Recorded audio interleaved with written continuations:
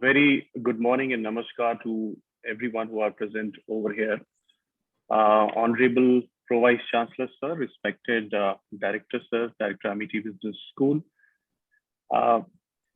Today, we are having this third technical session under the gambit of National Conference on e-governance. And we have total 12 participants today who are going to present. To set the tone of the conference, we have with us, the name is itself, don't need any introduction because he is well-known, reputed academician and well-known person among academicians across India. He is none other than Dr. Bimal Jaiswal. He is Professor, Faculty of Commerce, University of Lucknow. He has more than 2.5 decades of experience, including 17 years of administrative experience. His academic accomplishment includes he has more than 105 research papers to his credit. He has published more than 35 books. He has presented papers, more than 70 papers across in national and international conferences. Under his guidance, more than 15 candidates have got their degrees. He is very active in Lucknow University in various capacities.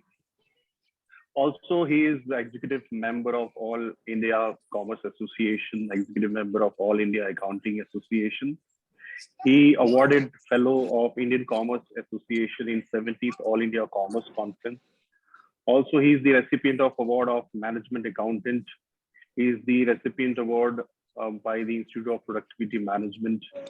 He has been chairperson in various seminars. He is member of various university committees from time to time. He is membership more than 15 academic bodies at national and international levels. He is member of editorial boards on various journals. So it's our privilege and honor to have you here with us, sir. And I think under your presence, we would, all the participants would get valuable inputs. And also this conference with the aim of, because we are living in a civilization where we have widespread transformation and rooted through technology. And because of this technological thrust, government structures have also progressed and started making use of technology, specifically internet, to deliver its services.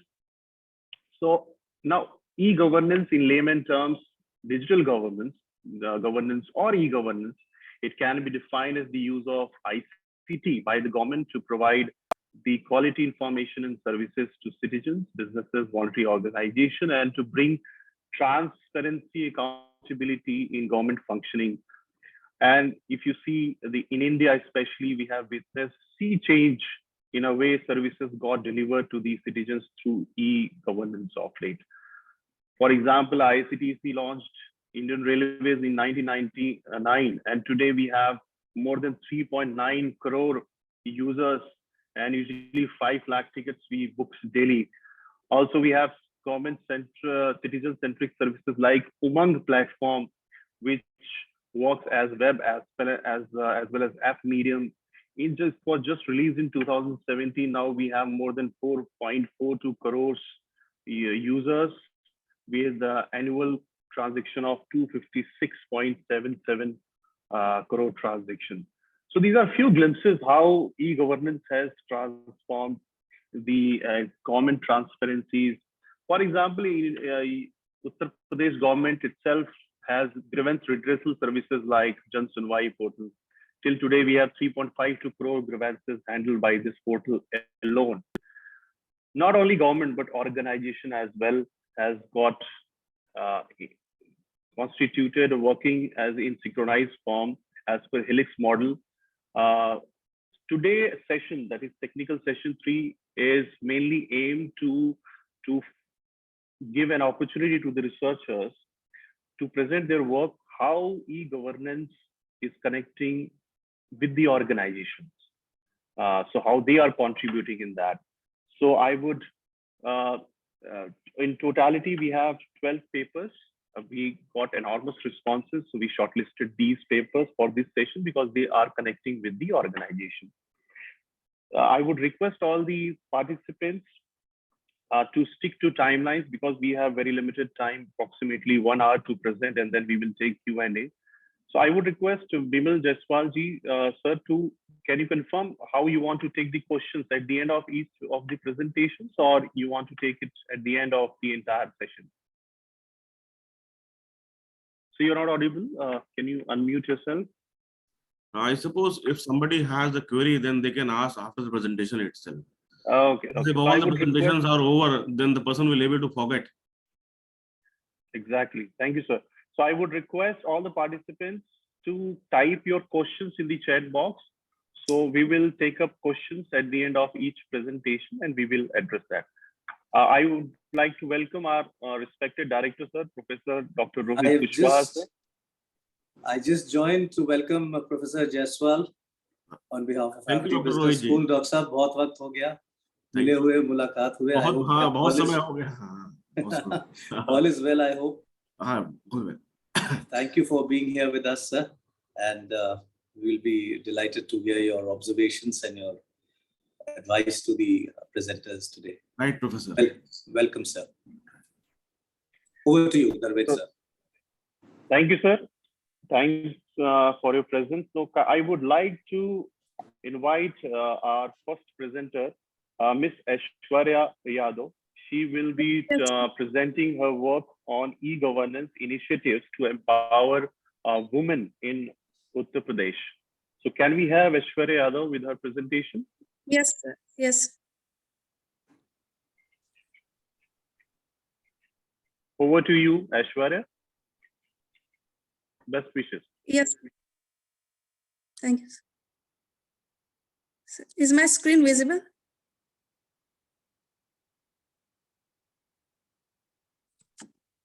Hello. No, sir? your screen is not visible. Can you share your presentation? Yes, sir. I'm sharing. Please use the share screen button.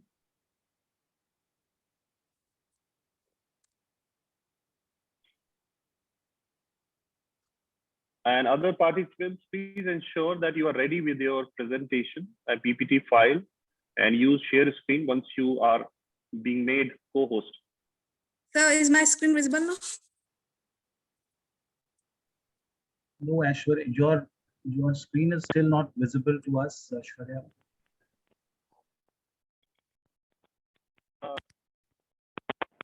And move ahead in case to at current. So we come back to can we sir, if you can we Dr. Pandey, your voice is not coming clearly. It's breaking in middle. am I audible? No, it's breaking.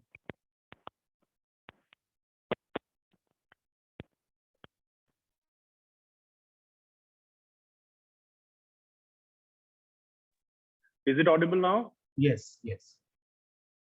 Okay, can we have Mr. Achal Singh? Yes, sir. Good morning, sir.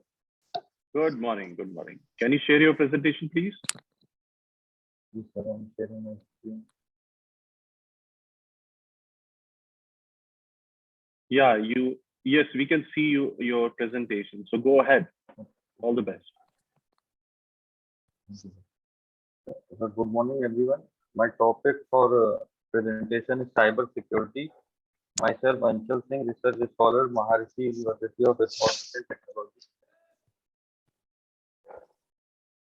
About this topic, this paper focuses on the issues that cybersecurity faces in the modern day. It also covers the most recent developments in the cybersecurity tactics, trends, and are also in the phase of cybersecurity. About the introduction. In today's world, the internet is the fastest growing infrastructure. Many new technologies are transforming the face of human in today's technological environment. However, because of this new technology, we are able to protect our personal information as effectively as we would like.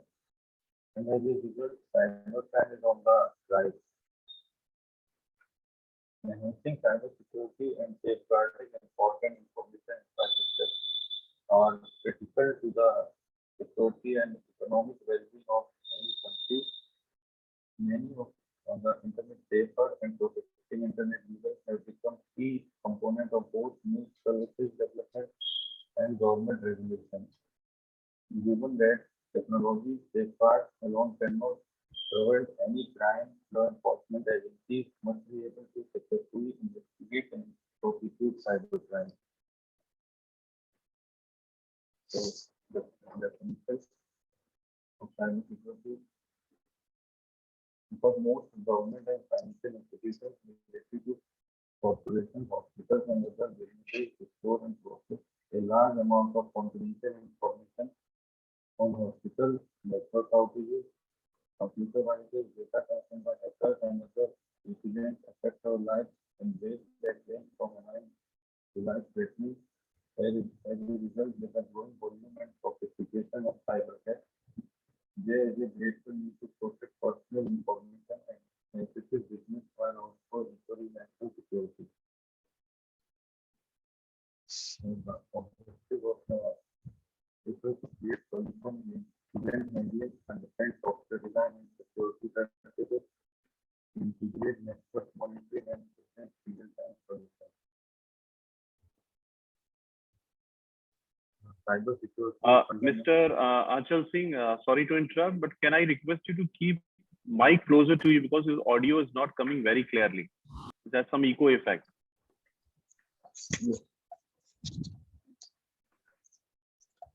So is it better now? Yeah, it's better now. Go ahead. Thank you. The cybersecurity fundamentals.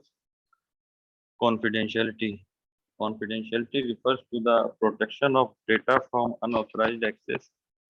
Cracking inadequately encrypted data, man-in-the-middle MITM attacks, and revealing sensitive data are all common ways for secrecy to be jeopardized.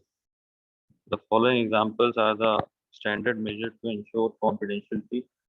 They are data encryption, two-factor authentication, biometric verification, security token. Next, integrity. Information integrity relates to preventing unauthorized parties from altering it. Integrity is ensured using standard measures such as cryptographic checksums, using file permissions, uninterrupted power supplies, and data backups. Availability. The term availability refers to the ability of authorized parties to access information when it is needed. The following are the standard measures: backing up data to external drives, implementing firewalls, having backup power supplies, and data redundancy. Types of cyber attacks. An exploitation of computer systems and network is referred to as a cyber attack. It employs harmful code to change computer code logic or data, resulting in criminality such as data and identity theft. Cyber attacks can be classified into the following categories: web-based attacks, system-based attacks.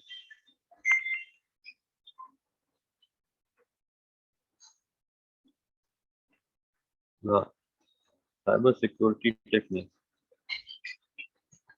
But there are many cybersecurity techniques, which some of them are access control and password security. The security provided by username and password is a basic approach of protecting private information and preserving privacy. One of the most important cybersecurity projects is this method of delivering security. Other one is authentication of data. Until then, the sent data must be confirmed to have come from a reliable source that has not been tampered with. Malware scanner. A software system that checks all files and documents on the system for malicious code or destructive viruses. Viruses, worms, Trojan horses sort the samples of dangerous software systems in this field and mark them as malware. And firewall. A firewall is a software or hardware package that helps to keep hackers, viruses, and worms from gaining access to a computer via internet. The firewall examines all incoming communication and blocks those that do not fulfill the security requirements that apply to all messages. In order to identify malware, firewalls are essential. Now, cyberspace.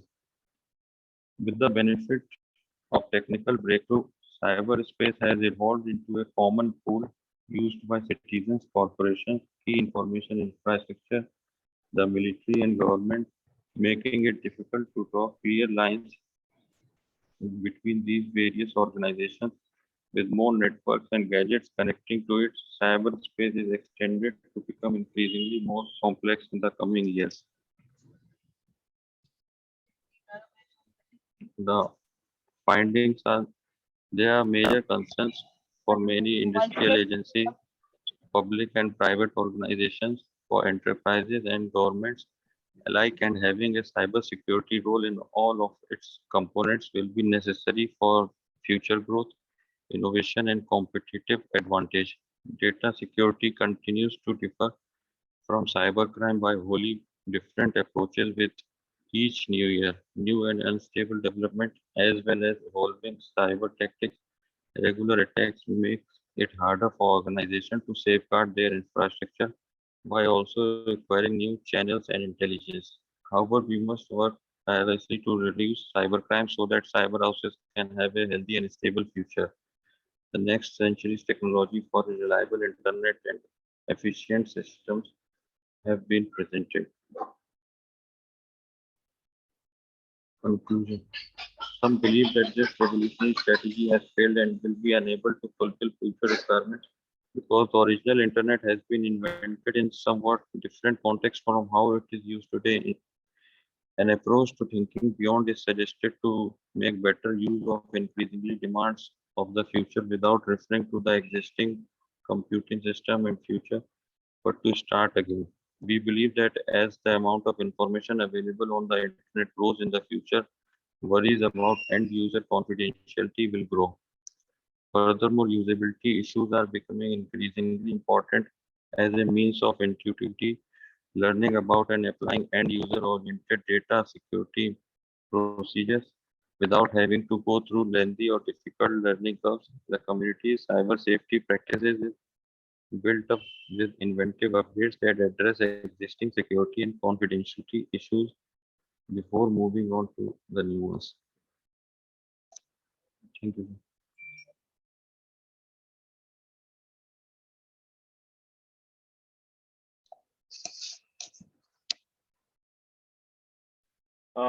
Thank you, Mr. Anchal.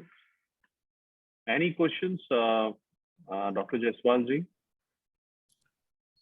Akhil ji, can you explain the whole whatever you have just read out in just 2-3 lines in simple language? What do you want to say?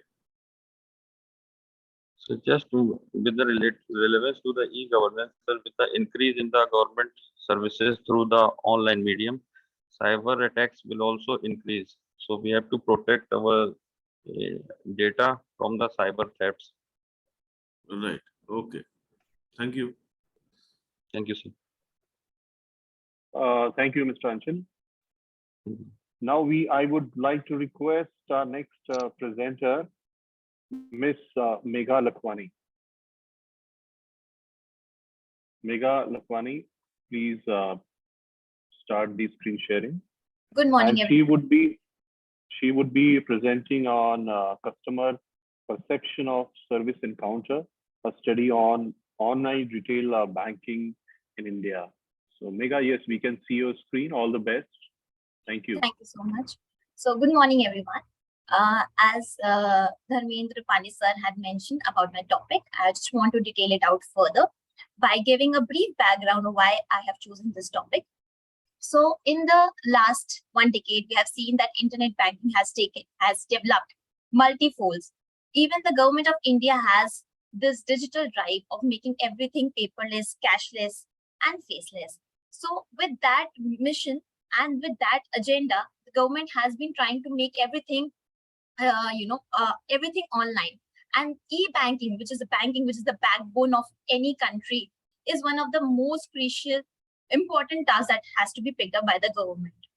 If we see the survey, people have started using internet banking, but the count and the percentage of people picking up the internet banking is very slow as compared to other countries. If we see in the graph below, only 14% of people are currently using online banking through their mobile phones. After having access to everything, still that percentage is very low. If we see that 68% of the people have smartphones, but only 14% of the people are opting to choose online banking. So the topic is defined in this particular fashion to understand what is the pattern of the people of who are using internet banking and what are the challenges that they are actually facing that the adoption rate is so low. So moving ahead, the aims and the objective of this study is to understand the pattern of e-banking services in India, to examine customer expectation and if the customers are satisfied or not. And if they are not satisfied, then what are the problems and what are the challenges that they are facing, which is resulting into low adoption rate. Moving ahead, this particular research has been done on the secondary data, but it would be definitely extended on primary data, where we would be collecting a survey of 1,000 users during 1 year of time span. And the target users would be entire people in India using internet banking. And there would be a questionnaire that the users would be filling, and basis that we would be going ahead with this research. Basis the secondary data that we have collected, there has been some core reasons of identifying the problems that are currently being faced by the customers. These are the list of the problems that are visible on the screen. I will just detail it out, just walk you through these major problems. First problem, and the key most problem that the customer, as per the surveys done till now, is the security risk. We as Indian have an assumption that if we use internet banking, our data is on threat. And there has been also some security threats earlier in the past, which has made people scared for using e-banking. The second most reason is less internet diffusion in India, which means that the internet penetration in India is very, very less, especially in terms of rural market. The internet is still available in urban cities, but in the rural market, the internet penetration is very, very low. Privacy and confidential risk. Privacy and confidential risk here, it means that as an assumption, it is studied that the customers think that their private information is actually saved when they start using online banking. Their ID, their password, their private information of bank account balance, the confidential risk. We as Indians do not want to share those information. We find it really private, and that is one of the reasons that they hold on to sharing such information through any of the medium or any of the technologies. The fourth point was the customer understanding. Customer understanding has played a very, very important role, where customers are not literate enough to understand what internet banking it is, how to use it, and what are the benefits of having those internet banking. They still prefer of going into a traditional banking method of, even if they want a passbook statement, they would rather go to a bank for that particular thing rather than just, finding it on a click of the button. So I think the customer understanding needs to be developed. Poor infrastructure and operating conditions. Poor infrastructure and operating conditions. Basically, I will just talk about operating conditions first. As we know, India is diverse. Operation is usually, if anyone of us have an online banking app, it is either in English, or the option other is given to us to change language to Hindi. So operating conditions have multiple sub dynamics to it. One of the dynamics of operating conditions is that we as Indians, our culture is really diverse, and operation is either done in Hindi or in English language. So the people who are not much aware about these two languages really face many problems, whether if they're using e-banking or even if they went to any of the branch, because they're not literate enough to understand those terminologies. technological illiteracy, as I mentioned, they are not very, very tech savvy. And also whenever we talk about internet banking, there are other things that is also required. Technology, as in we need a smartphones. Not all smartphones, not all phones actually do have a facility of downloading an app and using that particular application on their device. So a technology in terms of a smartphone, also a proper internet connection, also technology, if we extend as ATMs and other e-banking services are technologically driven.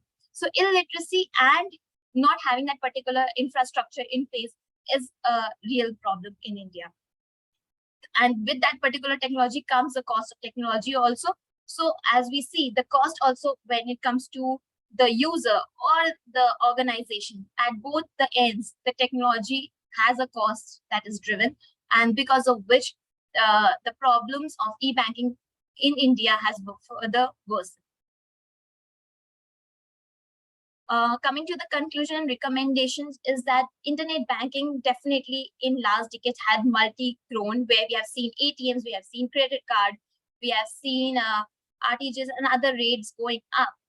We have also seen the mobile app getting downloaded, at a higher quantum. Definitely there has been an increase, and there has been a lot of study done in terms of what advantages that e-banking brings to us. But I think there has definitely been a lack when we talk about the concerns and the problems that actually the users are facing while using that particular mode. So as a conclusion and recommendation, I would just like to say that this study has been done in terms of advantages, but there's a lot of much of scope in terms of understanding what are the real problems, what are the patterns of using e-banking by the customer, and with that particular pattern, we'll be able to find the nerve of the customer of what is the real cause that the adoption rate is not increasing since past few years. That's it. Thank you. Thank you, Ms. Megha. So I would request Dr. Bimal Jaswalji, if you have any questions. Megha, you have given a very good presentation. Things were very proper itself, but I want to ask you, is this your ongoing project, or you have already done? So, sir, this is in my ongoing project. This is my PhD topic also. I have done secondary research on this particular data, but primary research is what I'm going to do in my PhD topic. Achha. The sample that you have taken, this is 1,000. They are still to go about that. Yes, yes, sir. Not finished that. Huh? No, sir. Because the Still duration that I have seen, they have written as 22 and 23. Huh? Yes, sir. It's still ongoing. Right. So these recommendations that you have made, they are forecasted. They are, sir, basically from the secondary research data that I have collected. It is not your. So some of mine, because of so I have collected all the secondary research data and have collated, and those I have. So which banks that you have selected? Sorry, sir. Which bank you have selected? Which banks? How many Sir, banks? Sir, it's not one particular bank that I have picked up. It's a union of all the banks. I have also read, taken the reports from the RBI, which is a central bank. Candidate over. So it's not from any of the one particular bank. When we talk about e-banking problems, it's not just one particular bank that we are targeting. It's a complete horizon. So are you going to target the rural public also, or only the urban public? So, sir, we are going to target the customers who are using internet banking. It can be. I got it. Both, sir. Both. So Rural which as areas in the rural you will travel? Sorry, sir. Which areas in the rural you will travel? Sir, areas, it is not. We have not bifurcated it geographically wise. It's not one particular rural market. My suggestion is, Yes, my suggestion is you try to consider some rural public also. Okay, sir. Because we were talking about the online. Because if you go for the urban itself, then we are aware that what the analysis will come down. But if the rural public, where the facilities and infrastructures are very less, very poor, you will get the mix of that. Point taken, sir. Surely. Thank you, Megha. Thank you, sir. Thank you, Ms. Megha. All the presenters who are yet to present, I would request you, please stick to timelines. Please try to conclude in 6 to 7 minutes. considering this because we have to complete all the presentation within given time. And also when you present, please switch on your cameras for more effective presenting your work. So next in line, we have Ms. Sukansha Singh. She is going to present her research work on a role of ICT tools in conflict management. So Sukansha Singh, are you here with us? Yes, sir, I'm here. Am I audible? Yes, you are clearly audible. Please share your screen. Yes, sir.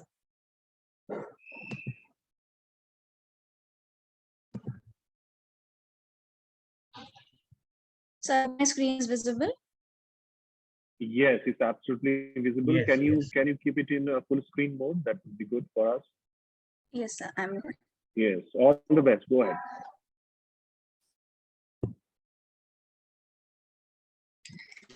Good morning, esteemed speakers, co-presenters, and all the viewers. I, Sukansha Singh, is here to present a paper on the topic, Role of ICT Tools in Conflict Management of Organizations. ICT, or Information and Communication Technology, is an extensional term for IT, which stresses the role of unified communications and integration of telecommunication, that is telephone lines and wireless signals along with computers, that enables users to access, store, transmit, understand, and manipulate information. In a more layman statement, it provides efficiency in communication of information across different levels and amongst different people. When we come to conflict management, it is actually a very pervasive process in an organization because there is hardly ever any organization that works on a daily basis without countering any kind of conflict.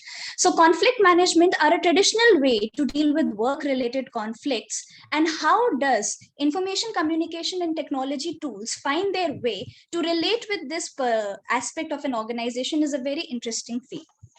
The question here arises that how does technology find its way in the management of conflict in organizations?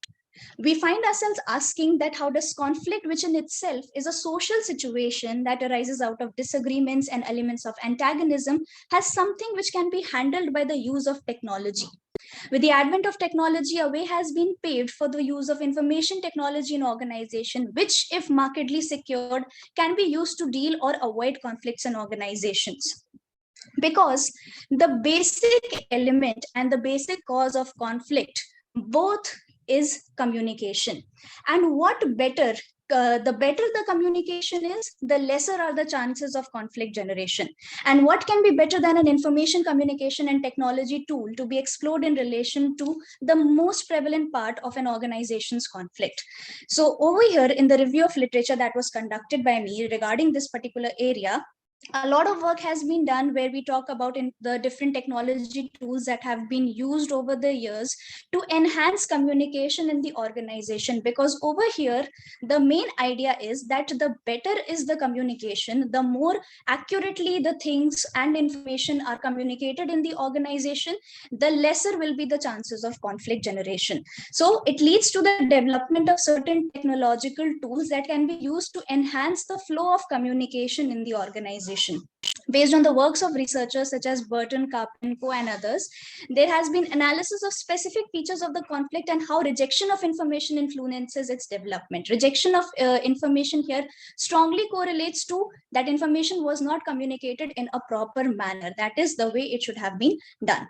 The paper is entirely based on secondary data, which was collected from journals, research articles, and other such publications, and it has an empirical review of research done till date on how tools of information and communication technology can lead to effective management of conflict in organizations. The main objectives of the paper were to understand and explore the different ICT tools. Secondly, to understand the role of ICT tools in effective conflict management of organizations. Now, to understand it, firstly, we need to realize what is the background and the escalation and peculiarities of conflict in an organization. Conflict is a term which is very common with organizations because there is hardly ever a day where organizations and the people working in it come together and do not have differing opinions with one another. there will always be a social situation, there will always be a different perception to it, and there will always be different people reacting differently to any kind of situations. Now, these types of conflicts can be roughly divided into three groups. That is, the organizational conflicts can be divided into three groups that include the conflict between a boss and an employee, two employees, and between groups of people. The first one is just the mostly widespread, constituting about 53% of the total number of organizational conflict. The second type, it has a very particular distinction, that is when two employees who are working at the same level have a conflict with one another. It is very distinct. They tend to have more disagreements, they tend to have more arguments about different situations, because the closer they are to a similar designation, the higher are the chances of conflict, and the farther they are in the job hierarchy, the lesser they are to come into conflict. Moving along to the main part, that is the crucial information communication strategies in conflict prevention and resolution. So 4 types of technologies till date have been developed which support the formation of effective communicative scenarios and preventing organizational conflict. The first one can be interpreted as the decision support system, or the DSS. DSS programs provide a set of theme-based blocks that are composed individually for each organization. Each particular block is an area for decision making, and they can be efficiently integrated in various organizations and have a standard set of blocks, large-scale projects, and representational area of the activities in the organizations. So all of these blocks, since they have different methods of tackling different kinds of problems, and because they have been segregated differently, the chances of them clashing together and creating any kind of communicational error automatically reduces. The second type of program that forms information model matrix is intended for resource accounting and distribution, and it can be referred to as the resource management system, or the RMS. They have been in use for more than 20 years in the structural business units of transnational corporations. The RMS program enables institutions to control resources on a continuous basis. That means human resource accounting, because we as humans, as people who are working in an organization, are also a resource. So to have our accountability and a system that continuously monitors our daily working is extremely important if we need to have proper communication channels established between us. It saves much time in strategic task grading, as well as in choosing a candidate who will be responsible for implementing particular decision. If each and every individual who is working in an organization is accounted for, that means the organization has definitive information what are the areas in which a particular individual is good at, what are the areas which are which are the person's weak points, and automatically the work can be assigned to them. So the better the work is given to them as per their strengths and weaknesses, the better are their chances of performing the work, the lesser will be the conflict arising. The third type of information system programs encourages development of integrative exchanges amongst the substructures of the organization, which is known as the ISS, or the information sharing system. It is based on the creation of enormous data servers that are connected into a single system. Each server is a combination of dominant or information blocks ordered according to its size, which can be of strategic significance for partners. An ISS platform may contain various databases that are open for exchange, analysis of adopted laws, and transmission of the gradual materialization as if it were online on different subjects for the purpose of objective evaluation of reality and sharing experiences, as well as means of observation and control over the activities of partners in particular joint arrangements. Lastly, the fourth type of program is intended to ensure the up-to-date information for organizations. Essentially, this context serves to consider traditional virtual programs which allow the individuals to be involved in the decision-making process, receiving timely, detailed information online. That means that regardless of the boundaries that are between the organization physically and the worker physically, any kind of information is immediately transmitted to them so that they can start their work accordingly with the information provided. Such programs increase the effectiveness of decision-making process and facilitates the organizational process and reduces the conflict potential within the organization. The conclusion is that in the light of dynamism and complexity of modern communication, their dependence on knowledge and verified commercialization of innovations for economic growth, the strengthening of general influence of information on all branches of human life, the organizational structure should be changed towards greater horizontally oriented networks. That means the better the information communication tools are there in the organization, the more effective working of the people in the organization will be. That will automatically reduce the chances of organizational conflict in the organization. Thank you. That is all I have to present. Thank you, Sukansha. Good job indeed. I request Dr. Bimal Jaswalji, any questions from your side? Right. The word C is properly matched with her. She has used ICT. Yes, sir. And the middle word is very much could be seen in your presentation. Very good, Sukansha. It was a very descriptive presentation that you have made. Thank you, sir. Next time when you present, try to be more precise and pinpoints. Right? Presentation should be always pinpoint. Sure, sir. Sure, sir. No questions from my side. Okay. Thank you, sir. Thank you, Sukansha. Now we will move to next candidate. Is Miss Priyanshi Sharma. Yes, sir. So is she here? Yeah, Priyanshi. Yes, sir.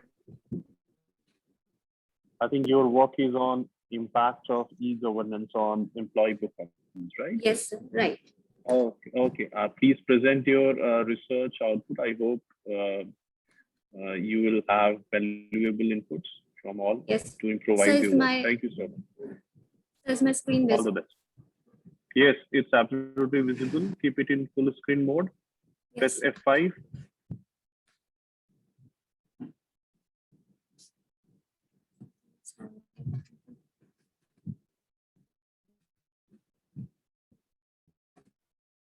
Yes, sir. Good morning to all present here. But the topic of my presentation is impact of e-governance on the employee performance. Basically, e-governance is nothing but the application of information technology and the communication for a better. It serves like the basic link between the government and employee. Then we talk about the model G2G, that is government to government. And then there is G2B, that is government to business. Then talking about my study, like from the past research, there were the few studies which talk about the impact of the e-governance. Most of the studies, they are focusing on the quality, then revenue, cost, and the perceived value to the customers. But a few talk about the impact of e-governance on the performance of the employees. Basically, e-governance, it is the effective use of information technology and communication to improve the system of governance that is in the place and thus provide the better service to the citizens. It is considered as a high priority agenda in India, as it is considered to be the only means of taking IT to the common public. So like there are various programs also being introduced in the states and then in different departments. Like there is a program, a SPARK, which is Service and Payroll Administrative Repository, which is for the state of Kerala. It is a G2E model, and the government of Kerala is covering more than 3.25 lakhs employees, centralized, integrated, computerized personnel and payroll rejection. Then there is a program called Lokwani project of Uttar Pradesh, which is a single window solution relating to the handling of grievances, land recovery maintenance, and provides a mixture of essential services. Then we have like Aadhaar banking projects, then we have mobile seva and pay government, all these where the application of e-governments can be witnessed. From the literature review, it is basically the secondary data that improvements and legitimacy, which was concluded by Heeks 2001, that improvements and legitimacy will only be delivered if two things are in place. The first one is the strategic e-readiness infrastructure, especially the and integrated vision on which the e-governments depends, and the second is the practical best practices that are needed to close the design reality gaps and to steer e-governance projects from failure to success. Then Amabile in 1996 concluded that creativity relevant skills include both domain relevant skills and the creative thinking skills.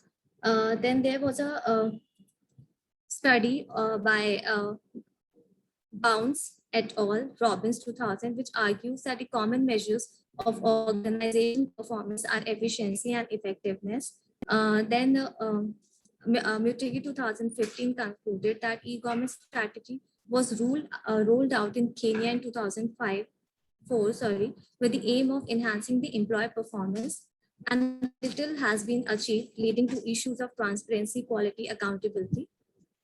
And then when Yama 2016 concluded that there are 27 problem of customer dissatisfaction in visa processing, e-passport screening, which have made it difficult for the employees to attain their set targets. And there was also a study by Darvaz et al., which says that the staff compliance ranks first due to the fact of adopting the instructions that require compliance of employees and observance of institutions. And then job loyalty ranks last due to the continuous need of employees to moral and financial incentives. Employees need to know that they are important, and in spite of the technology with the modern tools, because human resource is the most expressive property of the organization. And then the basically this is the secondary data, and I need to work on the primary data. So the objectives will be to identify the level of application of e-governance, and then we'll be identifying the level of performance before the application of e-governance, and then the level of performance after the application of e-governance. Our tentative model also I have prepared based on the past researches, in which under the e-governance, the 4 variables we will be considering is cost reduction, HR efficiency, transparency, and service quality. And to measure the employee performance, impact on the employee performance, the variables will be creativity, efficiency, employee engagement, loyalty, communication, task completion. So this is basically based upon the literature review. So the at the discussion and findings, it has been seen that the current generation, which is the millennials, they want a positive work culture and a comfortable work environment. And in the recent work from home time, technology is going to serve the 2 purposes, that is the efficiency and the creativity. And as per our recent research, employees want their employer to implement advanced technology so that they can reach their full potential and focus on more challenging and meaningful tasks. The past study shows a number of results, and the most of which they are evident effect of application of e-government on the staff performance, compliance of employees with regulations and instructions, and the transactions are characterized by accuracy and quality, unlike the situation in the past. And some studies also say that creativity, personal efficacy, and efficiency leads to the better delivery of information and communication technology service, again leading to the increased creativity. So these are the references. That's it, sir, from our side.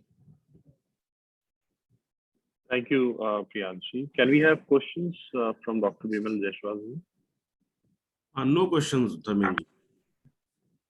Okay, with your permission, can I ask her a question? Please go ahead. Okay, Priyanshi, Yes, because I think you have done a longitudinal study which compares before and after Yes, in sir. terms of employee performance. Yes, So you have used variable efficiency, Yes, sir.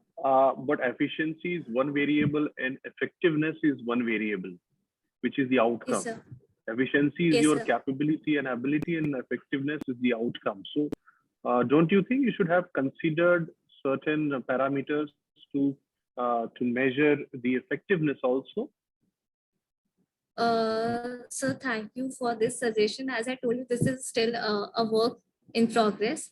So I'll definitely look into the suggestion which you have provided, because I have to still work on it. As I said, now this is a basic structure which I have made based on the secondary data.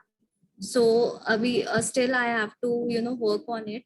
But definitely I am going to consider this point, and this is actually like worth considering. So Okay, have you identified any research methodology at this level? Have you identified to measure the employee engagement variable here?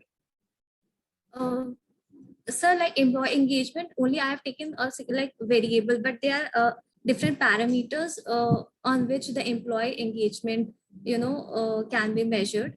So like that will be, I guess, a different topic, then like we will sit Because on. I think it's a humble suggestion, because when you do a longitudinal study, research methodology Sir. should be very clear how you will measure the before and after outcome. Yes, sir. Okay. Sure.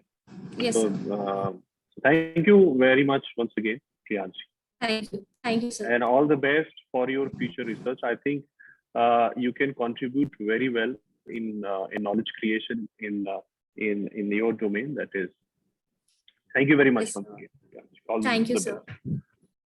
Okay, next after Priyanshi, can we have Mr. Neeraj Shaili Singh?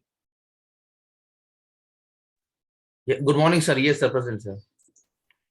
Yeah, Neeraj, I think you are presenting on e-recruitment training and development in hotel industry, right? Sir, sir. Okay, seems very interesting. So let's see what you have to present. So all the best from our side. Thank you, sir. Yes, the slide is visible. Please put it on full screen mode. Thank you. All the best. Go ahead. Good morning, dignitaries and all ma'am and sir. I'm Neeraj Shaili Singh from ABS department in MIT Business School. My topic is e-recruitment, e-training and development in hotel industry. The hotel industry is labor-intensive industry. So e-recruitment and training and development is the major part of this industry, because it is labor-intensive. Employee turnover is very high, sir. And e-recruitment, by the e-recruitment process, as a HR manager, I was serving in the companies that the company is hiring the portals. So by that, we are finding the right candidates for the right place in the company. And it is very convenient process, and many companies hiring the good candidates by that portals, monster.com and time.com, like that. And in the e-training and development, at the time of COVID-19 pandemic, what I have seen that time, online training by the online process, it was very convenient at the time of pandemic, sir. It was convenient to give the training and observe the candidates by that. And online training is the very easy process, because that time it was very difficult to give the training in the company, the right place. And it is a very good process, and by that it was the easy way for the company to understand the things from your work from your home. And like that, sir. And introduction, sir. In this process, the training and development contribute an important part in the generation of effective organization and to the experience of the individuals at the work. The main purpose of to improve the skills of the employees in the company. And it is the requirement for the company managers to understand what the requirement of the company, and to make them understand the employees, to make them a good skills in the employees.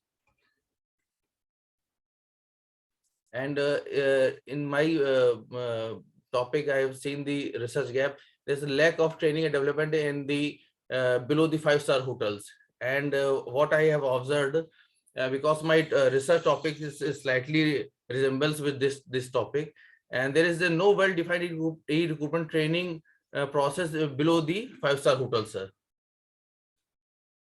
The objective of the increase the pool of the applicants in the company. By the portals, we are finding the many candidates not in the city, from the anywhere in the India and from the world. And by the right training and development, we can enhance the efficiency and effectiveness of the employees, sir.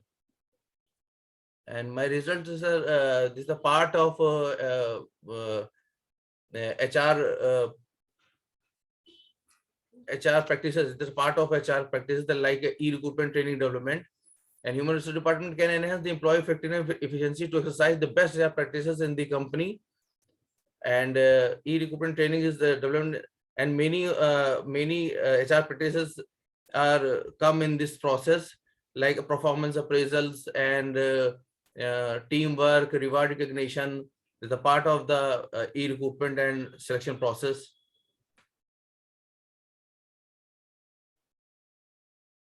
Sir, in my conclusion, what I have seen that there is a lack of HR practices in below the four-star hotels, below the five-star hotels, sir.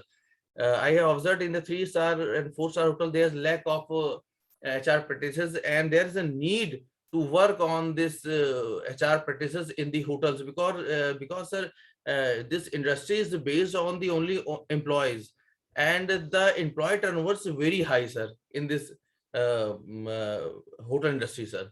So we will understand what the need of the practices is required in the company, and which kind of HR measures can give the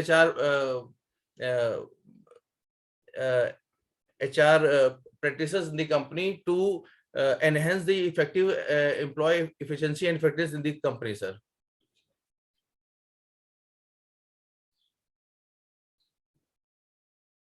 Yes, sir, all have done, sir. Thank you, sir. Thank you, Neeraj ji. Indeed, a good presentation. Any questions, Dr. Jaiswal ji? Neeraj ji, a very good presentation has been made by you, and the topic I liked your topic: e-recruitment, e-training, and that too in a service industry. Sir.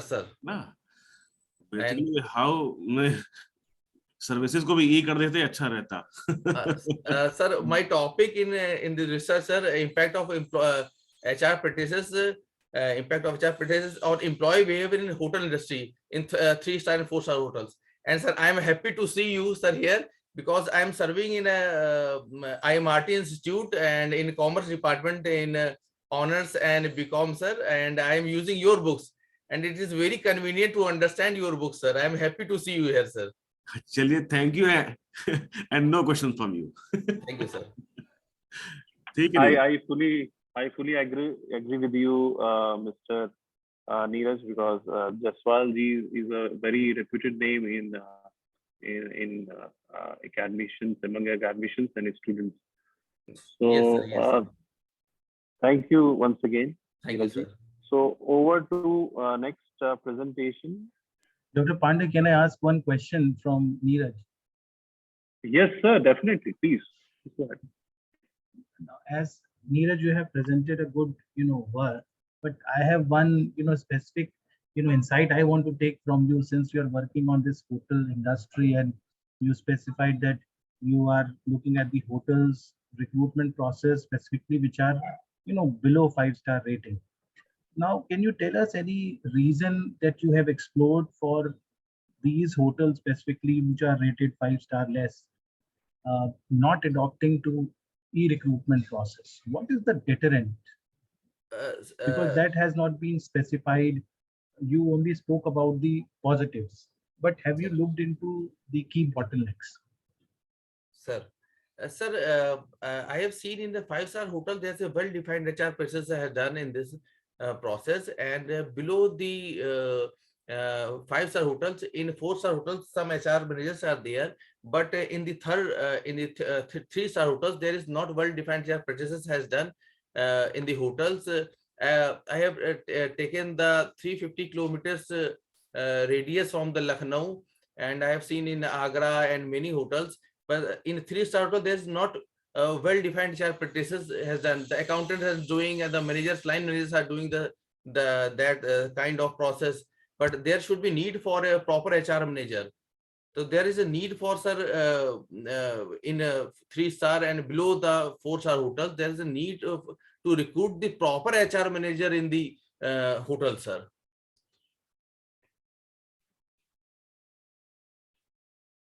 Okay. Thank you, sir. Thank you, sir. Thank you, Dr. Tanuj, for asking this question. Thank you, Neeraj, for presenting it effectively. So we will move to next presentation. Can we have Miss Nishtha Verma? Yes, sir. Nishtha Verma, you are here to present on e-training trends, prospects, and issues. So all the best from our side. Thank you so much, sir. Is my screen visible? Yes, visible. Please put it on full screen mode. Yeah, sure, sir. Good morning, one and all present here. I am Nishtha Verma, a PhD scholar from the Amity University under the guidance and the co-author Dr. Richa Raghuvanshi. Today, I'm here to present my paper, and the topic is e-training, trends, prospects, and issues. As we know, e-training is gaining popularity to meet the immediate and the strategic need of a flexible and a well-trained workforce. E-training has become beneficial for the organizations and employees because of its accessibilities, enhancements in collaboration, maximum reach, and flexibility. Computer-based training, web-based training, e-learning are the ways of e-training. With rapidly changing work environment and digitization, it becomes easy and effective to use online training system to train HR for constant learning, specialized learning, cross-learning, and also due to the pandemic, online training has become the new capsule of the learning. But learning has some very challenges because there is a lack of face-to-face interaction between trainers and the trainees, a lack of communication, and difficulties in understanding the learning material. Additional workload, technical issues, and time management skills are also the key challenges of the training method. The objective of the study is to understand the trends, prospects, and issues of the e-training and study the methods of e-training in the organizations. The methodology is the search strategy. We have opted the literature review strategy was tailored into 3 databases: Web of Science, Scopus, and Google Scholar. The search terms were used are the following: e-training, e-learning, web-based learning, computer-based learning, and training and development. All the searches span from the database until 2022 and includes journals, conference papers, articles, and conference reviews published in English language only. The selection criteria is the search mainly focuses on the mapping existing literature on the e-training in business and management, human resource management, social sciences, art, and humanities. The search then narrowed to the subject area of business and management, human resource management. The search span was from 2001 to 2022. And the exclusion criteria is all the searches before 2001 were excluded for maintaining the quality of the review. All the duplication were checked thoroughly. A careful evaluation of each research paper was carried out later. Furthermore, after the filtration of duplicate records, articles were removed from the study, and after assessing each article on the inclusion and exclusion criteria mentioned earlier, we have selected all the records for the research paper. The findings of the research are: in digital era, e-learning promotes the digital literacy amongst the employees. At the same time, cost effectiveness, time saving, high engagement, making it more effective method of training for the organization. Technological issue, time management, lack of resources, and adaptability problems cannot be ignored in the e-training methods. So organizations should put extra effort into finding a solution for it. The initial investment cost in infrastructure and equipment and content creation is very high in the e-training method. For that, strategic planning is required. The research implications are: the research finding have the implications for the human resource management, for training and development, and for the future research in e-training. Organizations should think carefully before investing in e-training methods. Human resource development is the main medium to attain the sustainable organizational goals. So online training must be included in the organization's strategic planning. And these are the references for the research paper. Thank you, and that's it from my side. Thank you, Nishtha. Thank Any you. questions, Dr. Jaiswal? Any questions, sir? No questions from my side. Thank you so much, sir. Thank you. So can we have Miss? We have Anshul Verma is here. Anshul Sharma, sorry. Okay. Can we have Mr. Rushil Verma? Yes, sir. Okay, Rushil. Please share your screen.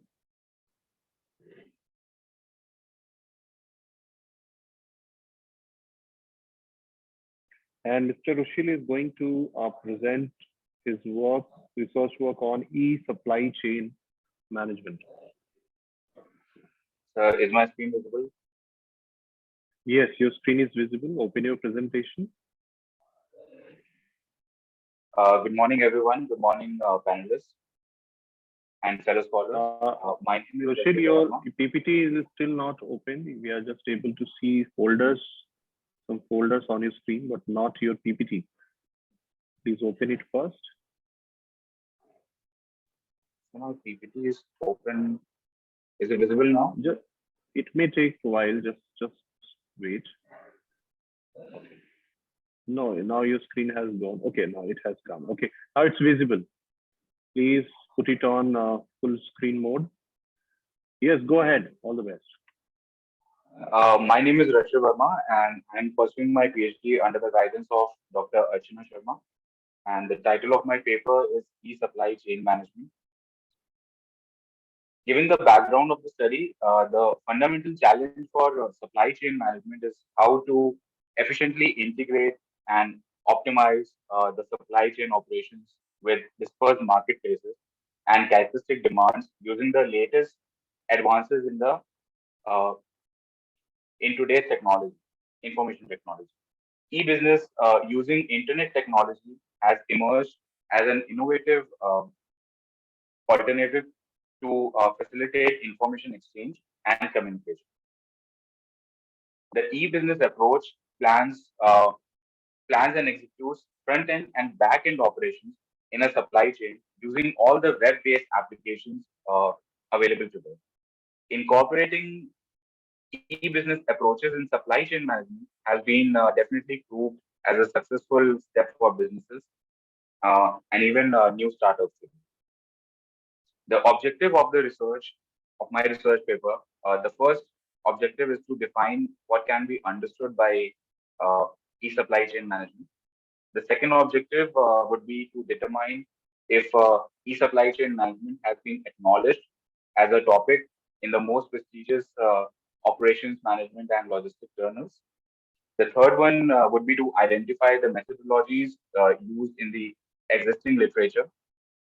And the fourth one would be to identify implications and directions for any future research. Now, this is a review paper, and e-supply chain refers to the business activities that incorporate e-business approaches in supply chain process. It basically involves applying any kind of e-business technologies to recalibrate and optimize value-adding activities in supply chain. E-supply chain management is the collaborative use of technology, enhance business-to-business processes, and to basically improve speed and take into a hassle-free lifestyle for customer satisfaction. Now, it may be described as the integrated management approach for planning and controlling the flow of materials from suppliers to end users using internet technologies, from basically manufacturing and from manufacturing to delivering the final product to the customer. These are the components of e-supply chain management. It starts from taking orders and it ends with the order delivery to the customer and providing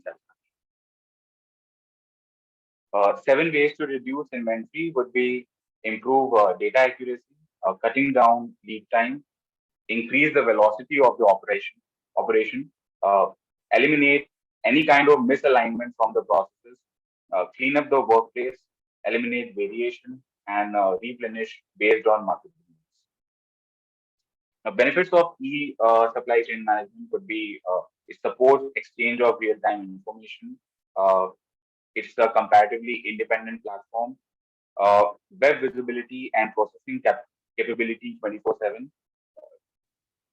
the return on investment, and above all, e-supply chain management increases responsiveness due to the real-time data exchange. My conclusion for this review paper would be that the next generation network and cloud computing technology will significantly affect the next generation of internet technology and the e-business roadmap. And this development will add more capabilities to already existing online services and will most of which will focus on merely transaction process. The internet-enabled intelligence will allow the e-supply chain management to operate much more efficiently. Thank you. Thank you, Rushil. Any questions, sir? Dr. Jaiswalji?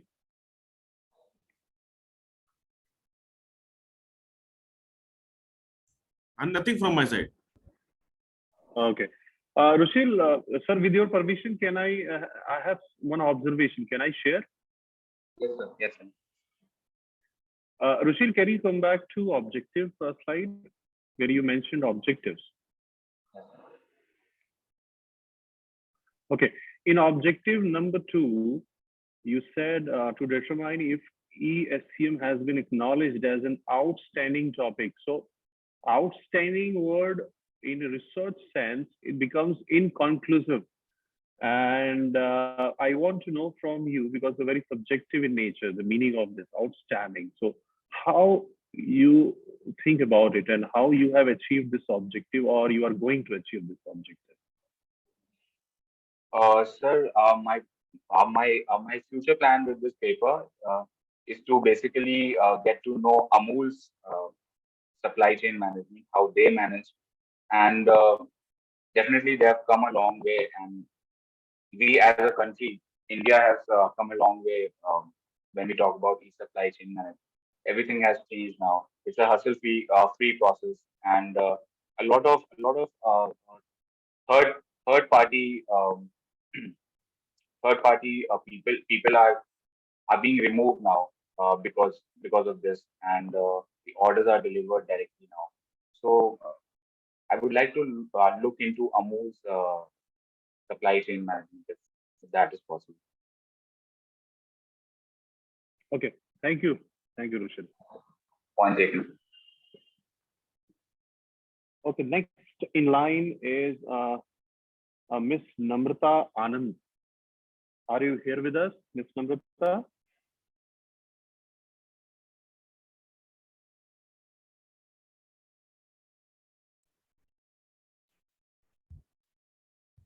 Is Namrata Anand here?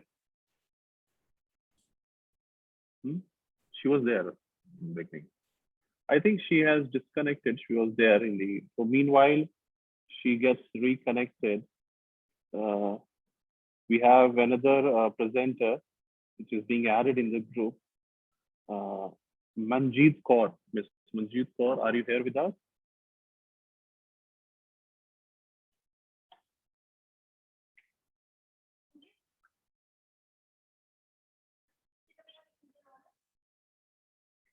Miss Manjeet Kaur, Miss Namrata. Yes, sir. Yeah, okay. You can present your work, please. Yes, sir. Just a moment.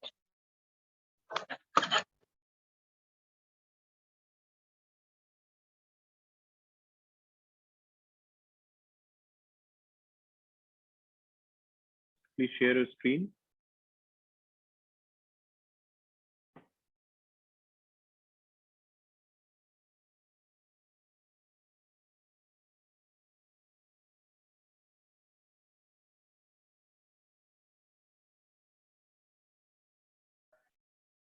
There are a few presenters who are not reported yet, but still I want to confirm if they are, by chance they have joined, so they can confirm. We have Mr. Deep Malia Datta and their co-authors, Ms. Niharika and Ms. Richa. If they are here, please contact us. Is my screen visible? Yes, you are very much visible. Can you share your screen, your presentation? So I had shared my screen. Is it visible, sir? No, we can see you. Your camera is switched on. We can see you, but not your presentation. Just a moment, sir. Share the screen of your device. Are you on cell phone or laptop? The cell phone. Then in this case, you have to switch off your camera. Then you can share your screen and open the presentation. Okay, sir. Okay, right, sir. Just a moment.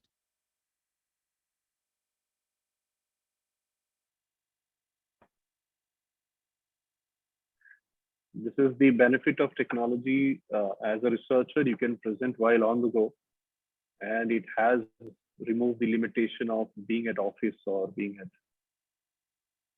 Yes, sir.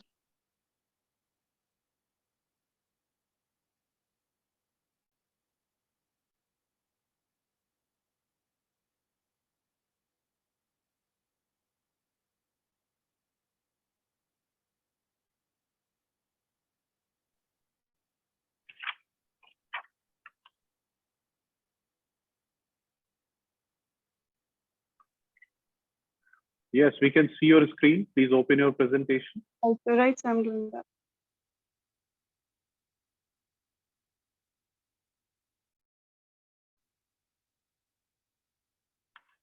Yes, go ahead. Yes, sir. Good morning, everybody. My name is Manjeet Kaur. My topic is effect of COVID-19 pandemic on university employees, behavior, psychological symptoms, and mitigating coping strategies in Northern India. The objectives of my topic are to assess the psychological impact, anxiety, depression, and stress of COVID-19 on employees of private universities. Second, to identify various applications and online platforms utilized for e-lectures, information, and communication. And last is coping strategies that the employees adopted due to COVID-19 isolation. Now, my research methodology method I used is the research is based upon exploratory and descriptive study. The sample is the universities in 10 states in Northern India. My sample size is 450 employees. Sampling technique is non-probability, convenience, and purposive sampling. The tools used are primary data. I've taken primary data from questionnaires and personal interview.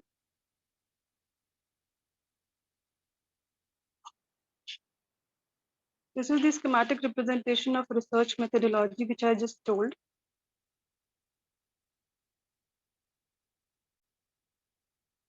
The findings are, the study revealed the clinical characteristics of the participants. About 95% of the respondents had a history of chronic illness, such as cardiovascular disease, diabetes, and respiratory disorder. The prevalence of anxiety, depression, and stress was 19%, 23%, and 27% respectively. Now, my first objective, the major reasons of stress due to COVID-19 was the fear of infection by COVID-19. That is 53% out of 450 people. Lockdown is 50%. The financial impact of COVID-19 is 47%.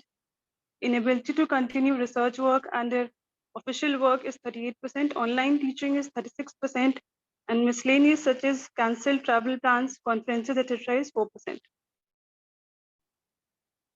Now, the second objective, various applications which were utilized for teaching purpose for information and communication by the employees of universities out of 450 is, as the data says, these were the different programs like Google Meet, Zoom, Microsoft Teams, WhatsApp Messenger, Facebook, YouTube, etc., which was commonly utilized for information and communication and for the e-lectures among the employees and faculty. The last objective, these were the self-adaptive measures of respondents during the lockdown and its coping strategies. Most of the respondents were in favor of engaging and spending time with family, surfing net and social media, chatting with friends and family, listening to radio and television, spiritual activities and academic research activities. Now, among the 450 participants, 407 respondents did not use any kind of medications due to mental and psychological stress caused by the pandemic. Now last, the discussion and conclusion. The present study assessed the psychological impact and coping mechanism during work from home among university employees in Northern India. As per the analysis, there's a prevalence of anxiety, depression, and stress, which as the data states, 19%, 23%, and 27%. Now, due to rapid spread, COVID-19 has exacerbated anxiety globally, resulting in mental and psychological health disorders among people. Evidence has shown that people had experienced symptoms of trauma, suicidal thoughts, psychosis, anxiety, and panic attacks. Coping strategies are directly associated with employee psychological levels. The most extreme anxiety level in this study are reported 19% of the employees, which is more than 1/5 of the total sample size. Employees are able to seek social support. Their isolation and mental disengagement and responsiveness to humanitarian issues are all assessed when measuring their coping strategies. Now, conclusion. This study showed notable associations and manifestations of stress, anxiety, and depression symptoms. People aged 25 to 45, females and married people experience more stress, anxiety, and depression. Employed individuals with moderate income experience more stress and depression as compared to higher salaried people. Extended days in quarantine were associated with increased stress, anxiety, and depression. Lack of movement was associated with increased stress, anxiety, and depression. Family presence yielded decreased stress, anxiety, and depression. Thank you. Thank you, Manjeet. Indeed, a good presentation, and it could have been explored more dimensions, including technology and its implications on stress management that could have been in sync with what we are looking for. But still, in your domain, it's a very good work. So, any questions from Dr. Jaiswalji? There's nothing to ask, but I would like to appreciate her work, that she has given a very good presentation and tried to find out the reasons for the stress which all of us have faced. I was not able to pinpoint, but she was able to pinpoint the various reasons which have brought the stress during the COVID-19 itself. अच्छा काम किया है, very good. Thank you. Thank you so much.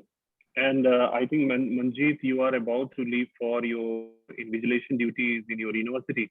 I appreciate you took out time in between and you managed to give your presentation. So that also shows your dedication as a researcher. So I appreciate that.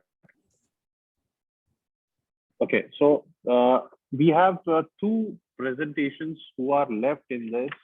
So I want to confirm the names. If you are available, please let me know, or we have to wind up with this technical session. So two presentations which are left are by Mr. Shubham Singh. He was supposed to present on e-governance, digitally empowering citizen, and Mr. Deep Malya Datta and Shifali Singh. They were supposed to present on sustained adoption. Yeah, who's this? Yeah, Richa, you are. This is Richa Yadav. On behalf of Deep Malya, sir, I am going to present the presentation. Okay, please share your screen. Sir, I need 5 minutes. I'm in office. I'll just need 5 minutes to for a preparation. I'm sorry to say, Richa, you should have been prepared well in advance. We have given you time. Everything is well in advance. I just need to go in a conference room. That's it. I'm in my cabin. I just need to go in my conference room. Okay, let me ask to our just a minute, chair, if he has time. Sir, she's asking for a few minutes. Can we give it to her as per your permission? We can give to her. She is very desperate to present. Let us wait. Okay, okay, sir. So we will wait for another 2-3 minutes. So please have thanks for your cooperation, all the candidates, for being here. So please have patience to stay back here for 2-3 minutes more. I appreciate that. And I'm very happy to see Dr. Shailja Dixit is also here. She's our area chair of marketing at Amity Business School. And I'm sure she must be listening to all the presentations. You want to say something, Dr. Shailja? And Dr. Bimal ji is here. And I also got to know that Are you here? Are you able to listen to her? Dr. Shelja, am I audible to you? Yes, sir. Yes, sir. You want to say something? Because Dr. Vimal sir is an old associate. I think he is not able to recognize me as of now. अनुराग दीक्षित जी को शायद आप जानते हैं ज्यादा बेहतर. अच्छा अच्छा अच्छा अच्छा समझ गया. शायद आपको याद आ जाएगा. हाँ हाँ हाँ ठीक है. बहुत समय हो गया ना मुलाकात किए हुए. जी सर, जी सर. बीच में कोविड भी एक आधों को हो गया तो थोड़ी मेमोरी लॉस भी हो जाता है, लेकिन देखते हैं तो याद आ जाता है. हाँ ठीक है, यही है यही है. तो सर इसीलिए ये कॉन्फ्रेंस करी गई है ताकि जितने भी जो है मेमोरी लॉस में हम लोग चले गए हैं आप. हाँ, रिवाइवल हो जाए सबका. रिवाइवल हो जाए sir. Very nice to see you. Very nice. Same here sir, it was a pleasure. Sir ये धर्मेंद्र सर सारे हो गए अभी candidates?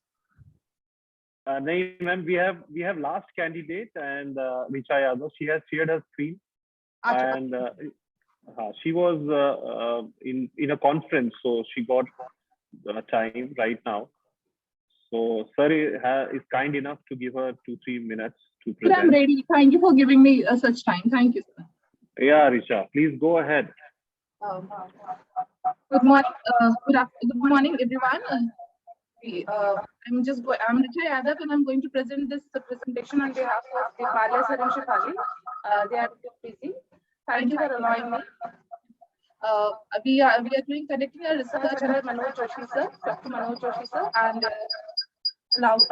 Richa, I suppose you are operating from 2 systems. Your voice is echoing. कोई और भी सिस्टम से operate कर रहे हैं क्या? Sir, yeah, sir, मैं इसको बंद कर दीजिए, एक ही से करिए.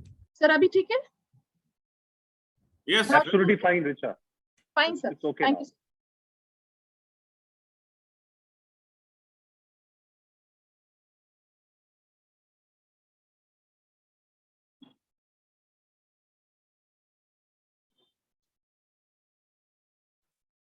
Good morning to everyone. I just continue with my presentation, and the topic of my presentation is sustainable adoption of LPG through women empowerment in a rural India. Author Deepmala Datta and Shefali Singh, along with Niharika and myself, Richa Yadav. The abstract is here. Public sector oil marketing companies have considerable base of rural consumers for domestic uses of LPG. Pradhan Mantri Ujjwal Yojana scheme of government during the period of 2016 to 2020 enhanced the LPG penetrations. Best in the class service of consumers often get rejected to the demographic limits and sustain adoption of LPG contribution toward the 7th SDG. And micro women entrepreneur to contribute towards the requirement.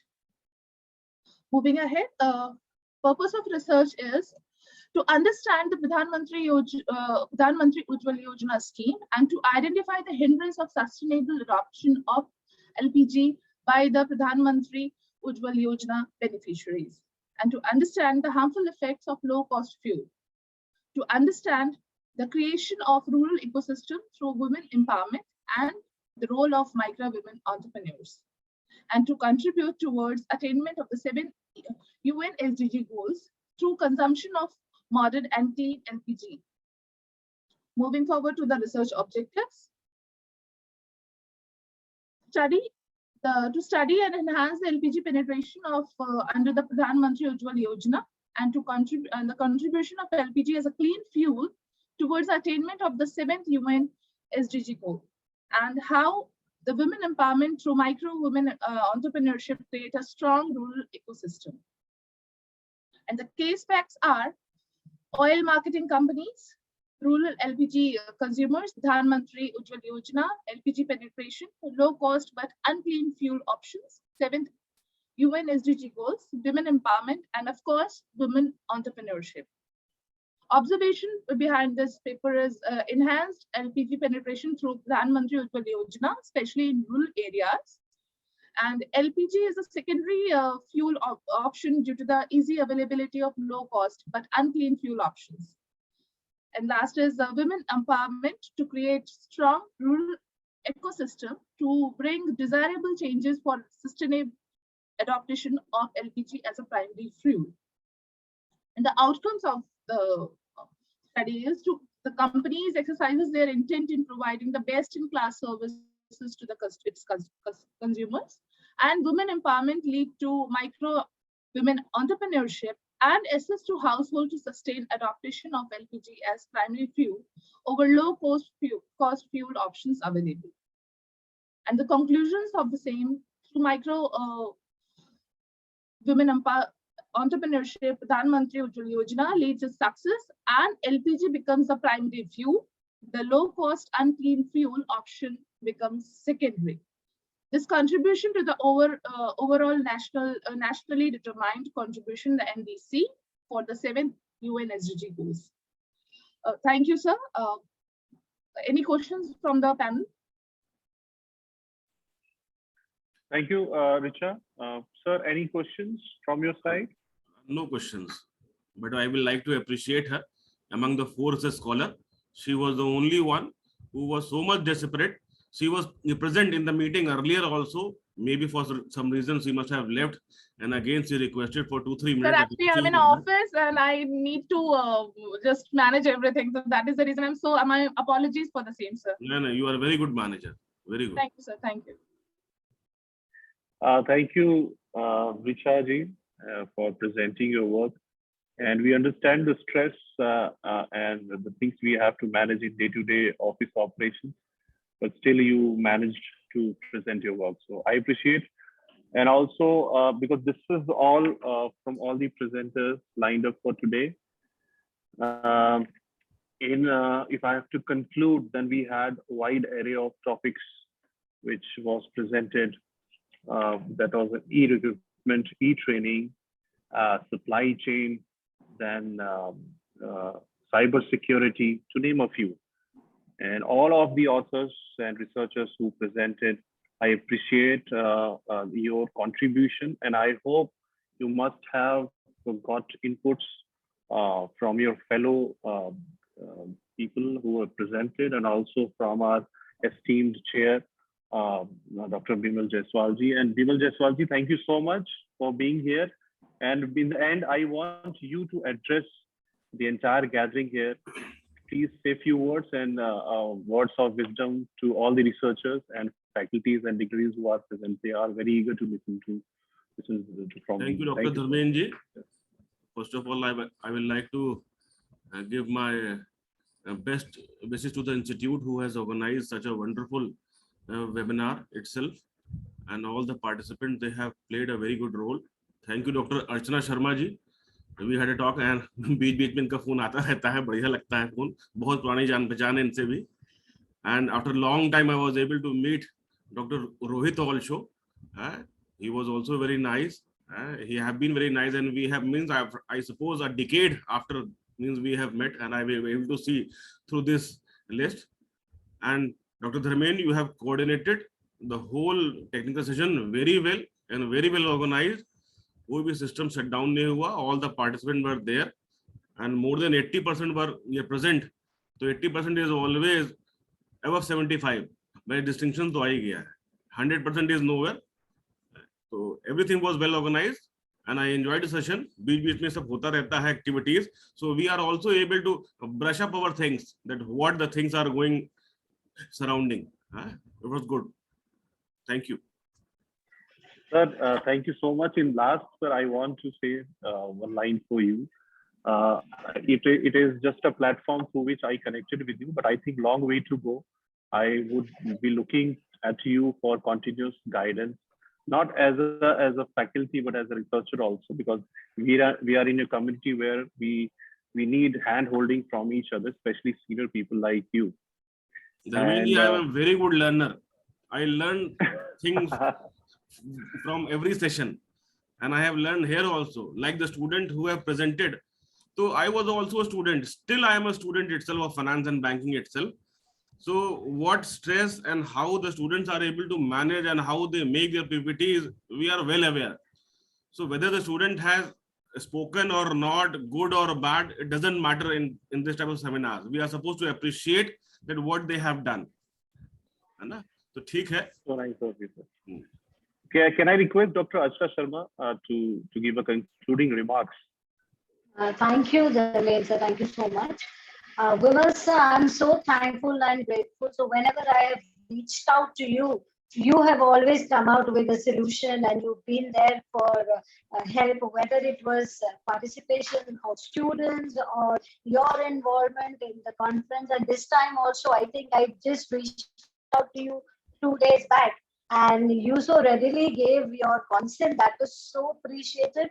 And let us keep this association alive and always there, because definitely we're learning a lot from you, as the Dharmendra has pointed out. And so we are the oldies of this town. So let us create a platform where we can occasionally keep meeting. Thank you so much, sir. And Dharmendra, you were wonderful, you were wonderful calling all the students one by one, making them present their abstracts and their papers, and the way you coordinated. Thank you, Dharmendra sir. And all the participants, you were wonderful. You were there, you were alert, and like Vimal sir said, a lot of applause for you. So you can all applaud for yourself. And thank you, and be always associated with us.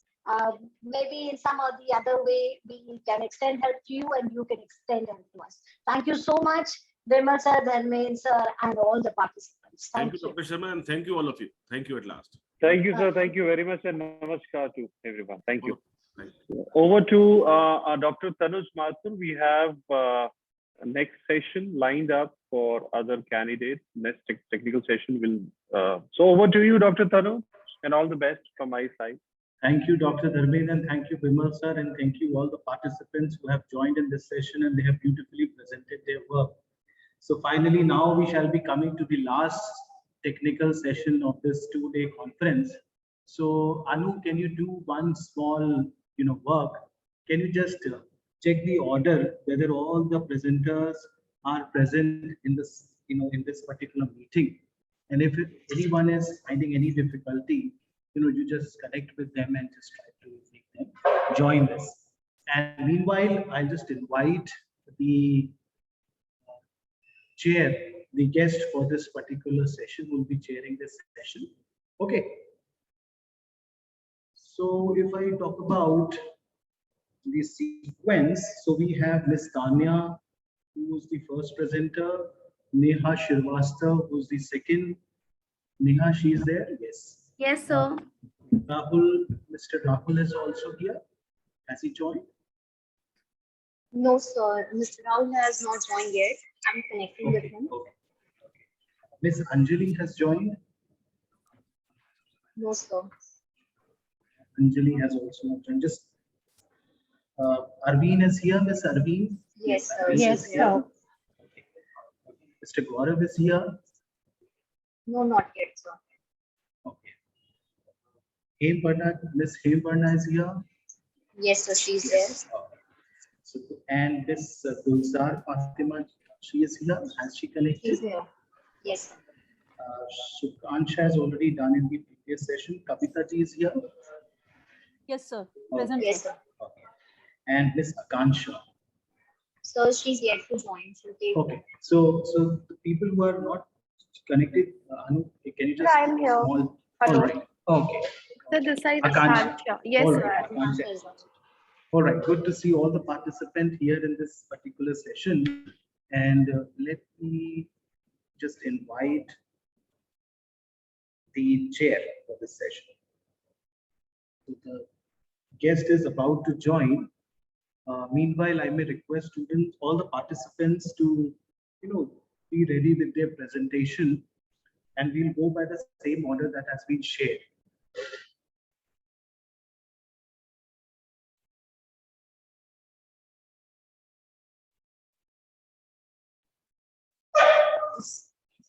Sir, there is one request from one of the participants, Miss Arvind Kaur. She's having invigilation duty, so can we just keep her first? We'll take the permission of the chair. Okay. Our guest has joined. Surti ma'am, good morning. Maqsood ji, can you make Surti ma'am, our guest, as co-host also? Okay, sir.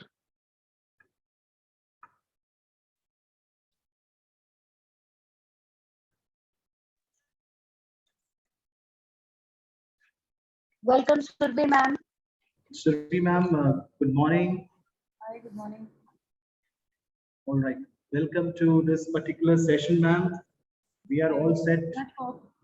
Thank you so much for inviting me. All right, so shall we start with the session? Yes, yes, you can go ahead. Okay. So good morning, everyone.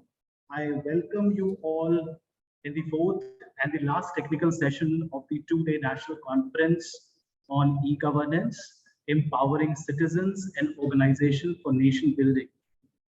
Now, it's indeed a pleasure that we have today with us Dr. Surbhi Singh ji, who will be chairing this fourth technical session.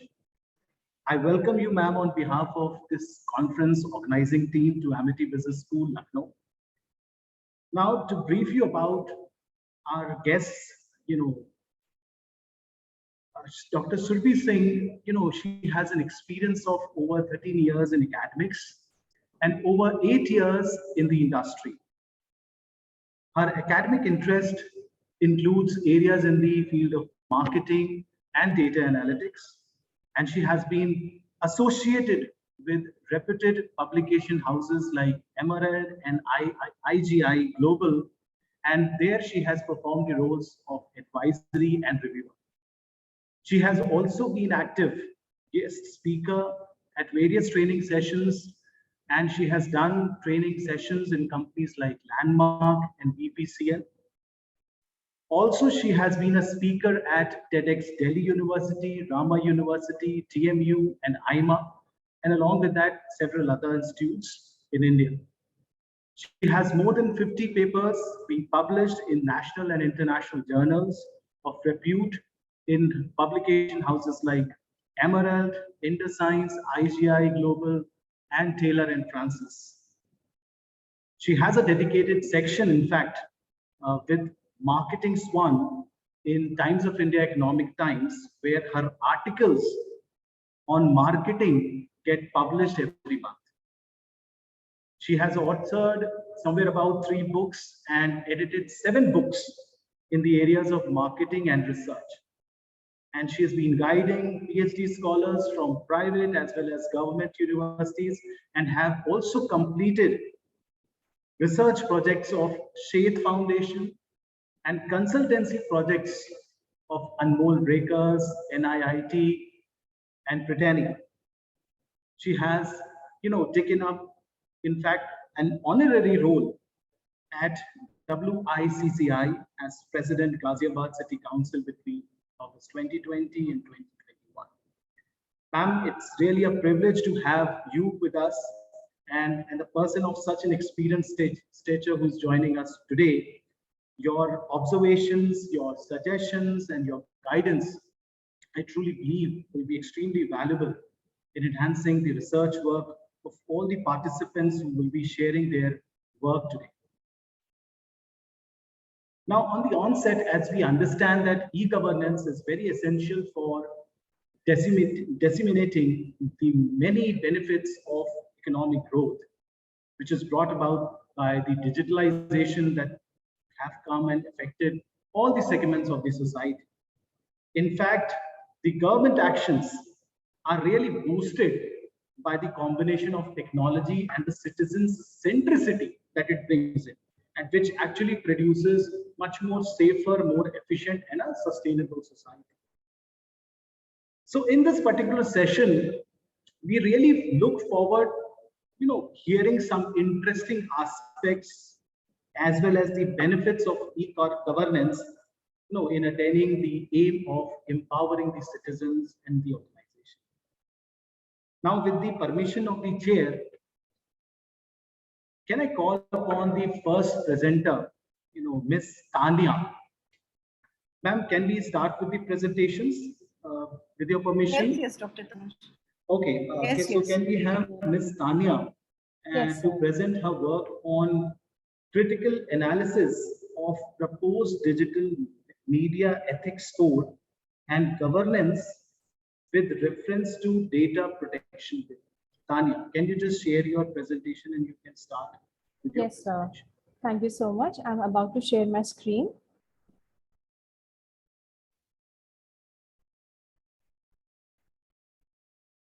I suppose that it's visible to everyone.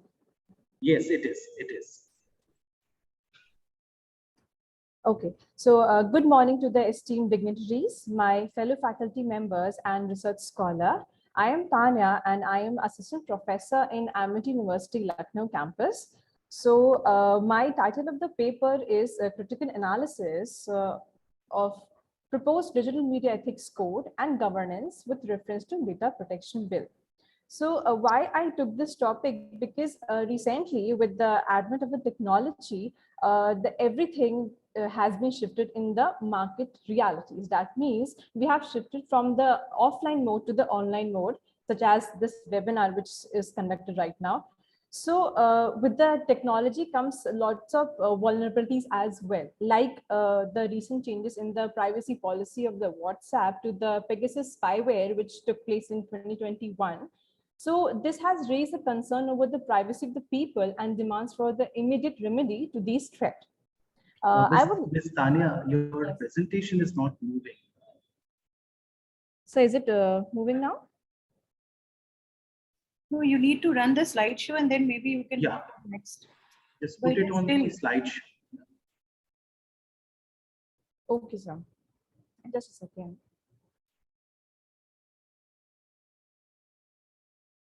So is it moving now? No. I think you need to put it on the slideshow mode. Now it is moving. Yes. Now okay. It is. I hope it's moving now, sir. Sorry for the disruption. Yes, so that's why I would like to mention one more point, that why I took a digital media ethics code. Why? Because of the privacy policy and the recent threat to the data protection, data breach, and digitization. The government has proposed these two rules, you can say. But before doing that, I want to mention one thing, that the fundamental rights which has been bestowed upon the Indian citizen by Constitution of India is not absolute, because they can be controlled and are subject to reasonable restrictions for the protection of state security, public morality, decency, and friendly international relations. So objective of my study is to examine the concept of digital media, to explore the knowledge about digital media ethics code, to understand the implications of governance in digital media, and fourth is to understand the provisions of data protection frameworks. So methodology used over here is descriptive research in nature, and the secondary data is collected from various books, journals, websites, and research papers. Coming to the literature review, which I did, talking about one paper, Yatendra Chaudhary in 2021, he has some inhibitions that it will violate the encrypted privacy of the user, as we are still inefficient in technology that deals with the automated censorship. That means the artificial intelligence, which we still, you can say, pondering upon. So according to him, a formulation of these tools will be over-regulating the freedom of speech and freedom of expression. Next literature review I did was that of Nurita Karnik. She talks about that the code of ethics in the field of digitalization is a need of the hour, and did a comparison study with various other countries' regulation and formulation of digital media ethics code to have a broader perspective globally. Next is Anvit Burman. In his paper, he argues that bill will significantly give Tanya, more your powers. presentation is still not moving. I believe you need to put it on the slideshow mode.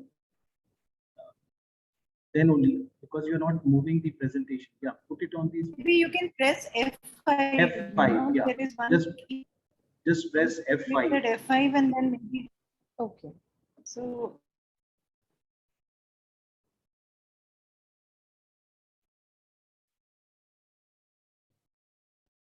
This is a setting up slideshow. Timers will be there, Maybe you can see at the bottom there is a slideshow. Before this, there is one. Yeah. So is it moving now? Sir, Tanu sir, I think this is the Office 2007. Acha. It may not this be is, yes. This is not comfortable to do. So Tanya, what you do while you are presenting, you need to put the cursor on the respective slide, which is on the left-hand side. Then only it will,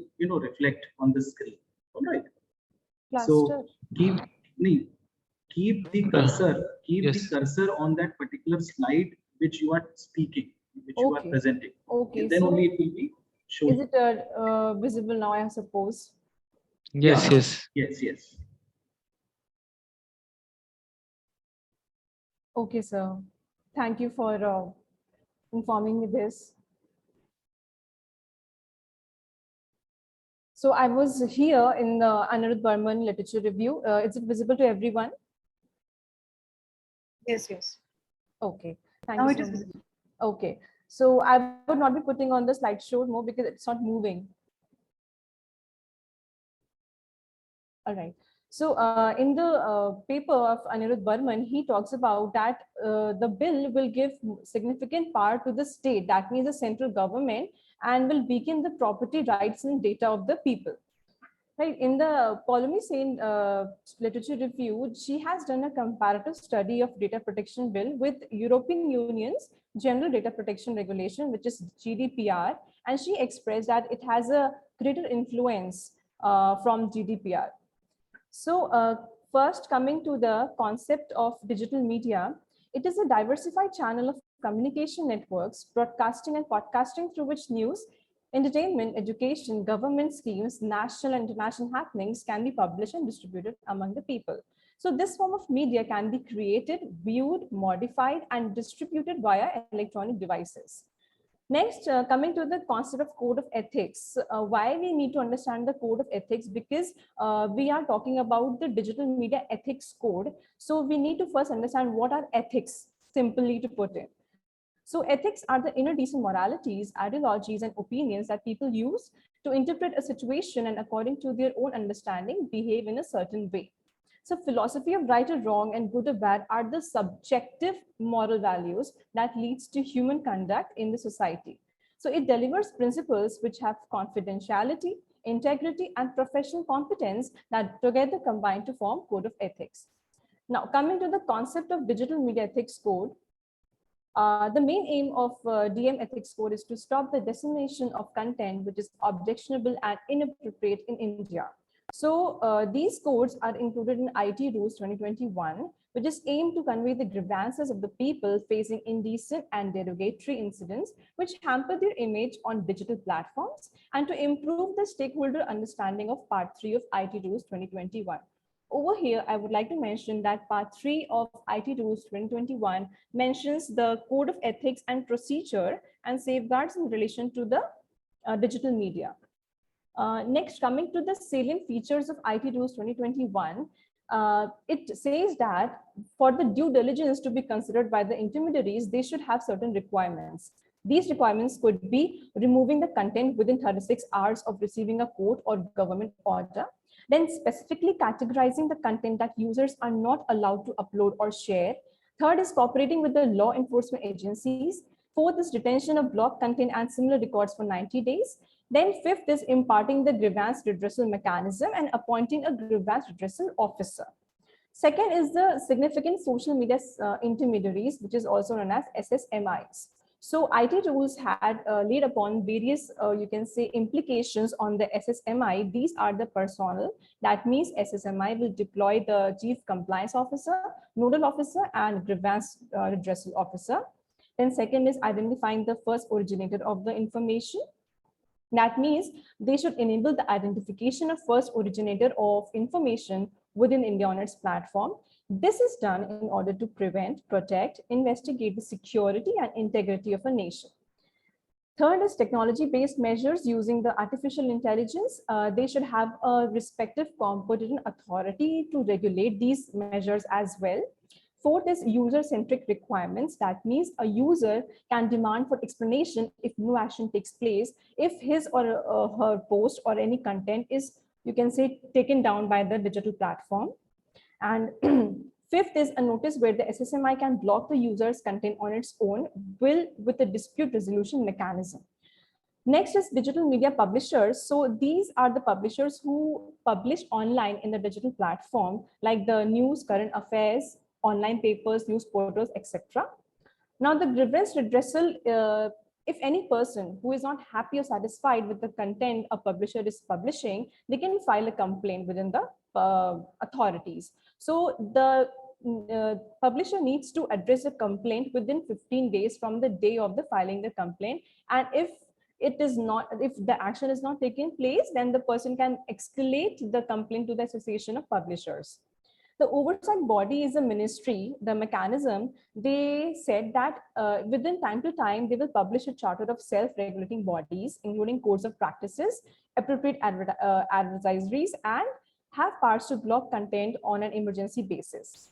So these implications of governance in digital media, I came across three issues relating to the Digital Media Ethics Code. First is contradictory responsibilities of online intermediaries. So we know that some intermediaries are just storage providers. They may or may not aware of the information they are storing. Okay, so this raises a question that to what extent intermediaries should be held liable for the user-generated content on their platform. Second is the regulation of rules may curb the certain grounds of freedom of speech. I mentioned over here certain grounds. Why? Because if you are posting some knowledgeable facts, some maybe public awareness incidents or any news or information, you don't know to which extent you're crossing the boundary of their, you can say, restricted or not restricted, and your content will be taken down. So this may lead to over compliance from the intermediaries, as your exception from liability is dependent on the due diligence observed by the ministry. Third is enabling the traceability is completely baffling in respect to right to privacy, because these rules require significant social media intermediaries to provide services to trace the originator of the information. This way, it lacks the transparency and clarity in the IT rules 2021 as to you don't know to what extent and for how much time they will store your data or store your information, your personal information. So coming to the provision of data protection frameworks, the objectives of DP is that inclined towards interest and security of the state and undermining the primacy of the individual's privacy.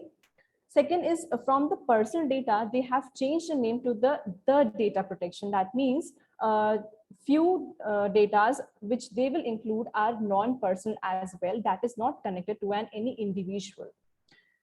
Next is consent or no consent. So consent is an essential condition in the data protection bill, draft data protection bill. So it has been mentioned in the JPC, that is Joint Parliamentary Committee report, that individual exercise his consent to not to provide personal data or information, then such individual shall not be denied a service or enjoyment of any legal rights. So I would like to mention that in the right to privacy judgment, the Supreme Court has mentioned that they have put some limitations on right to privacy on such cases like issuance of any certifications or license or permit for any action activity of the data principle. Ms. Tanya, please summarize. Yeah, sure, sir. I'm about to just conclude my points. So the last is data breach and security at stake. It is a noticeable fact that reporting of data breach and security has not been dealt adequately. This means there is no provision of protection to the whistleblowers. So by concluding my paper, I would like to mention that frameworks of data protection should be regulated in consonance with social media intermediaries in a holistic way as to give broad horizon of transparency to data fiduciary and data principle. And apart from national security, the state should have a justifiable reasons for the collection and storage of data. They must clearly specify the time period, and hence pragmatic approach can be followed by the government to maintain the integrity and essence of right to privacy. I conclude my PPT, sir. These are the references, and thank you so much for your patience listening, sir. Thanks a lot. Okay, Ms. Tanya. Ma'am, Dr. Sirti, ma'am. What is meant? What is meant by the pragmatic approach, Tanya, which you have recommended? The government must adopt the pragmatic approach. By pragmatic approach, I mean, ma'am, that whatever they have mentioned in their draft bill and their draft rules, they should implement in a practical way. That means it is only theoretical. It is only mentioned in the copies in their Gazette of India, in their notifications. So looking to the scenario, present situations going on in India right now, so they should have a pragmatic, that is practical approach of all these rules. There are many challenges also if you see in our Indian overall functioning of the digital media. Yes. there are 40% of 40% sections of people still not accessible to internet. So again, looking at a lot of limitations, the government cannot be too much practical. They have to again relate to the realities, which Indian system is facing, right? Yes. So, okay. I just saw that the methodology which you adopted is totally secondary data, right? So you Yes. never thought of using primary data on this? Ma'am, I would be honest, I'm an assistant professor and I was in the invigilation duty. I got only 2 days time to do all the research and everything. And my most apologies. I would definitely you are writing that government must follow the pragmatic approach. It's a very, very cruel statement. Government has a lot of portfolios, they all are so much enlightened people, you can't comment like this that they should follow the pragmatic approach. That's why I commented on that. Fine. Over to you, Dr. Tanuj. Thank you, Dania. Thank you so All much. right, Surabhi ma'am. Thank you for your valuable comments. Okay, so can we move ahead, Surabhi ma'am, with the next presenter? Yes, yes. Okay, ma'am, there is one request from one of the presenters. She is also working somewhere and she is having an invigilation duty. Her name is Ardeen. So can we take her presentation if you allow? Before? Yes, yes. Okay, so Ardeen, are you here? Are you? Yes, sir. Yes, sir. So please share your presentation, and Ms. Arvind Kaur will be presenting her work on study on user interface design and security perception in e-commerce. So Arvind, please share your screen and you can start with your presentation. You can rotate Good morning, everyone. You can rotate your, mobile, and then I think we'll be able to see very clearly. Sure, sir. Sure, sir. So is my presentation visible? Yeah. Now it is clearly visible. Please go ahead.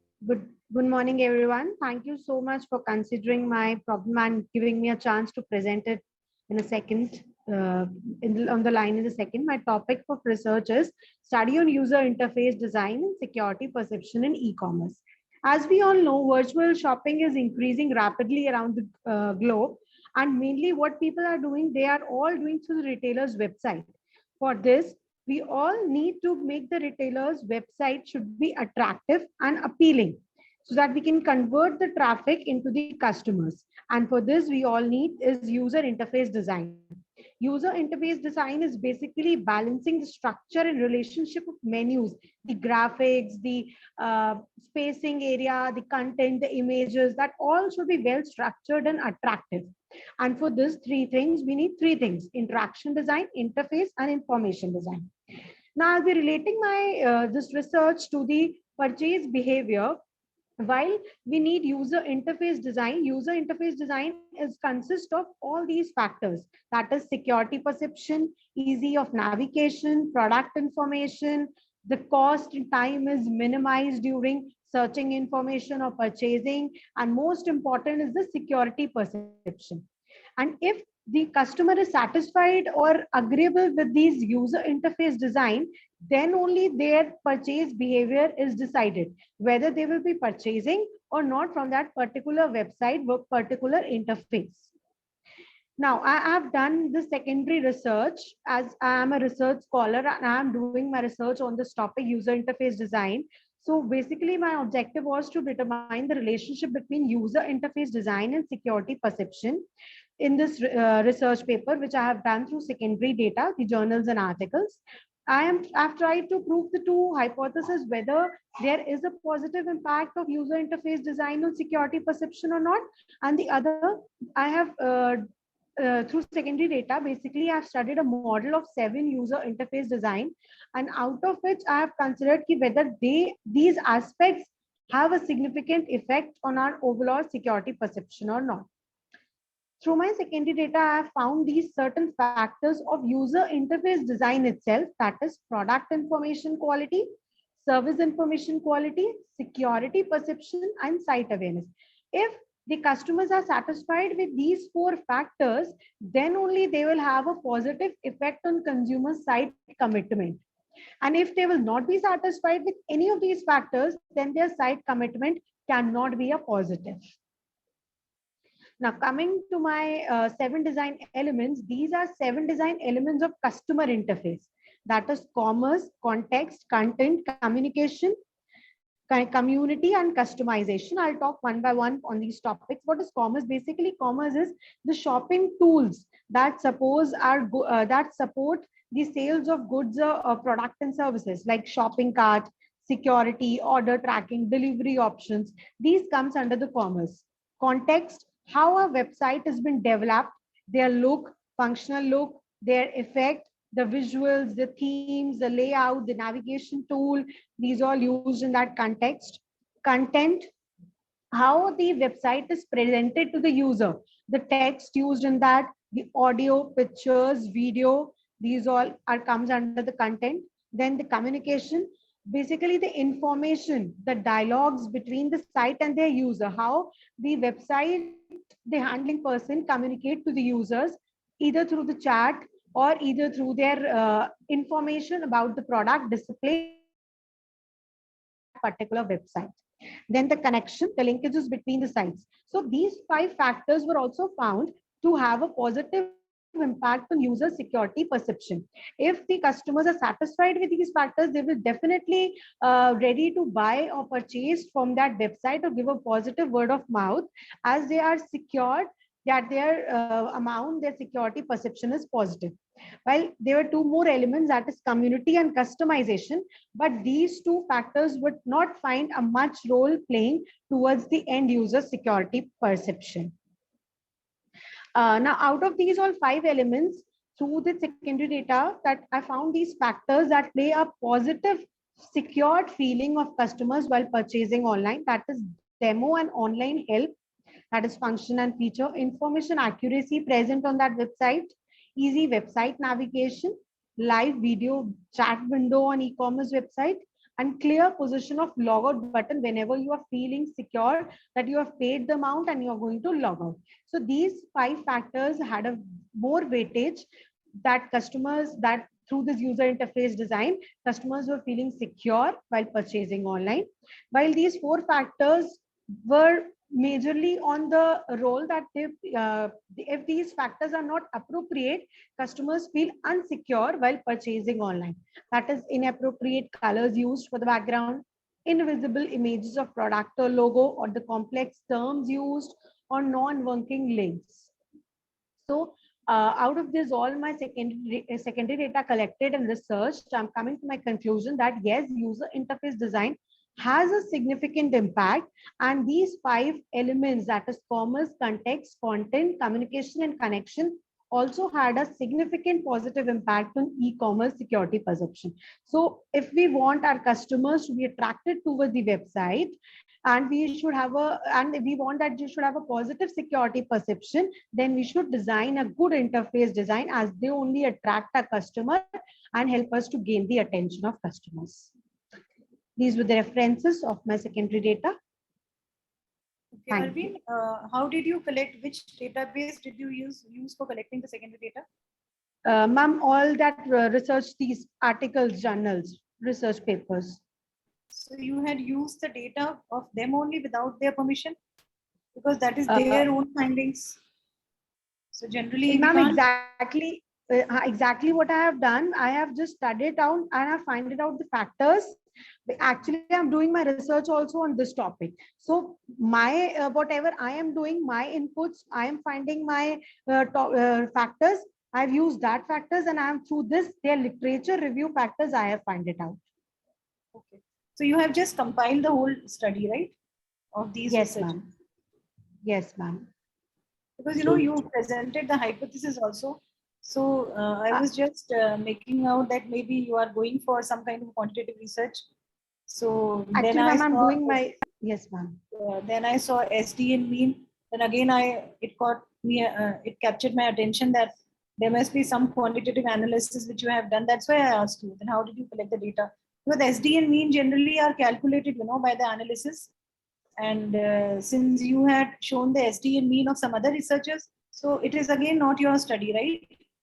So you can't. Yes, ma'am, it is so when you are showing SD and mean, always show in a table form and show the researcher name also. Sure, so it is again a clear-cut guideline even the PhD work. Yes, ma'am. So over to you, Dr. Tanuj.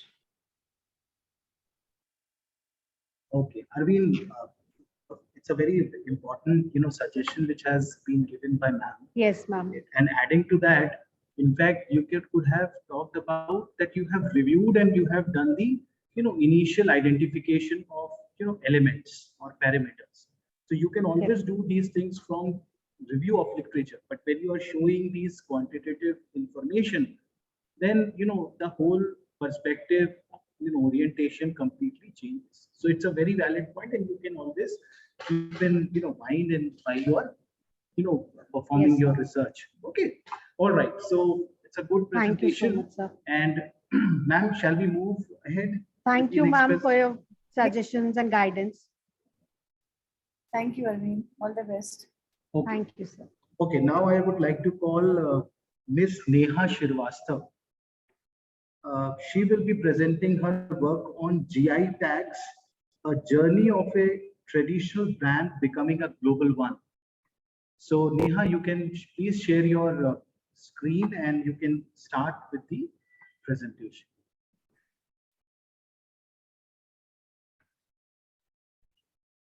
Good morning, everyone. First of all, thank you, Amity Business School, for giving me this wonderful opportunity so that I can share my views.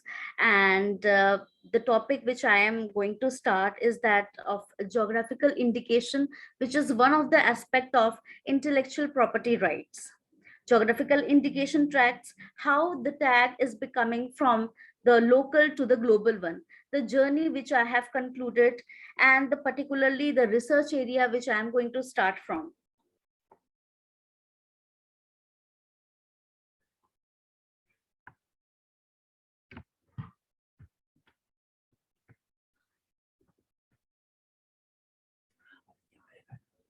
This is geographical indication GI tags, a journey from a traditional. Sorry, I'm not able to. There are some technical issues, ma'am. Sorry. No issue. Take your time.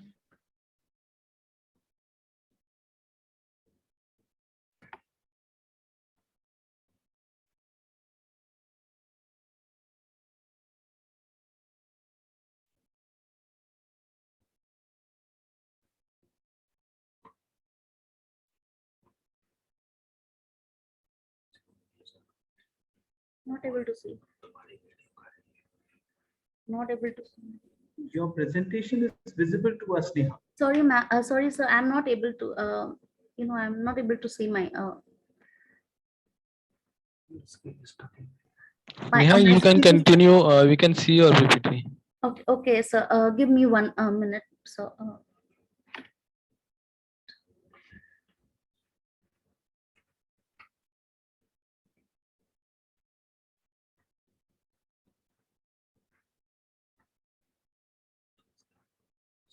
Not anything.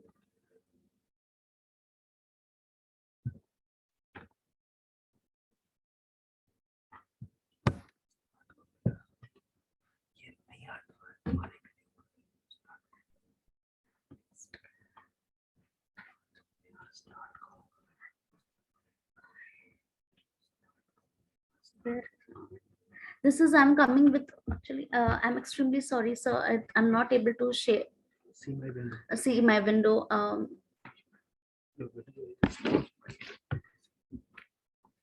The video has been stuck, so I'm extremely sorry. Can I try for the next after the next participant? Ma'am, can we request the next presenter to present? Meanwhile, Yes, I guess so, because she is facing some technical issue. So is Mr. Rahul Chauhan is present in this meeting? She need to stop sharing the slides, then only the other person can share slides. Ms. Neha, can you just unshare? Rahul, Mr. Rahul, are you there in this meeting? Mr. Rahul Chauhan?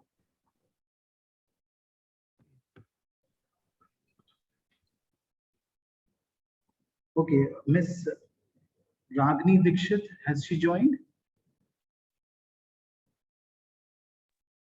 No, she's not in the meeting.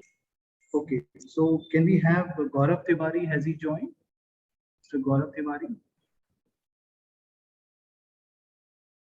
Okay, so we can have, do we have Hem Varna? Hem Varna Trivedi, is she here in this meeting? I can see Hem Varna, she is there in this meeting. I can see Rahul Chauhan is also there in this meeting. Yes, Rahul Chauhan is there. So can you ask Rahul Chauhan to please present his work? He's the next presenter. Mr. Rahul, are you present? Yes, sir. Yes, sir. So can you present your work on student satisfaction using mobile phone education application? Sure, sure. At secondary level? Just give me 1 minute. I will start my PPT and will present. Hold. Is my presentation is visible? Yes, it is visible. You can start. Okay. So very good morning, one and all present over here. And I am Rahul Chauhan, Assistant Professor, Parallel Institute of Business Administration. Today I am going to present one of my research paper on the topic of student satisfaction using mobile phone education application at secondary data level, right?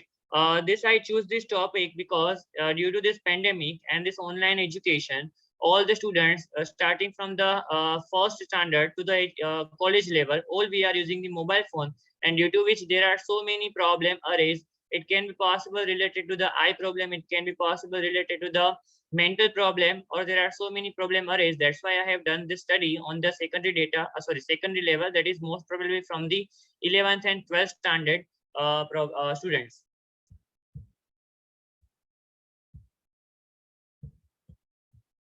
This is the flow of presentation, introduction, review of literature, research methodology, analysis of the study, finding, as well as the reference. So, Feva and Jones in 2017 said that having a smartphone is like having a tiny computer in the pocket. It is blended that it is planetary of smartphone. It is not only mean that spacing of call and receiving of call. Usually there are amazing features such as the browsing, checking health status, sending and receiving emails, watching videos, listening to music, chatting, sharing photos, video phone, and other included documents like other documents mentioned, but few. No wonder there is an exponential use of social media as a result of the emergence of the smartphone. So here I can say that I started my research with the help of main topic of the smartphone, that why we need to use the smartphone and what was the result earlier and what was the use earlier. That was the main use, right? Earlier it was the phone which we are using only for the by receiving calls and sending and recall, right? But later on there are so many other points which we are using in recently, and in this pandemic it is only the device which is useful for the education industry, right? If this device was not in year 2019, then it can be possible that in the education industry or education industry it is a downshift, right? But due to this smartphone and due to this internet, the education industry is upward or upshape, and due to this again we can right now also, this is only the example of this smartphone that we are using this Zoom meeting and we are conducting the conference. Otherwise everyone need to go there in the university and we have to present the paper over there. But as I am from Gujarat and university is in Lucknow, so this is only with the help of this online benefits that we are using this smartphone. But the drastic growth of the smartphone users has also increased in the growth of social media users. So the main point over here is that due to the social media, only the smartphone users is increased. Also in report from the International Telecommunication Union, it was decided that, indicated that about 60% of the world population has access the mobile phone. ITU 2008 is cited in Saffron in 2017. In the same report, it is also interesting to note that there are more mobile phone users in the developing nations as compared to the advanced one, which means that developing countries utilizing smartphones the more. And here I can say that in the international level or globally also we can use this smartphone facility, because in just now in last month I was attending one conference from the Turkey, so I not need to go there and I can use this conference from here only, right? And also attended one of the research week from the Glasgow University, US, and this is only possible because of the smartphone, and global it is only also increased. Now, in the case of literature review, see in the introduction part, I use so many other education history as well, but I have not added in the PPT. But in my research paper, I have added all the applications as well. There are so many applications like like we have the mobile application and many other applications like Jugnu and many other applications. So we can use that in the education as well. Mobile mastering is a style of mastering wherein call computer coupled with the Wi-Fi assisting mastering to take region everywhere and anytime. So with the only mobile phone is not important, smartphone is not important, but with the smartphone, Wi-Fi as well as the internet is also important, right? And succeedingly outline call mastering which employs Wi-Fi gadget like telephone, pad, iPad, palm top, PC, maybe virtual digital digipack or USB keys within inside the mastering coaching process. So we can say that only mobile phone is not important, but with that we can use the internet in any of the devices where internet is affordable. The telecom master phone is the fundamental tools within inside the place of the cell mastering. The maximum essential functioning of the telephone is the availability with the users, steady battery, conduct screen, hundred of thousands of downloadable applications. According to the one of the author, he said that telephone or smartphone is the smartphone with the extra superior computing functionality and connectivity than the functions telecommunication telephone, which has restricted fundamentally, right, functionality. So we can say that with the help of a mobile phone, we can download any number of documents and many other. And it is not only for the device, only for the telephone, but we can use so many. And because of this, we know very well that because of the smartphone and internet, we can have the word in my hand, right? We can use the term that is word in my hand. It is only possible with the help of the smartphone as well as the internet. Now, in the research methodology, I have focused on the primary data collection, where I have took the questionnaire, and with the help of questionnaire, I asked the student to fill up the questionnaire, and I found, and the main objective of this study is to find the impact of online teaching on the student's mind and impact of online teaching on the student's learning process, right? And the primary study I found, and I use this data collection from the Baroda city only, and majority respondents are from the 11th and 12th standard, right? Because I have targeted the secondary level of the education, that is higher secondary level, right? And I gathered the data from the Baroda city, majority data of this, right? And the hypotheses are that online teaching are more convenient in the computer compared to offline teaching, and online teaching are not more convenient in the compared to the offline teaching. And tabular value I come as 9.488. So value of chi-square is 5% degree of freedom is 9.49, and chi-square value is 10.739. Thus, null hypothesis is rejected, right? That means alternative hypothesis accepted. That is, online teaching is not more convenient compared to the offline teaching. This is I found with the help of all the data collection. I collected already 290 data, and I found that it is not suitable for this online teaching is not suitable for the all the higher secondary as well as the primary students, right? I can include the primary as well because it is 11th and 12th standard. So it is not, if it is not for the higher secondary, then it is also not for the secondary level as well, right? And teaching is also not that much effective from the teacher side. Also, online teaching is not that much compared to the offline teaching, because in offline there are so many students in front of the teacher, and we can ask all the question directly, and we can ask them directly. But in online, somewhere it is a connectivity issue, somewhere it is the students are not sitting in front of the camera, and there are too much noise from the out. These are the various factors which I found from this study. There are so much noise in near to the area where students is sitting. It can be possible that in the primary, I have seen in the primary or in the first and second standard students as well are sitting using the online class, but they are not sitting too much. And in Baroda, I have seen that the students need to wear the uniform at morning 9 a.m. and they need to sit in front of camera till 12 p.m., 12 noon. So in morning 7 a.m. to 12 noon, they are not able to sit in front of camera. And so it is the work of a housewife as well, right? Housewife is also engaged somewhere around this teaching and everywhere. And generally in the one house, we might have one or two devices. When if the family is having 2 or 3 children, then they cannot afford 2 or 3 mobile phone for the online teaching. So these all are the factor which I found from this study. This study, this is the application which I use, that is Byju's. This study is mentioned Byju's application training sample as in the compared with the enterprise version of the different e-study app. For example, examined at how Byju's application turn around to be main online teaching company within inside the world. The COVID-19 outbreak has behind schedule the scholar training, and on this situation, Byju's app helped the kids preserve their research for the duration of the COVID-19 situation. So generally, I use this Byju's application, and many a time this application is helpful for the students, but it is not up to date just like the offline classes.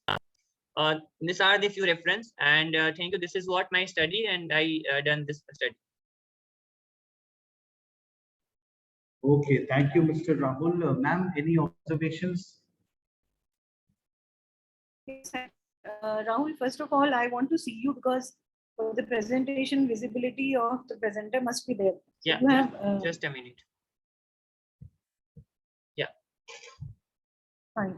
So in the methodology, which I could see, you have used the survey as the method, survey as the primary method of collecting the data, and the instrument was questionnaire, right? Yes. And yes. The hypothesis you had used, so on that single hypothesis, you had collected the data. What was the sample size, which you did not mention? Actually, the sample size. How much sample did you? Actually, my sample size was 100. I have mentioned in the research paper, but I forgot to mention in the PPT. Okay, fine. So which method, which technique of sampling did you use? I use the simple random sampling because it is the standard of 11 and 12, and I use the simple random, those the students who are in the 11 and 12 standard, and in that I use the simple because in there is a arts, science, commerce, there are so many streams. So from that stream I use in simple random. Some of are from the arts, some of are from the commerce, and some of are from the science as well.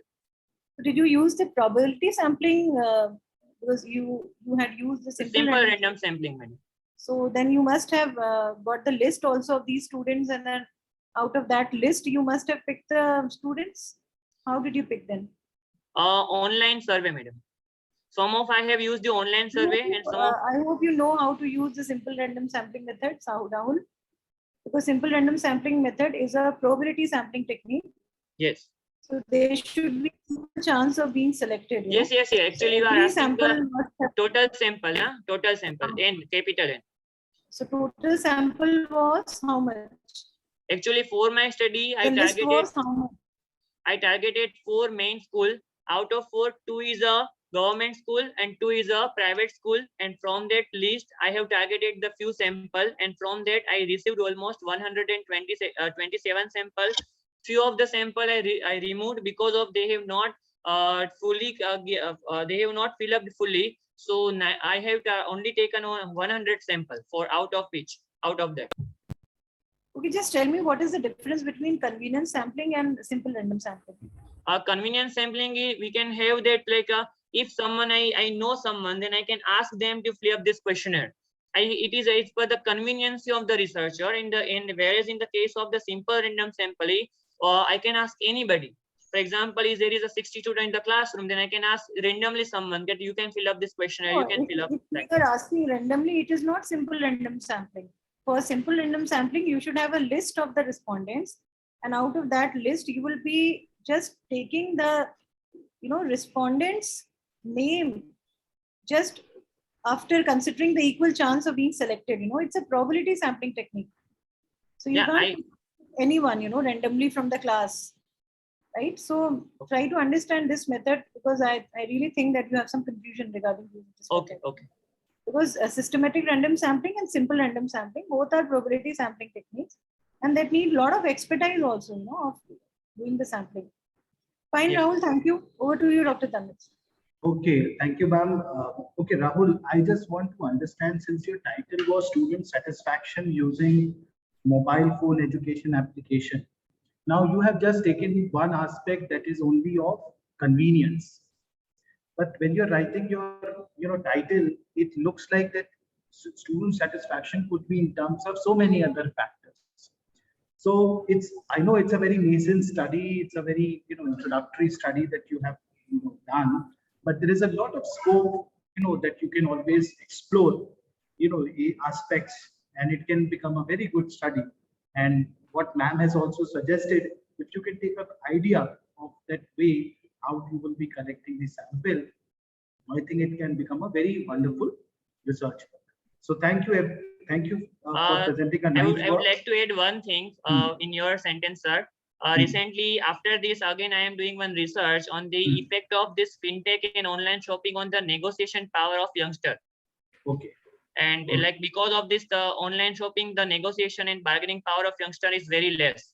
So this study, and this is also effect collected with this online shopping and online education.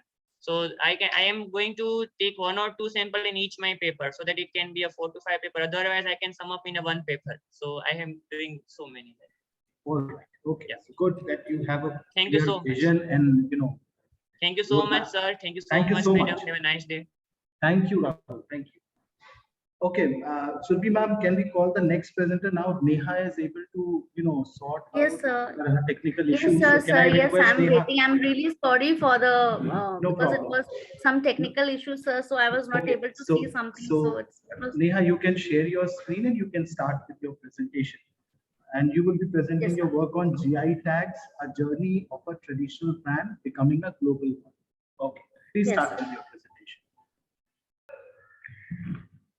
Okay, to the jury members, to the faculties, I'm just going to present my research work on the geographical indications, GI tags, a journey of traditional brand becoming a global one. This is one of the most important component of the intellectual property right, but it is becoming untouched and the people are not aware of. Intellectual property right is one of the basic things, means you are inventing something and you need to protect yourself, your inventions, your inventories, your discoveries. But there are lots of things from the starting from the awareness, then coming from a lot journey, knowing the things, what are intellectual property right, what is patent, what is trademark, of which I am coming with a proper solution of getting the geographical indication tag and how it's going to become a global one. I'm starting with the introduction, the contents, the benefits of geographical indication, the history, the treaties and conventions, why this in geographical indications has come into picture, why the people and the economy thinks that the things needs to be protected. My research questions, what I am going to find out, what I am going to adding to the economy, what is the registration process, coming to the very practical part. Now coming with the introduction, it is a sign used on goods, have a specific geographical origin, possessing special qualities or a reputation. For example, if we are going to take the example of Rasgulla, a very important delicacies of that of West Bengal, which they thought that this need to be protected. Clear link between product and original place, generally used for agriculture, natural or manufactured items like handicraft, foodstuffs, wine, and spirit drinks, of which I will going to add something that wine and spirit drinks, according to the TRIPS agreements, have given immense importance, and that's why this act come into picture. This is an indication or symbol to identify a particular product. Example, process of making wine. For obtaining GI tag, GI will also designate the type of soil, particular patch of land in the vineyard, as well as the climate of the region. We are talking about processing a wine, we can correlate with that of champagne.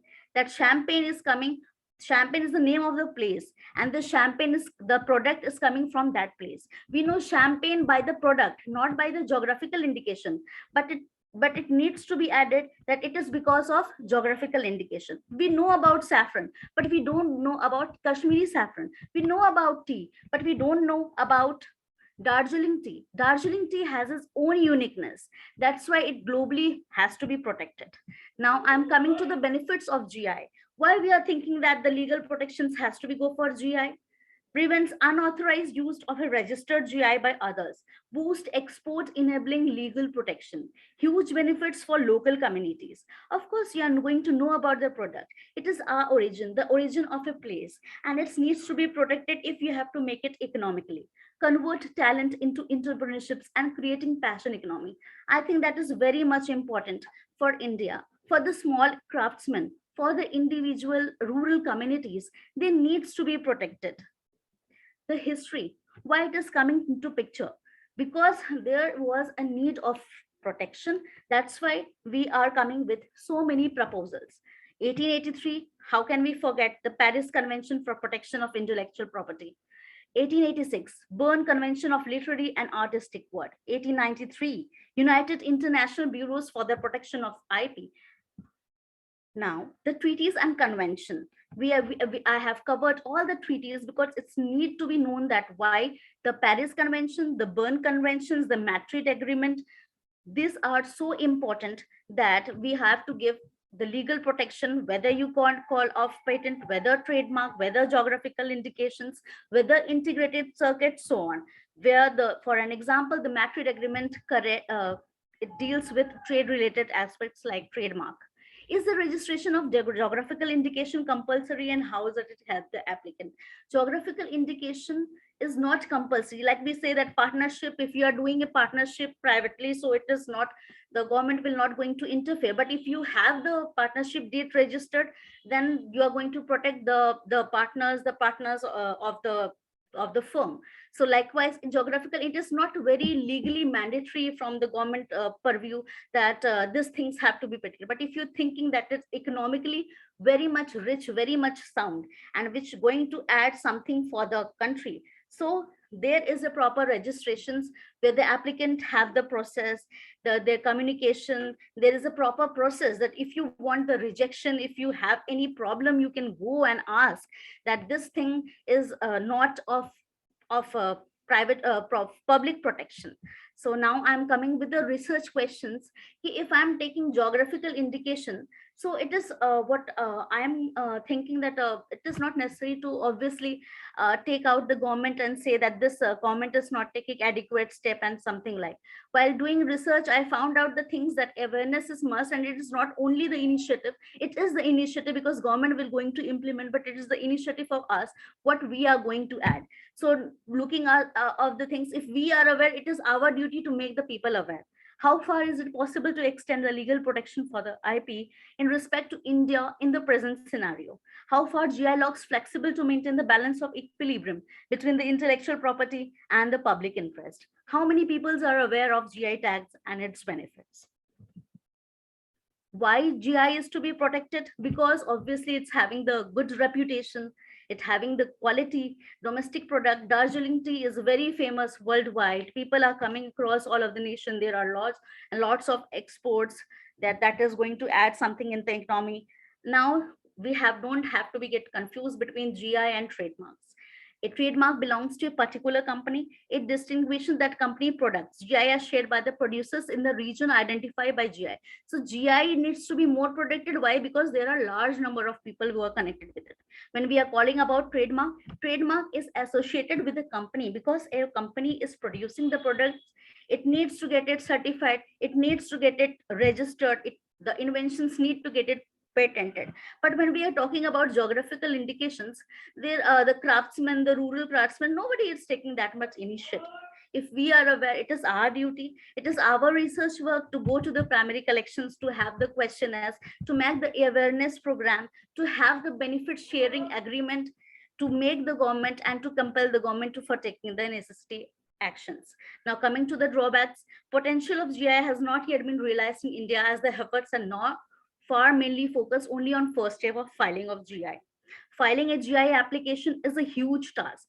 Historical evidence needed about the linkage of product with the region, because there was a dispute of Rasgulla also with West Bengal and Orissa. Orissa saying that it is originated at their place. West Bengal is saying it is originated at there. There is a lot of legal documentation, the history. You have to come up with the history. Why this Rasgulla is initiated at that place? What is your current evidence that you can take that that this is coming from this particular place and not?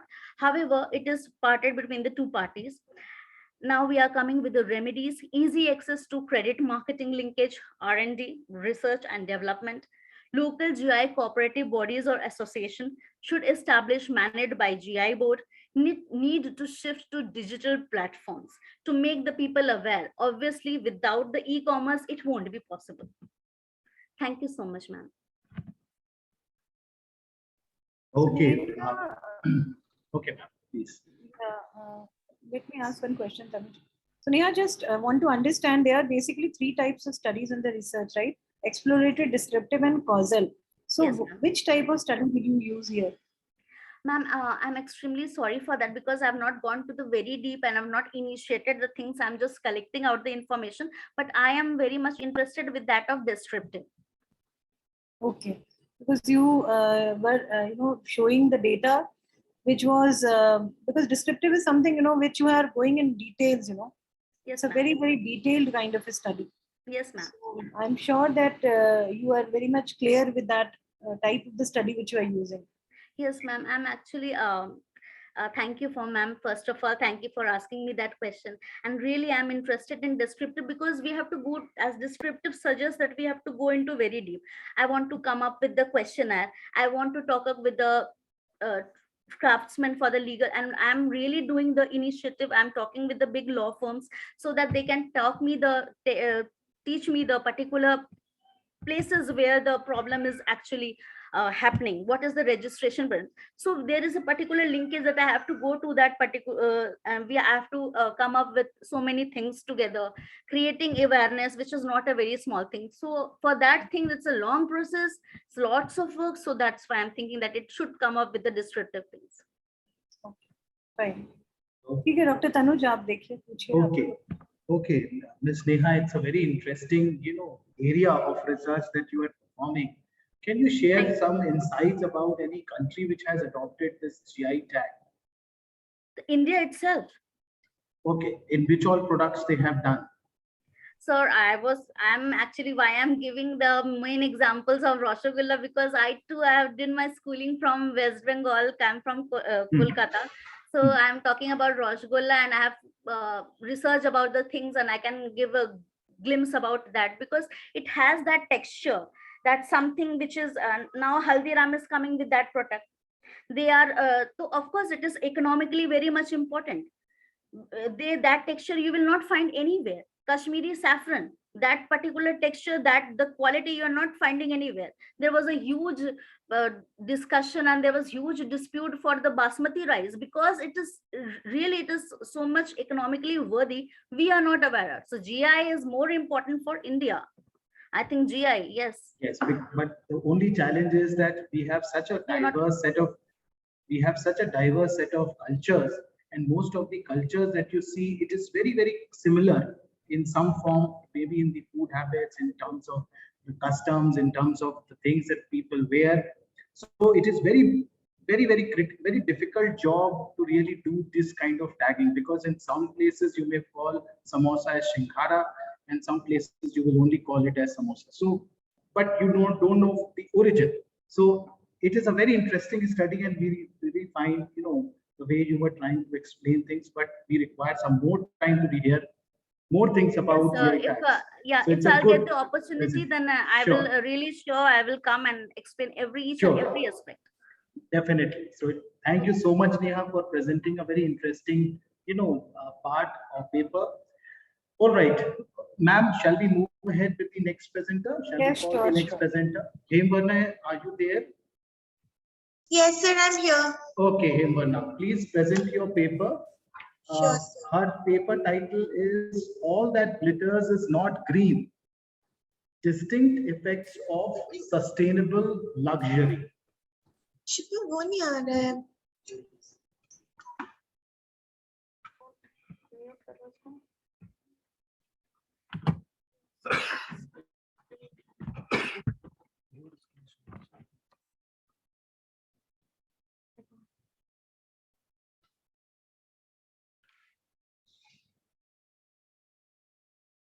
All right. Sir, is it visible? Yes, it is. You can put it on the slideshow mode. Sure, sir. Camera.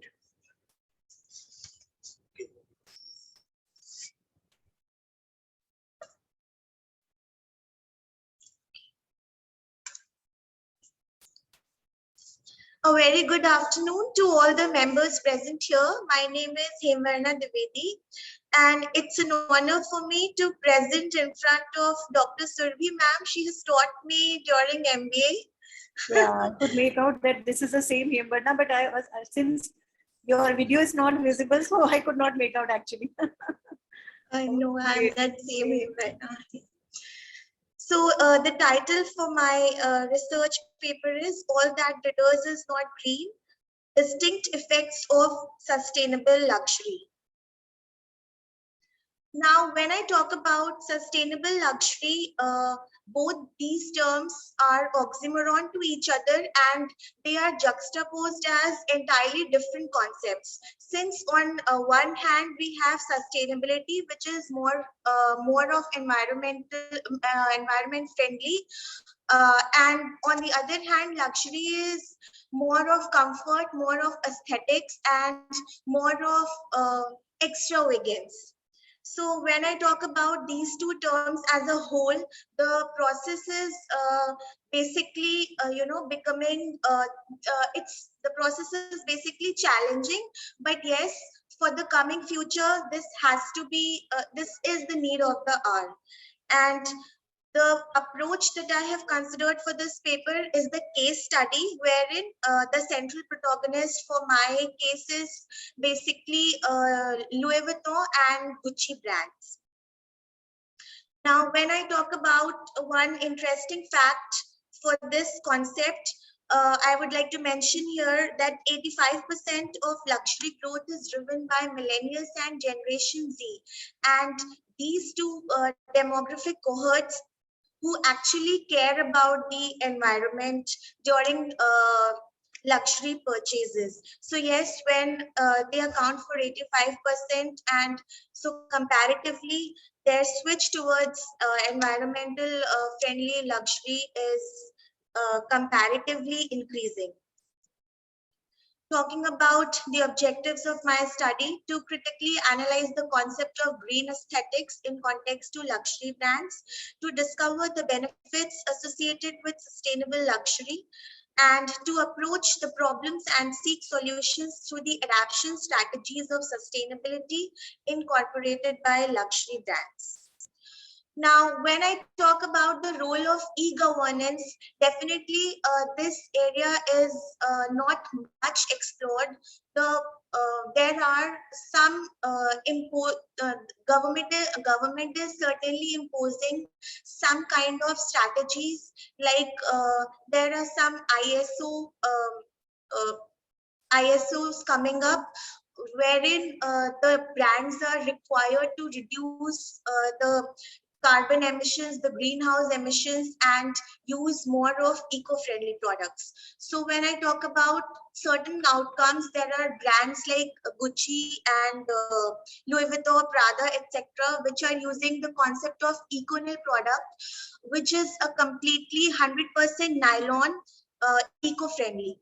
Then again, the acceptance of ISO 20121 certification, which is again imposed by the government, and this is basically in consideration to environmental, social, and economic aspects. The other interesting factor that is coming up is purchasing and selling second-hand luxury. For instance, here, instead of manufacturing the new pieces, we are trying to sell the older ones also by decreasing their price and causing less harm to the environment. Then again, if I talk about Gucci, they have made a declaration to decrease their number of fashion shows to almost half, which was initially 5 in an year. Now it has reduced to 2 in an year. Then there is another concept of green packaging, wherein they are making the use of completely 100% recyclable paper. They are not even using synthetic glues. Instead of glues, they are tying the knots again with that EcoNil product. Moving on to the conclusion. So certainly this area is yet to be explored, especially from the e-governance perspective. But yes, luxury industry is metamorphosing their business models in such a way that they are more of environment friendly. Because if I talk about a luxury entity, say a bag which is costing 13 lakhs, then there's a person who is investing so much, so he wants every pleasure, every aesthetic in that bag, and it is difficult to explain that person that yes, environmental concern is also being juxtaposed as one of the components during that purchase. Secondly, they are aiming for a greener future as a part of their mission. The government has come up with certain deadlines that yes, by 2022 or 2025, they have to reduce their emissions by 40% or 50%. And if they do not do so, they will be levied by heavy taxes. These are some of the facts, like decreasing greenhouse emissions by 2025 by 50%, using 100% renewable energy by the end of 2022, and recycling and refurbishing and converting raw materials into sustainable and eco-friendly products. So when I talk about recycling, it is using the raw materials to convert into a new product, which is again environment friendly. And refurbishing, when I talk, is the products which are already existing, they can modify or clean the products and may better it in a different manner. For instance, changing the logo or something instead of changing or removing the entire luxury product. So these are the few references, and that's it. Thank you. Okay. Ma'am, any observation? The topic is very interesting, Himvarna. There is no doubt. Can I see you because your video is off? Yes, ma'am, sure.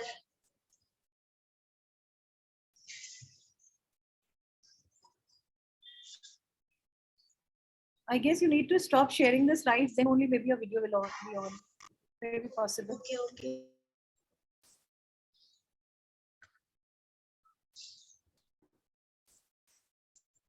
So the study is very interesting, no doubt, because I tell you it has a long way to go. Earlier you didn't have the glasses, I remember. Now you are wearing glasses also. Yes, ma'am. Okay. So why I'm saying, because luxury is again a very, very profitable market.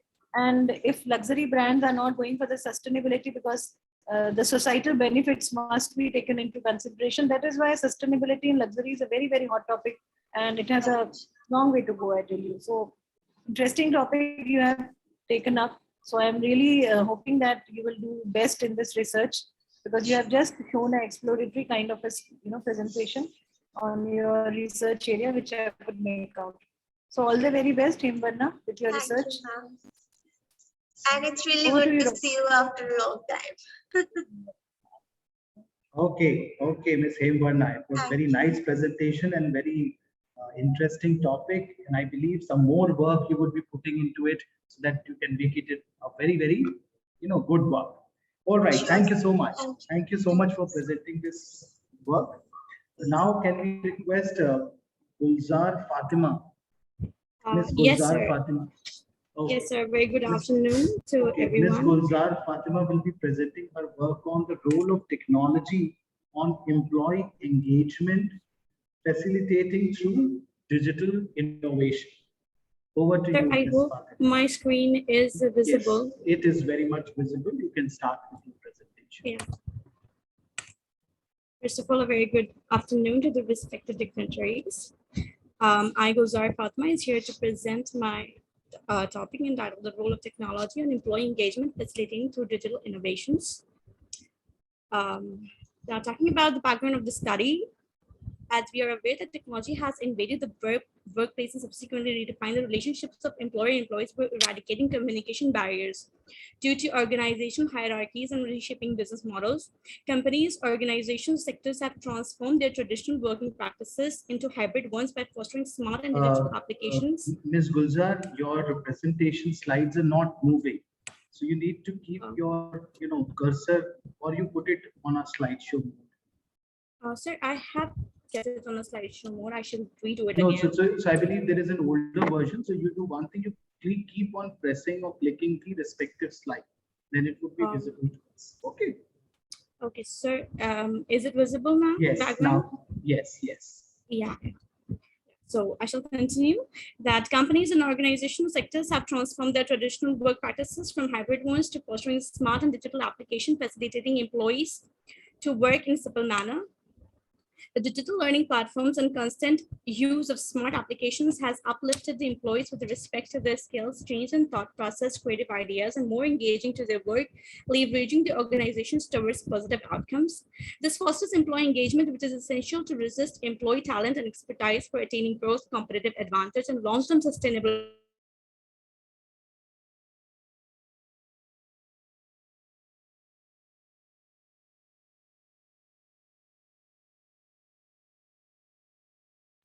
Ms. Kulsar, your voice is not coming to us. It's not reaching to us.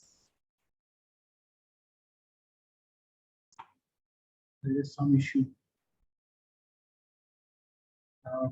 Ms. Kulsar, are you there in this meeting? I think some issue has happened. Okay, she is present. Oh, yes, sir. Am I audible now? Yeah. I'm sorry for the technical issues. Please go ahead. Yeah.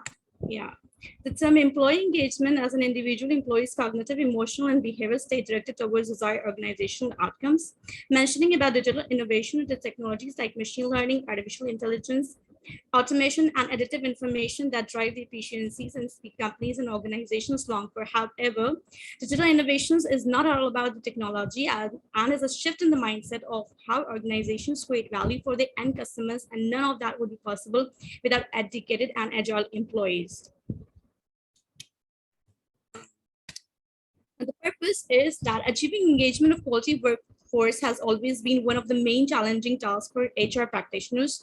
Emergence of new methods through enhancement of technology has influenced most areas of the companies and working environment. The effect on the engagement due to the effectual swap of technology leads the adjustment to organizational layout, work design, expertise, mobility, and the use of advanced technology adds to new incorporations. Hence, the purpose of this paper is to investigate the role of technology on employee engagement as an HR practice facilitated through digital innovations. Now, talking about the review of the literature, basically the study is based on secondary data. And talking about the review of literature, academic scholars and practitioners have identified that employee engagement is highly correlated with organizational key outcomes like high productivity, increased profitability, higher customer satisfaction, high performance, and high level of employee well-being. Companies that invest in employee engagement have clear strategies, objectives, means, and ownership by senior leaders, thereby strengthening their talent management strategy, which is critical for both short-term and long-term success. Whereas digital innovations is personally considered as a major source of companies due to higher competitive requirement of customers, employees, stakeholders, and consumers. These technological changes are dynamically transforming the industries both internally and externally in the form of products, processes, and ideas as per their needs and requirements. And then studies have highlighted the benefits of growing and engaged staff as end results. Therefore, numerous organizations are finding alternatives to improve the level of engagement within their supremacy. Companies are probing methods to include the idea-based scheming development plans, engaging in surveys of their personnel to discover initial steps they need to counter. Digital innovations have initiated the organizations in automation, HR functions, and manufacturing processes, saving both time and cost of production. Within these, organizations not only suffice their stakeholders and customers, but also their employees. Technologies and smart applications aid employees in reducing extra human efforts, reserving their energy in a more productive manner. For instance, like companies like PepsiCo are using artificial intelligence software to screen the CVs, which reduces their burden to recruiters and help them in identifying their prospective candidates for interviewing and selection. From the review, it has been identified that technology is both directly and indirectly influencing employee engagement, leading to positive organizational outcomes. However, no generalized study can be implemented in every organization or on employee to the role of technology and employee engagement facilitated through digital innovations. Now, methodology, as I mentioned, that it is secondary data that was collected from journal articles and HR magazines, review of literature, and as complied data explain digital innovation with applications infused by organizations to engage their employees. Now, there have been seen that technological changes impacting individuals, that is the employees and the organizations, as mentioned in the book, Agile Coping in the Digital Workplace 2021, that the technology may impact on individual in the following and the organization in the following manner, that is that support changes in working style, allowing individuals to work more transparent and to make better use of social networks, ensures individuals connectivity in an organization by means of their mobile devices, to offer anywhere, anytime access to tools and information, generate choice. Okay, sorry, I should move on. Now, these are the employee engagement through digital innovation, summarizing what it has been infused by different companies. These are the different companies, including MNCs, and also some of the Indian organizations that are adopting digital innovation practices for employee engagement. Moreover, as per the findings and conclusions, employee engagement is, as known, is one of the most essential drivers towards the success of any organizations, that enhances and advances learning culture and motivates employees. Then invasion of technology has changed the perspective of employees towards their work, making it flexible to perform and facilitate employee engagement, bringing stability as part of the organization. And it is understood that happy, knowledgeable, inspired, satisfied, and engaged employee about find outcomes at each end. Technology is one of the means to make the teams come through them. And in conclusion, it can be added that with technological development in working-based method of measuring, the method of measuring engagement needs to be considered by means of companies, and functions of technology performing in their evaluation should be added for further research. And with increasing new business enterprises, we assume that another evolution to come into effect within 3 to 5 years. Basically, this study is based on an overview of the literature and hence lacks empirical pieces of evidence to support the recommendation. However, future studies be more qualitative to be researched is to be considered as a part of this study. And hence, I would like to conclude with this, taking your precious time and giving me opportunity. I'm thankful to you. Okay, Ms. Gulzar, thank you so much. Ma'am, Suti ma'am, any observation? Gulzar, I have one question, because since you have already studied about the different technology which various companies have been using, for employee engagement. So can you tell me which were the popular technology which you really had found in your study, which has been? Ma'am, the technology is actually depending upon each and every organizations have different aspects and different adoptions. So as per their convenience, and we can see as per their operations, each technology plays an important role in their organization. So hence it's very difficult to analyze which is important and which is not, because as per their any popular technology which you found that you really found in many of the companies, it was very, very common. Because generally you must have heard about ERP, then we have CRM, these are technology only which they are actually deploying in the organization, cloud computing. These are some of the common and popular kind of systems and the technology they are deploying in the organizations. So in the similar lines, did you find any popular kind of a technology for the employee engagement which they are using, in different organizations, which you found that, yes, these are some popular, tools which they are using for employee engagement? Yeah, they are actually most what I found is that as the Indian organizations have also looked out for adoption is the system of recording the settlement of time, and which is more effectively in disbursing their claims. So this is something that is being exercised by it has been exercised by most, because it keeps a record of the employees as well as it takes them engaged in the working. So this is something that I found about. So have you seen this online HRMS system which you have shown also of the company? Because you are already studying on this HRMS which you have shown. It's a technology which one of the company is deploying. So have you studied in detail about this HRMS system?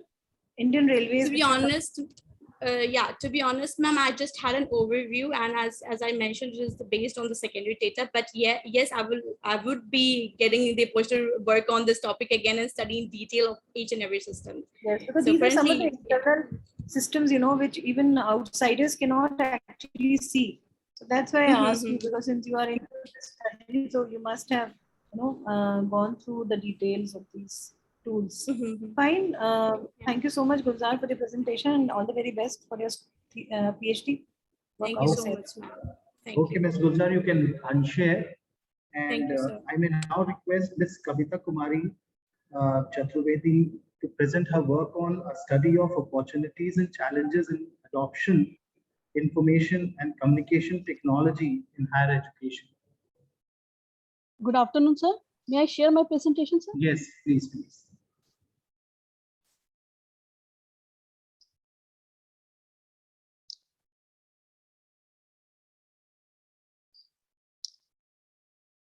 So I am not getting the option to share my. See, there's a green, you know, button Yes, sir. which Yes, must, sir. Got yeah. it. Got it, sir. Yeah. Is my presentation visible, Yes, sir? yes, please. Please start.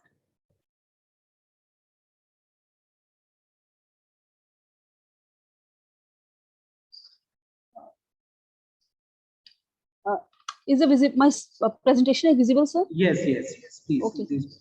A very warm good afternoon to session chair and all the presenter. I am Kavita Kumari Chaturvedi. This is a scholar of Amity Business School, Amity University, Lucknow campus. First of all, I would like to convey thanks to organizing committee and to giving me this such a wonderful opportunity to present my paper. The title of my paper is a study of opportunity and challenges in adoption of information and communication technology in higher education. If we talk about the introduction, ICT, as we all know, ICT is defined as a collection of technical appliances and assets to use, transmit, generate, distribute, collect, or manage data. Why ICT? Because as the world moves more and more towards the electronic news technology, the role of ICT in education has already grown and expanded in the 21st century.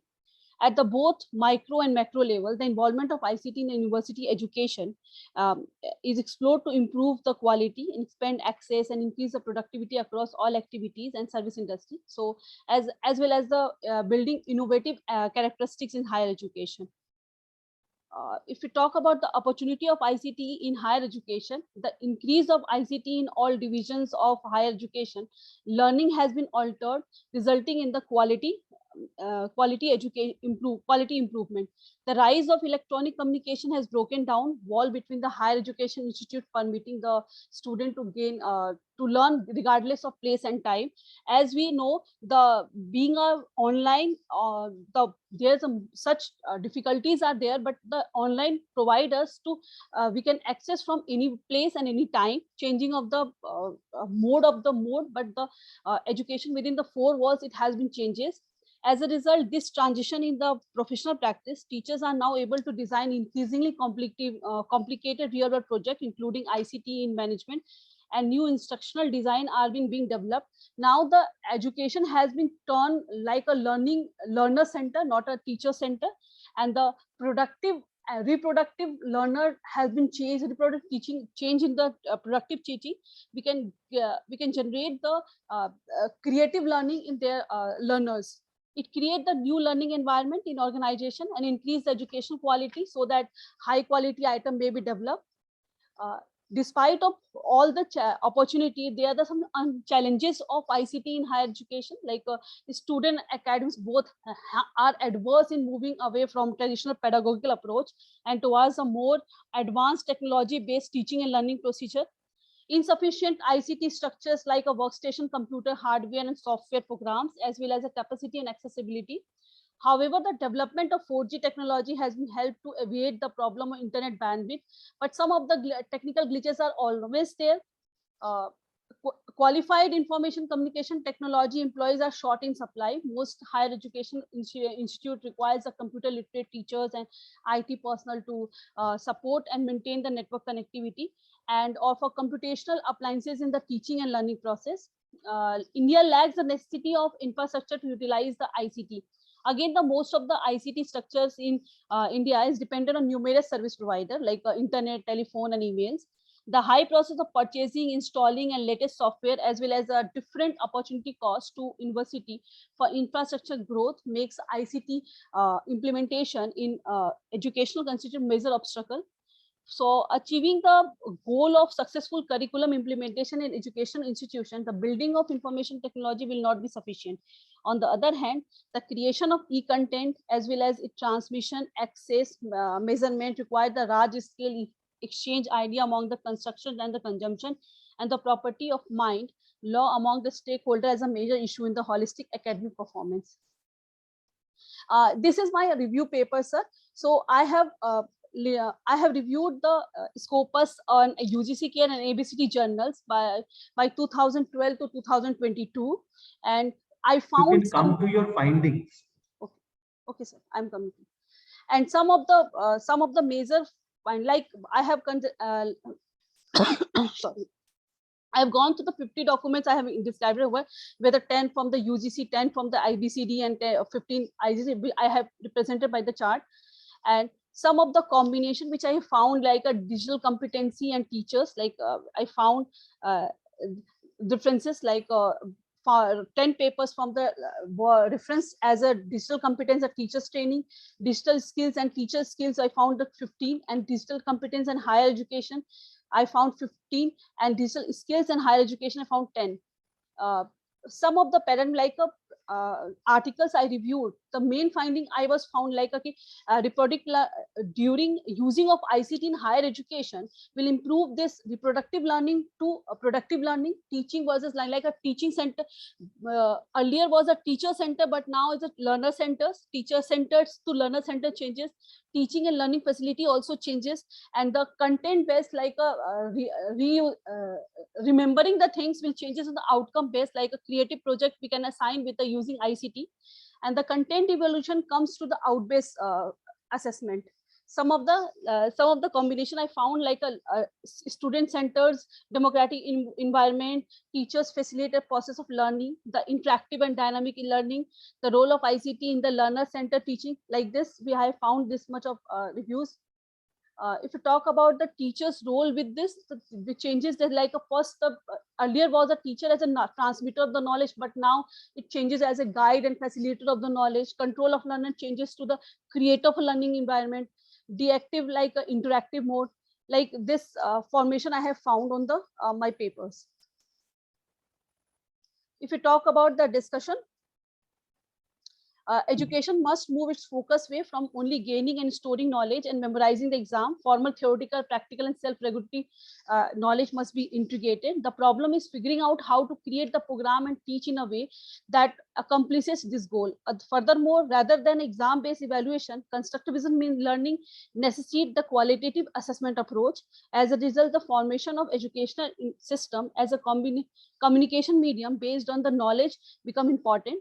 The teacher's job is not to find the best way to proceed with the work, not to convey the convey it. Self-motivation is one of the most important component of the students.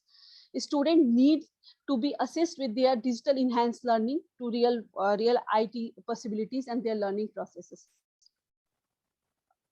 So, conclusion. Okay. Yeah. In the last 5 decades, higher education institutes have risen up an exponential rate to fulfill the need for high quality education for all. Due to rapid improvement of ICT, this component has received even more traction. There is even increasing requirement for qualified and experienced worker in the today's global environment. Accessibility to higher education has been identified as a key predictor of economic development and growth in this environment. In this current setting, this study looks on the benefit and the drawbacks of integrating ICT into several aspects of higher education. The paper also look at some of the problems that ICT has in India in education system. This article also discussed the government effort to integrate the ICT into higher education. We also managed to come up with some suggestion addressing the various issues. The goal of my paper is to look the how technology can be used in a classroom as we progress into the 21st century. The paper claimed that while ICT technology has had a limited impact on education practice thus far, this impact will grow dramatically in the next years, and that ICT will become a potent agent for change of many teaching programs. Thank you. Okay. Thank you, ma'am. Thank you so much.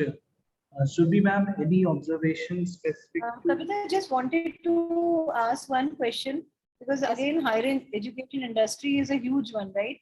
So Yes. any specific institutions are you targeting, you know, for collecting the data? Because Yes, just based on the research, yeah.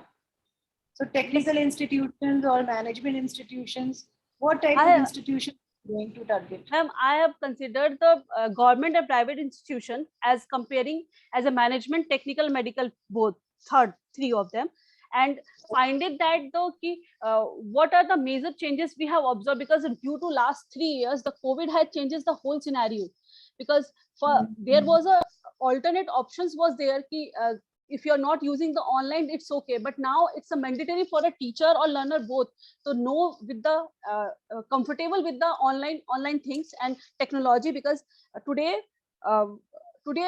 we are not compatible with this certainty how the next tomorrow will come with. Let me suggest you one thing, Kavita, since you have chosen management, technical and medical, and all are, you know, very different higher education institutions. Medical needs a very different way of using technology for the whole demonstration to the students. Technical, they require a different, overall technological tools, and management also require a different overall tools. So again, you have to take care of all three, because these are diverse kind of a higher education institutes.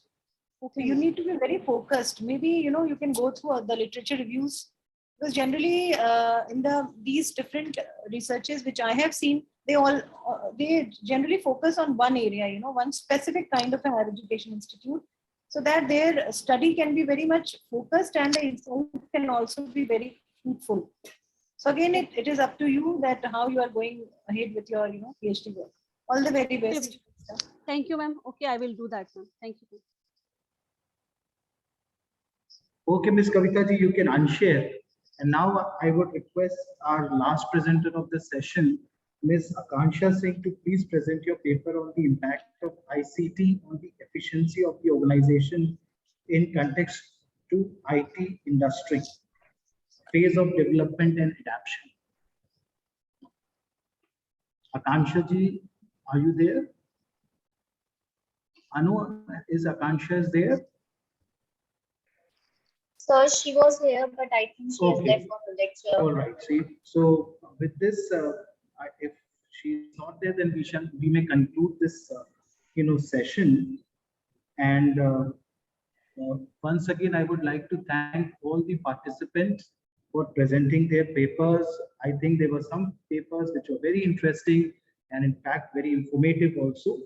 And with this, I may now request our chair of the day, Dr. Surabhi Singh ma'am, to please give an overall, overview, her observations and suggestions that would be really, really beneficial for all the participants who are doing their research or maybe doing future research also.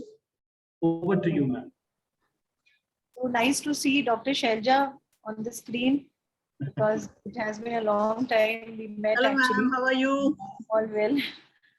Good to see you. We are, yeah, same here. And of course, I would like, I'm glad to see Dr. Archana, although I've never met her, but yes, of course, I can make out that she is also a senior faculty over here. So, Dr. Tanuj, I just want to, give some of my observations of today's presentations. Few of the topics were very, very interesting, no doubt. So there is a long way for them to go, in those areas. But in few of the presentation, I really thought that they should use some of the primary kind of a research methodology, which they did not adopt. So some of the, in fact, some aspects were missing. I have in fact given suggestions also to the presenters. So I'm sure they will definitely try to incorporate them, because again, the conference is on governance, and of course, all the digitization which is happening in all around in our nation So these governance is also very important because, of course, all the functioning is possible only because of these control of the overall government guidelines, on whole digitization. Because without control on the digitization, even the governance is not possible. So somewhere these governance topic is really very, very effective in bringing these presenters also to come out with their researches. And I would like to thank MIT University, Lucknow, that they have given me a golden opportunity for me to be a chair for this session for their conference, and it's a wonderful topic they have chosen also. Dr. Survi ma'am, one small request is, Yes. our last presenter has suddenly joined, Akansha. Okay. So she was facing some technical issue. So can we allow her to present basic findings of her work? Akansha, can you hear us? Yes, sir. Yes, Salud, sir. Sorry, sir, I was disconnected. I think Akansha has to be very, very short because Yeah. the panelists are waiting for Okay. the meeting, So, and we have Akansha- extended that. All right. So, ma'am, with the permission of the chair, ma'am, can we take her only basic work title and the findings? If she Okay, can fine, present. fine. All right. Thank you so much. Thank you so much. Being so kind. Always encourage researchers, Yes. All right, Akansha, please quickly share Sure, your sir. screen and please share the title and the objective and what are your key findings. Quickly. Sure, sir. Sure. Thank you, sir. Thank you, jury members. So my presentation goes like this. The title of the paper is Role of ICT on Organization Effectiveness and Leads Towards Adoption and Development. So the main area why I have chosen this research is that currently I am a research scholar and I am also working on the part of the digitalization itself. So that is why it seems very interesting for choosing this particular topic. Sir, I think my PPT is not visible. So it is visible. You can come to your basic objective. Okay, sure.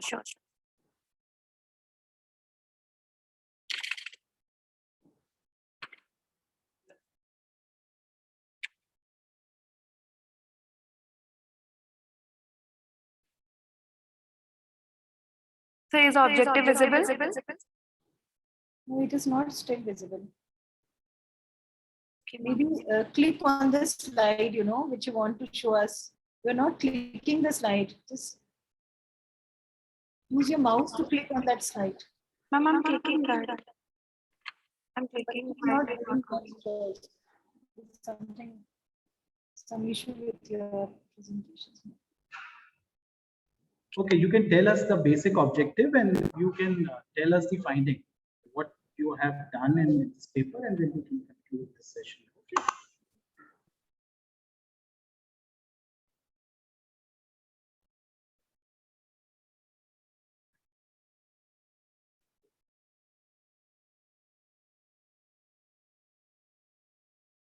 So please see, now it is visible. You come to the objective slide. Your slides are visible, but your slide is not moving. So now? No. Okay, ma'am, the research objective is that we have to identify the impact of ICT on the organization effectiveness and the drivers that are also contributing towards the adoption and the development phase. Because my study is only related to that part, that what is the reason behind the adoption of ICT role or the adoption itself. So through the analysis, I have found out certain drivers like automation, like IoT, like chatbots, like artificial intelligence and all. These are the factors basically focusing on the ICT communication in the organization. So through the many literature reviews, approx 20 to 25 literature reviews that I have done for this research. So the conclusion is that these drivers are having the positive impact and that are also driving the workforce of the organization towards the digitalization strategies in the organization. Okay. I'm sorry, I cannot show the PPT. I do not know why it is not visible. So, Akansha, I have one question only. What methodology are you going to adopt in carrying out this study? The methodology. Ma'am, I would be going for the convenience sampling over here. I would be focusing on the IT industries, basically like Accenture, Wipro, and one more small industry also. And then I would be comparing out the information communication tools on Accenture, on Wipro, and one small firm. And then I would be comparing out the data for that. One more question, since your objective is to identify the impact of ICT on organization effectiveness. So what type of effectiveness are you talking about? Because organization is a very broad, entity. So you have to again be very specific that exactly, which effectiveness are you going to showcase, by using ICT. So it is not very much, it's looking very, very generic right now. So maybe if you become specific, then, your study will become very focused. Yes, ma'am. Because you can't just measure the effectiveness of organization by just showing the ICT, You have to again show some parameters on which you will be showing the effectiveness of organization. That specificness is missing in your objective. Yes. Ma'am, these are the factors that I find from the literature review. I hope it is visible right now. Okay. Yeah, then this is fine because you are taking some metrics, which you will be assessing the effectiveness of the organization. Yes. Okay, Dr. Tanuj. Okay, So thank you so much, Akansha.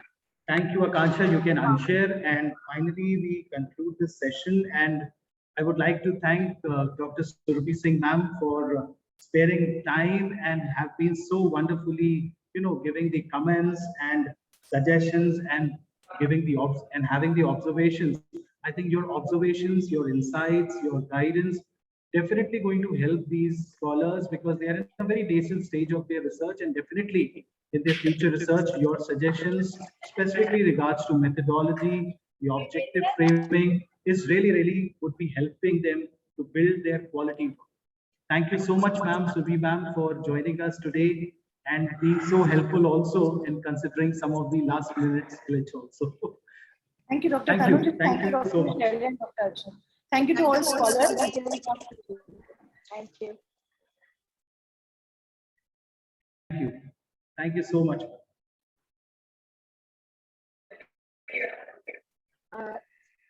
Tanuj sir, can I quickly ask those panelists to join Yes, now? ma'am. Definitely. Okay. Ma'am, we should leave? No, you want to be with others can proceed for their lunch. Okay. All right, ma'am. Okay. But Tanuj, you'll be here. Yeah, I'll be here. The session is over. Yeah, this session, technical session is over. I would like to also thank Anu for managing the whole back end. Thank you, Anu, for all support. And definitely we look forward to the session report also. Okay, thank you. Sure. Asha ma'am wanted that. So can you join now? Ma'am, Jayaprakash sir has joined. Okay. So I'm asking Jitendra. Tanuj sir, Parikshit sir is joining. Okay, and ma'am. I'm connecting with Pradeep Mukherjee as well. Okay, ma'am. All right, ma'am. Jayaprakash sir, good afternoon, sir. Sir, can you hear? Can you just unmute? Yeah, you are audible. You are loud and clear. I don't know whether I am audible to you. Yes, sir. You are also very much audible to us, sir. In fact, Dr. Archana said at 1:05 we will briefly interact, and so I logged in. Yes. So what's the plan now? And sorry for this, little bit delay because our session was about to end, but due to last minute some technical glitch, we have to take one presenter, and that's why it took little. Not issue. So we have to start at 2 o'clock, right? Yes, sir. Yes, sir. We have just gathered here. I think ma'am wants to discuss something. So we can straightway come at 2 o'clock, Professor Archana. Just 2 minutes. Just 2 minutes, sir. Probably Dr. Parikshit is also joining. I'm not able to connect with Pradeep Mukherjee just now. So as we discussed yesterday, so what we can do is that after the introduction of the topic, you can give 5 minutes to each of the speakers to present their views on that, and then one by one or two of issues can be picked up, and each can speak on that. So you are saying I have to act as a moderator as we discussed, Yes. right? Yes. Not is. I can. I So can what? act. So we few of the start at things, 2 o'clock, right? Yeah. Few of the things that I thought, sir, could be helpful would be, what behavioral changes are required, what are the challenges faced by organizations, employees, and employers. Then, what is the kind of new working environment that has emerged? What are the employee concerns, and what is majorly the flip side of digitization? I think Right. that So would sum up. Right. So let's not steal the thunder of our powerful presenters. So they may have something to surprise you. So let's raise open issues. Let's be open rather than binding them with some our own views and Okay, context. sir. Right. So we So meet 2 at 2 o'clock. o'clock. Okay, sir. Thank Perfect. you. Okay. Thank you.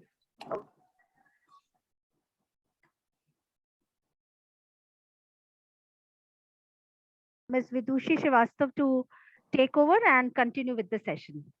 Vidushi, you may start, please. Good afternoon to everyone present here. I, Vidushi Srivastav, on behalf of Amity Business School, welcome you once again to the conference on e-governance. It gives me immense pleasure to begin the second half of today's session.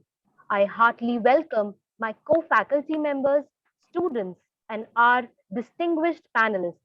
Among our panelists, we have with us Mr. Pradeep Mukherjee, Professor Jay Prakash Upadhyay, Dr. Parikshit Joshi, and Mr. Jitendra Kumar Tiwari. Mr. Pradeep Mukherjee has worked as a Vice President, HR, Leadership Staffing and Development, Citigroup, US. He has also worked as a Vice President and Head of Human Resources, Citibank, UAE, and Head of Human Resources, Citicorp Overseas Software Limited. Currently, Sir is deeply involved in consultancy and owns Confluence Coaching and Consulting Agency. He is also a partner at Global HR Lead Partners, LLP. I welcome you, sir. Thank you very much. Happy to be here. Thank you. We also have with us Professor Jay Prakash Upadhyay, sir. He is presently a professor and area chair of Organizational Behavior and Human Resource Management at IMI New Delhi. Sir has an experience of more than 35 years, and he has also worked as a leadership expert advisor and performance management expert in UNDP, India, Afghanistan, Swaziland, and other international organizations. Sir, I welcome you to the conference. Thank you so much. We have with us Dr. Parikshit Joshi. Sir has an experience of 13 years in academics and industry. Sir has rendered his services to several organizations like Tata Motors, Sleepwell Foundations, Indira Gandhi International Airport Authorities, and Directorate General of Resettlement, Ministry of Defense, India. He is currently working as a professor in the Department of Management Studies, Indian Institute of Information Technology, Allahabad. Sir, I welcome you to the conference. Thank you, Vidushi. Information technology is a huge advantage to businesses and an increasing productivity and efficiency. Yet it comes with disadvantages. It also gives us ease with protecting and storing information. And on the other hand, it allows a security breaches. In line with this, the topic for today's panel discussion is ramifications of digital working, a double-edged sword. Now, I will hand over the session. Our fourth guest and the panel member has joined us. Mr. Jitendra Kumar Tiwari, sir, has worked as a planning manager at the supercritical thermal power plant, Baran, Rajasthan. Sir has also worked as operations manager at L&T Kolkata, headquarter of MMHIC division. He has trained more than 2,500 engineers for digital transformations, project management, risk assessment, and contract management. Sir, I welcome you to the conference. Thank you so much. Thank you. Now, I will hand over the session to the moderator, Professor Jay Prakash Upadhyay, sir, and request the panel members to begin the discussion. Vidushi ma'am, I'll just take a minute, sir. I'm Professor Rohit Kushwaha. I'm the director of the Amity Business School, and I just wanted to extend a very warm welcome and my heartfelt thanks to all of you for taking time out, being here with us on this very important and very thoughtful panel discussion. So welcome to all of you, sir, and please, over to you, sir. So thank you so much, Professor Kushwaha. It's a pleasure. In fact, when I saw the theme day before yesterday, when Professor Archana contacted me, immediately it reminded me of my school days. You know, when in 70s, we always had to write a very popular Hindi essay, Vigyan Vardhan Ya Abhishap. Yes. ऐसे होता था कि विज्ञान जो है, science is a blessing or a curse. Blessing or boom है na bane hai. So, you know, and the essence was, you know, science had transformed almost all spheres of our life with electricity, industrialization, comfort, speed. Our life had really transformed for better. We had gone to a new level of living. But still the same science also had created some threat. But the nuclear technology, which could empower and give electricity, could also be used for, you know, missiles, bombs, and weapons of mass destruction. So they said that science, with all these blessings, is still the looming curse is still there. And unless we handle that, our blessing and this boon will always remain threatened. So digitalization is also at the same level. There's hardly any sphere of life which is untouched by digitalization. Take your economy, society, governance. So everything has changed for good. And in fact, if we just take a flavor to put the whole thing in context, one sector which all of us interact on almost daily basis, the banking sector. See the pre-digitalization banking and the post-digitalization banking today. So anytime, anywhere, see the power. See the power it has given to banks to reach to their customer. See the power it has given to the customer. So digitalization has amplified, enabled, extended the capacity of organizations and empowered the individuals. See, we are meeting here and having the meeting possible because of this digitalization.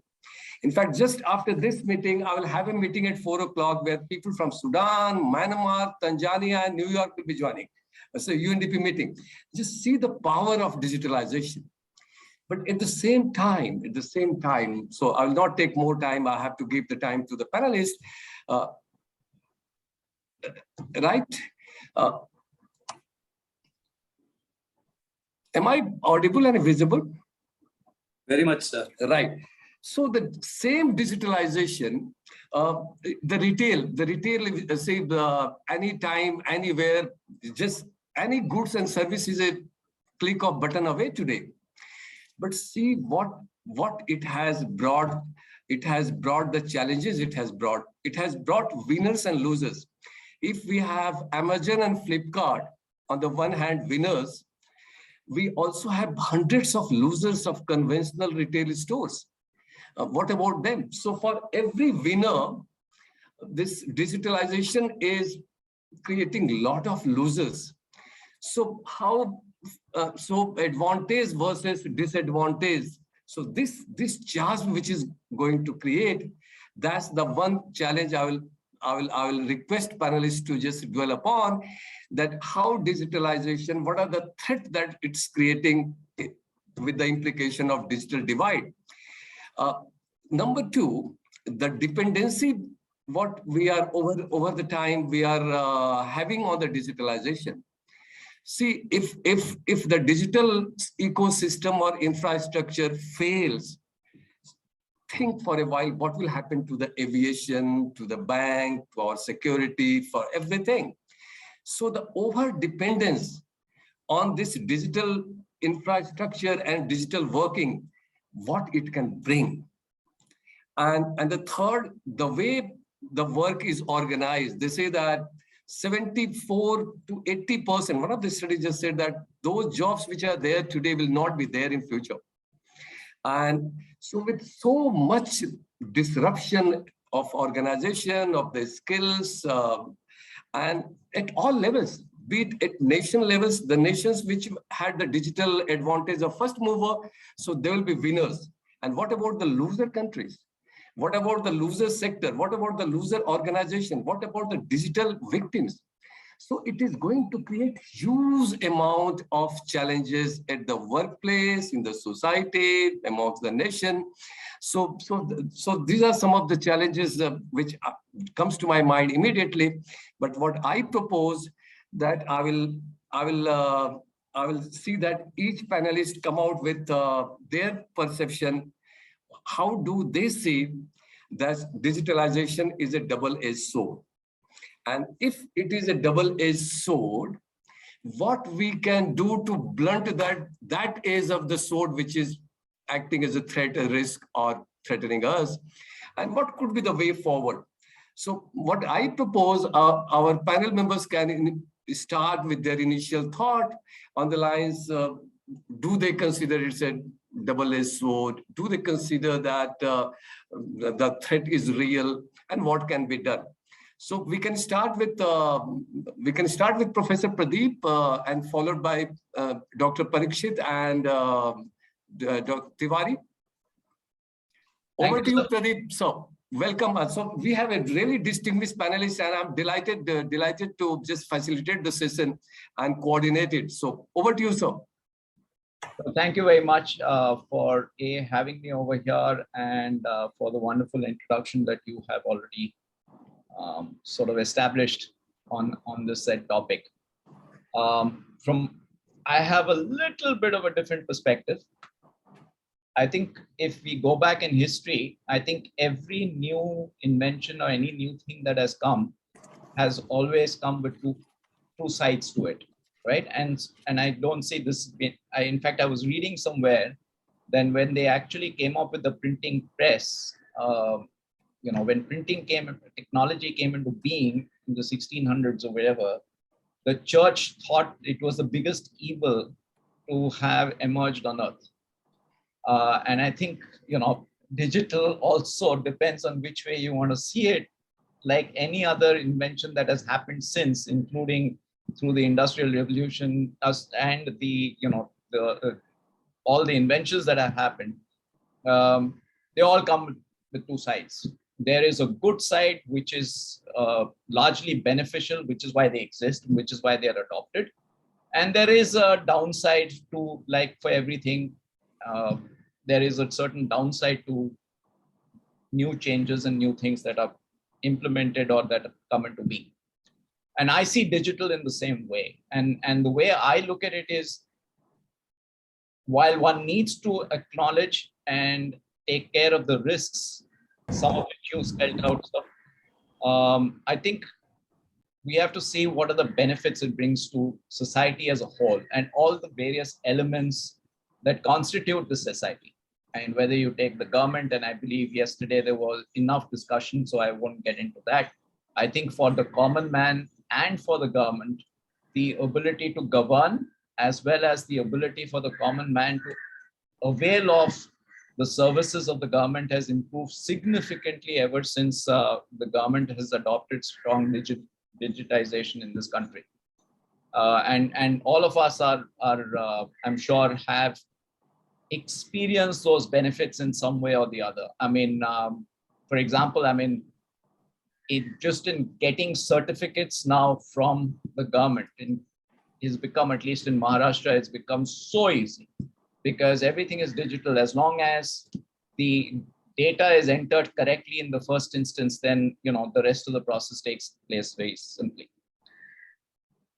Similarly with organizations, though of course I think in the case of organizations, digital is disrupting the business models of most of the organizations we see around, and posing a lot of challenges. And like everything else, some organizations are more agile and are able to adopt, and some are struggling to adopt. But essentially, it is something that is going to change and impact business models and the way organizations produce and deliver goods and services to its customer base across the world. And we're seeing a lot of that. And today, for example, you're talking about metaverse, which is going to create a different society by itself, or at least an illusion of a society, because I really don't know how it will play out. But the whole thought process is that you will have a different universe with which you will interact as a human being, which hopefully, and this is the unknown part, hopefully will be satisfying a certain set of needs much easier, or much more economically, or much more fully than you can experience in real life. Now, how that plays out, one will have to see, but what I read the other day is they expect the metaverse universe to actually be generating $300 billion of economy in the next few years, which is phenomenal. So that's where digital is going from organizations and society is concerned.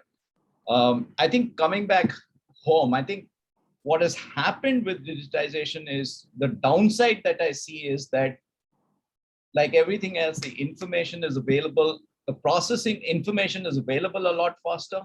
Processing of information requires to be done a lot faster. And as a result of which, I think the amount of stress that this digitization is causing in the society has gone up significantly. And if I were to talk of one of the ills, apart from the ones that you mentioned, sir, which is the safety, security of data. You talked about the other ills that you mentioned.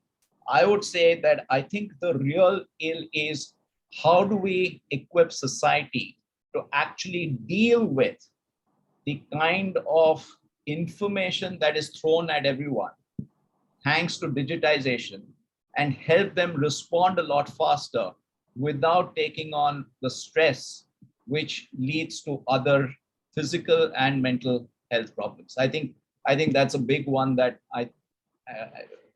one sees around the world. I'll stop for now. We can add as we go along. Thank you so much, Mr. Mukherjee.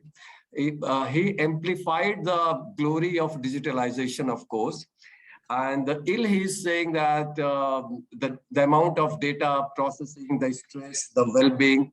So this generation is also getting increasingly pronounced. Studies after studies are saying that digital work systems, workplaces are bringing a lot of, depriving you of socialization and personal touch, emotional connect, and leading to a lot of psychological and mental challenges for the employees.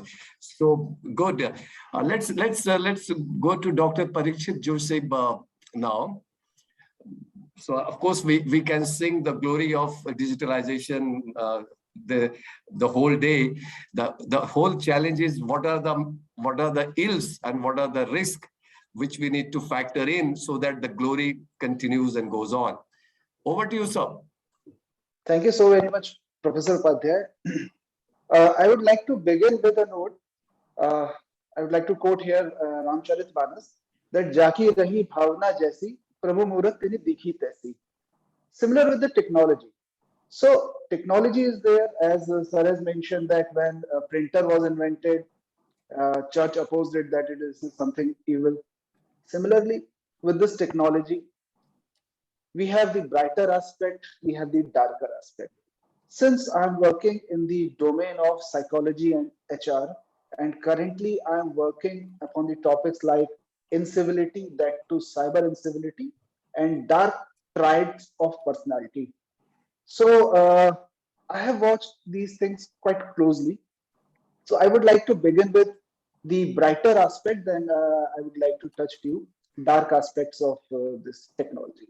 First of all, we are lucky to have Web 2. We are, means current generation is of Web 2. We are inching towards Web 3. So it's a great blessing for humankind that we have we are so much advanced, we are so much equipped with the technology that just with the single click we can get the enormous data, uh, enormous amount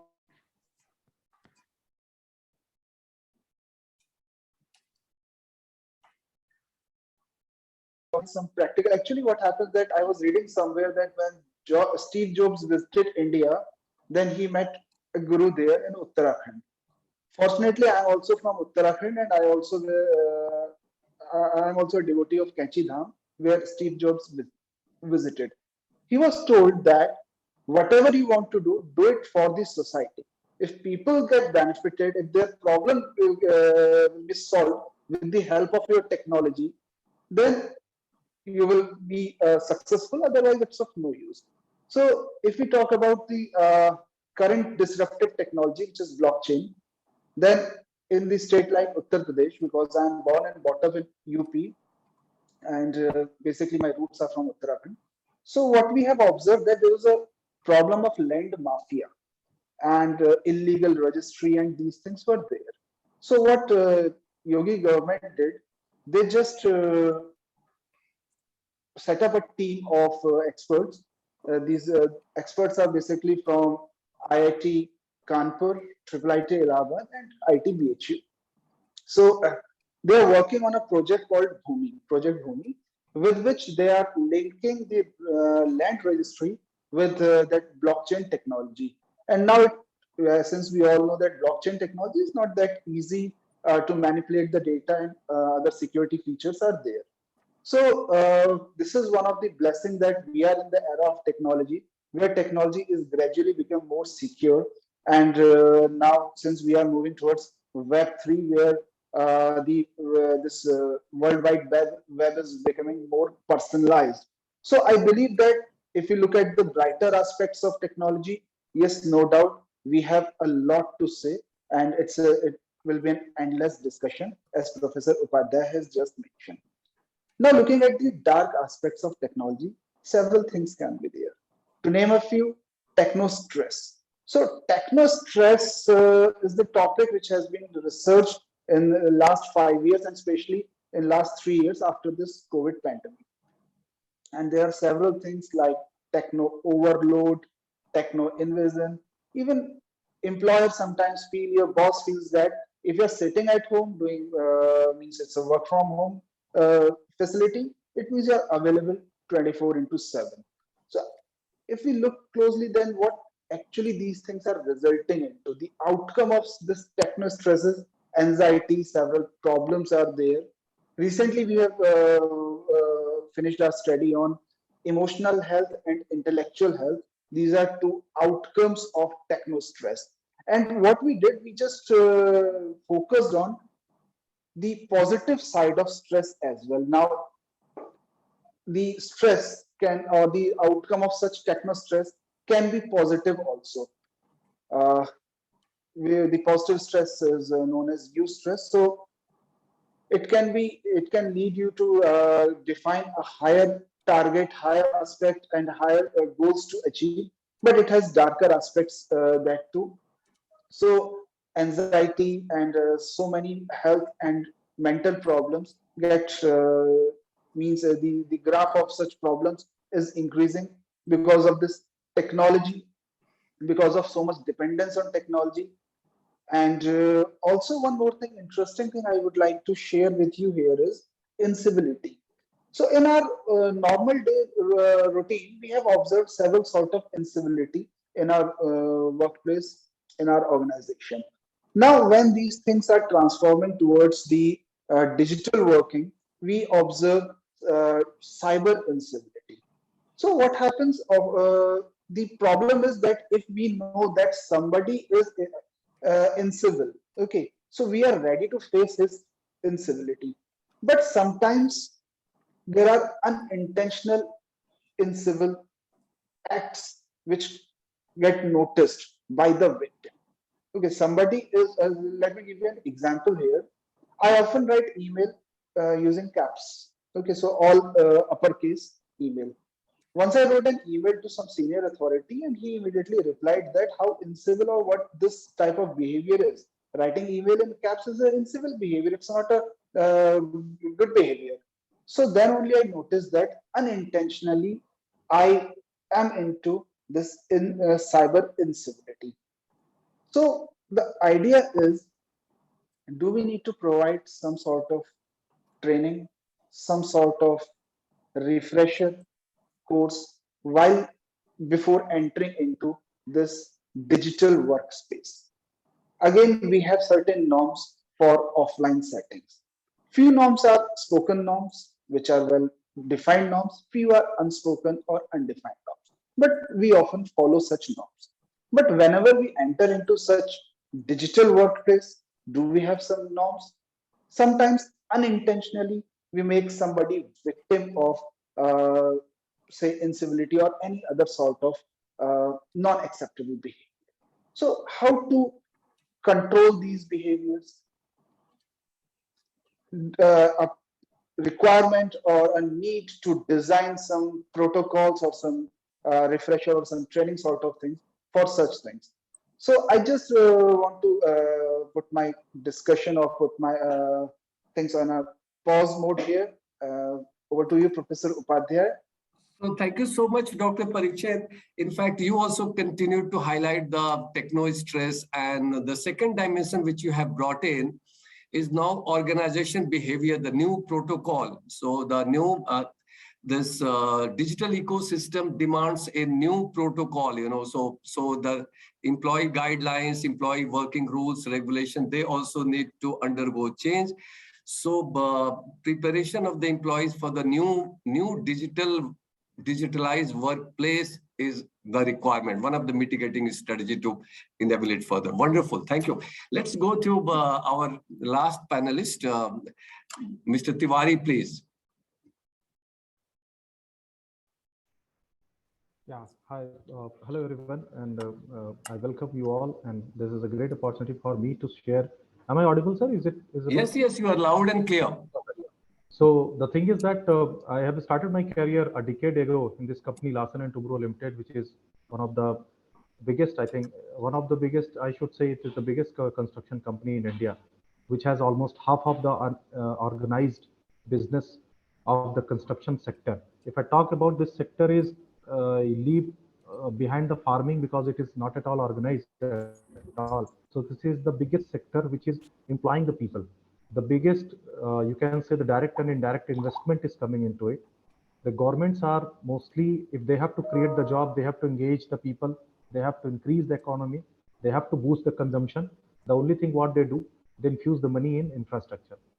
So that is the story of every developing nation. Developed nation has some different priorities of related to defense and other services or space, technology and other things. But this is the story which actually revolves in the developing nations. What happens in that case, I want to highlight here. So I will connect to this particular subject, and it will be, you can say, perfect landing for that. And the thing is that, like, what happens in that case, you involve a labor force in this country, and you know the rate of literacy of the people who are working in this sector. And the second one, people who are guiding them are the engineers. I think one of the best class education available for graduate level right now. Best of the best people selects. That is the perception. It is. Don't take it in otherwise, but that is the routine middle class perception in the most of the cases in country like India. That best of the best people run away about the maths, and the maths people land up ultimately to engineering, and engineering people land up to these kind of degrees, and these kind of businesses are taken care in this country, like infrastructure, automobile, and all other different domains. What happens when I started as a decade as a new and young engineer, I had been given an opportunity, and as well as it was a very initial discussion to a construction company that some of the digital initiatives have to be taken right now. What could be that thing? We used to monitor the progress. It is monitored in a piece of papers. People write the target plans, and what happens after that? You go for why it has not happened, root cause analysis. Then you start collecting the data, who has done what and what has to be done. Then there will be the reason why it has not been done. Then there will be the requirements. What was the resource requirement, people requirement? Then those requirements will again go back, land out to some people, and those people will again ask some requirement. So it's a huge chain known as a project management. A lot of things, small and big things are there in this thing. So it was, you can say, almost poorly managed area a decade or a 2 decade ago. In this case of construction, that is why the projects, you must have heard that Bandravali Sea Link and some other projects have been completed in 20 years, 15 years, and 12 years at a time. Now what scenario has got changed? Scenario got changed that government wants to do it quickly. Somebody is giving 50,000 crore rupee. He wants to reap the benefit of that project within 1 year, 2 year, or 3 year. You have to do it quickly. You don't have any other option. You can't rely on the people, and then you bring the platform. Digital interruption and disruption, as it has been told by some of my earlier panelists, that comes into the picture. What you do, you organize your entire scenario. You start collecting the data, and what could be the collection of the data mode. The data mode could be either by manually, or you fix up some tools, IoTs, Internet of Things, and then there are some pictures, photographs, a lot of survey data, multiple files are there which fed into the system. It creates a network, like one of our panelists, Dr. Pradeep Mukherjee sir, has told about this metaverse. So this is true. They are creating the entire society, entire world and universe. But what happens, a small kind of metaverse we itself have created in our system. If you go inside a company will be having a ERP system or SAP system or some platform. And what this platform will be dealing with, this will be dealing with material, people, manpower, transfer, order, ratings, then their appraisal, their money, everything. Hell lot of data are there, and there are few people to manage that. The biggest challenge of this digital intervention is that how you are collecting the data. Till now, this particular model, people are working on that. Everybody is telling, and how you come to know what is the basic idea, that how you come to know whether it is a right or wrong. What happens in case of that, just I will show you the chain. You collect the data comes to you, you take some decision. You don't actually take, there is another system you develop, and that system tells you, like I am having a consume system. I was a part of that, lot of development I shared in my profile.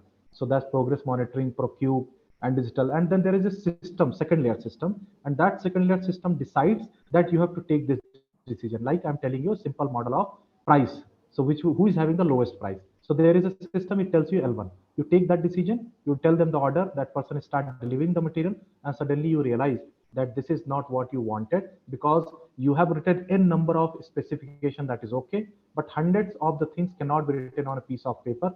This is again a truth which we are dealing in this mankind history from last 2000 years. It doesn't matter how much and how better you can write, but whatever you will stop writing, there a person come into the picture. Those people are known as lawyers, or you can say a law, or the people who explain it. So disputes and challenges are always there. So the first problem I found in last 1 decade is that source of data has been changing for us every time, because we are dealing with the industry where real decision has to be taken. So if particular thing has worked in particular project, next project it is not working.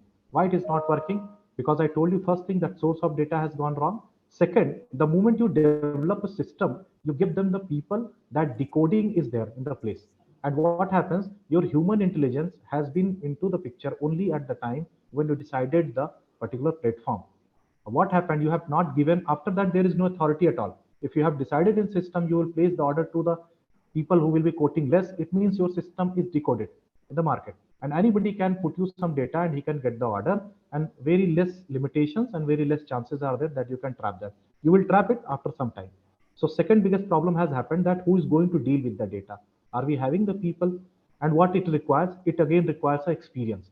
And what that experience comes from number of years, and these are the same people who have dealt with some earlier generations, and for them again uh, interacting with digital platform is a challenge. Like there is a person who has a 30 years experience in the bridge construction. He knows that these number of people are working, and this particular thing will not be completed in 1 year. It is very much required, flood is going to come, but that person has a challenge to read about what actually building information modeling is telling. So that is a place, a BIM is another digital initiative here in construction. So what happens in that case, we actually visualize the project. how it will happen and how it is going to be in 3 years, and what are the challenges will come, which sequence has to be followed before to what challenge, because time is not there. Earlier it was having 7 years or 8 years time. Now you have to complete the things in 2 years or 3 years, not more than that. No project more than 3 years is being treated as a good project, or people are not excited about that. So this is the second challenge, that the people who are dealing with the data itself is depending on the human intelligence. And once you always enforce a system in terms of digital, please, it has to be taken care by the people who are designing the system, but it is being taken care in a very limited way, that the human intelligence has got no much space in the particular platform. And the third one thing I just wanted to note it down during this discussion itself is what will be the result of these data. So the data will data will be there, it will be collected. You will be having some conclusion out of that. You will make out some results, but you will be surprised to know that your particular strategy, in case of businesses, it happens a lot. Like you can't deal with tenders. You can't do the tendering in the method of digital intervention or digital platform. So what has happened now, we have a class of people who are coming from a very grassroots level, supervisors, labor, construction, and these are the, I think, 1/3 of the population of India who's working in this industry. And second is the demand and expectation, because biggest of the biggest money is involved. Lot of contractor, consultant levels challenges is the main gap where I am pitching in this digital transformation. So my familiarity and adoption of the data to that grassroots level is again another challenge. So these 3-4 challenges have come into the picture, but what it has brought onto the table is that it has brought to the table again the benefit of the digitalization, that it has started expanding the training program. Again, the gadgets will be bought. Again, the platform will be developed. Some intermediary platform will come into the picture. They will start guiding you. Artificial intelligence is one of that thing. So even again, you want to have the logics. So the challenges is like a lot of news and information both has come into the system. And the biggest challenge has become in the digital intervention for the people who have to take the commercial decisions, and the decision which has to go to directly to the decision at the ground is that how they are going to deal with the data and where is the place for human intelligence once your system is set up. So that is my submission for this time being. We'll take some questions of the people if they are facing the problem, and I'll try to share my experiences in this 1 decade in this industry and this company. And I'll leave it. I'm leaving it or handing it over to the next speaker. Thank you, sir. Wonderful. Thank you, Jitendra. So we had gone the first round, and so let's go to the next layer. Let's deep dive to further to decode the theme. So so the questions that has come from the discussion so far, that as Pradeep Mukherjee said, look, no technology can be one-edged sword. It has to be double-edged sword. It will bring benefits, and at the same time, it will have threat and ills. We can't do away with that. So the discussion we were trying to have is how we can mitigate those ills or threats and risks. That's what's there on the table for policymaker, for organization design expert, and HR. So now in the second round, let me put 2 or 3 questions so that we go down into the organization. Now, we had the general macro context that digitalization is a boom, and it has brought a lot of benefits. It has brought speed, agility, productivity, prosperity, any sector, governance, wherever you go, it has brought huge amount of efficiency, right? It has amplified, augmented individual organization capacity. That's all good. So now my second question, I'm just putting 3 question in one go for reaction of our esteemed panelists. Look, what is the implication of this digital working in the organization? In fact, Dr. Parikshit was saying we require new protocol, organization behavior, we require new protocol. Now, they say that employee satisfaction, employee well-being, quality of work life, all those were factor of interaction at the workplace, emotional connect, psychological safety, and the work environment with a personal touch that was there at the workplace, and that was the source of deriving satisfaction, motivation for the workers, right? So now, if I just paint a scenario. You are in a hospital and everything is digital. Even your virtual, even your nurse is virtual. So how do you feel? So workplaces, how long digitalization can penetrate? How far it can go? How far it is sustainable? And so what are the implications for organizational design or job design, work system? And so thought of the panelists, it will be good. Anyone can go, so whosoever wants to interact. And then we can raise one or two more questions, and then we will open it for general audience. Anyone can react, so. Implication for organization, individual workplaces, this work environment, job satisfaction. So those dimensions we are trying to find out what digitalization, what implication, what ramification is there, and what can be done, the way forward. Sure. Thank you, Professor. It's okay. I will sort of give a few. Please go ahead, sir. Yeah, this is one of the biggest things that the organizations are actually, and employees both, are dealing with at this point in time. In terms of, and I think it's asking the question. So first and foremost, this is really at 3 levels. The first level is for organizations itself. The first level is how are their businesses getting impacted and how their business models need to change, which obviously leads to the question, what work needs to get done and what work doesn't need to get done in the way, whatever they're doing today to sort of develop in their business, right? I think it befits asking those fundamental questions which many organizations today are struggling with. The second piece of it, which you highlighted, is yes, when all these years we have all grown up to see organizations as an element through which you get work and you satisfy a certain set of economic needs for yourself as an employee, and the society benefits from a certain amount of economic production of services and goods, right? Now, while that latter part will remain, but from an employee perspective, the question arises, and it's not just employees, I think it's from a customer perspective also, the question arises, what is this organization looking like in the digital world, right? And if you can do it with a fundamental and such an important economic instrument like currency, where does the line get drawn, right? And I think it's a very, very important question that everyone's struggling with. And I don't think there is an answer today that exists where people have found it. But again, I'm reminded of a book that was written, I think, in the late 90s by Dr. Sumantra Ghosal. And there are elements of that book. That book is The Individualized Corporation. Yeah. And I think we are starting to see the elements of that book in practice in multiple ways. First and foremost, you have the growth of the gig economy. In the States, about 30 or 35% of the employed workforce are really gig economy people. And they're not just at the base level in manual work, but also in professional knowledge work, right?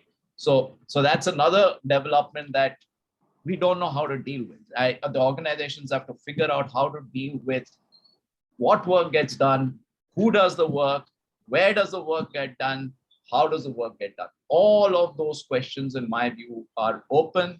And in that process, there will be multiple ramifications depending upon what answers emerge to these questions in the whole context of employment for employees, as well as for customers.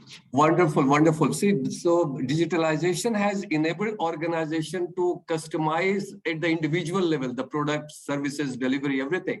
In the YouTube, if you see a particular content, so next time you'll see the similar content. So organizations have got capacity to individualize, but at the same time, if you are trying to interact with organization, it's not personal. It's not personal. This is all gig. So for digital native people, it is good.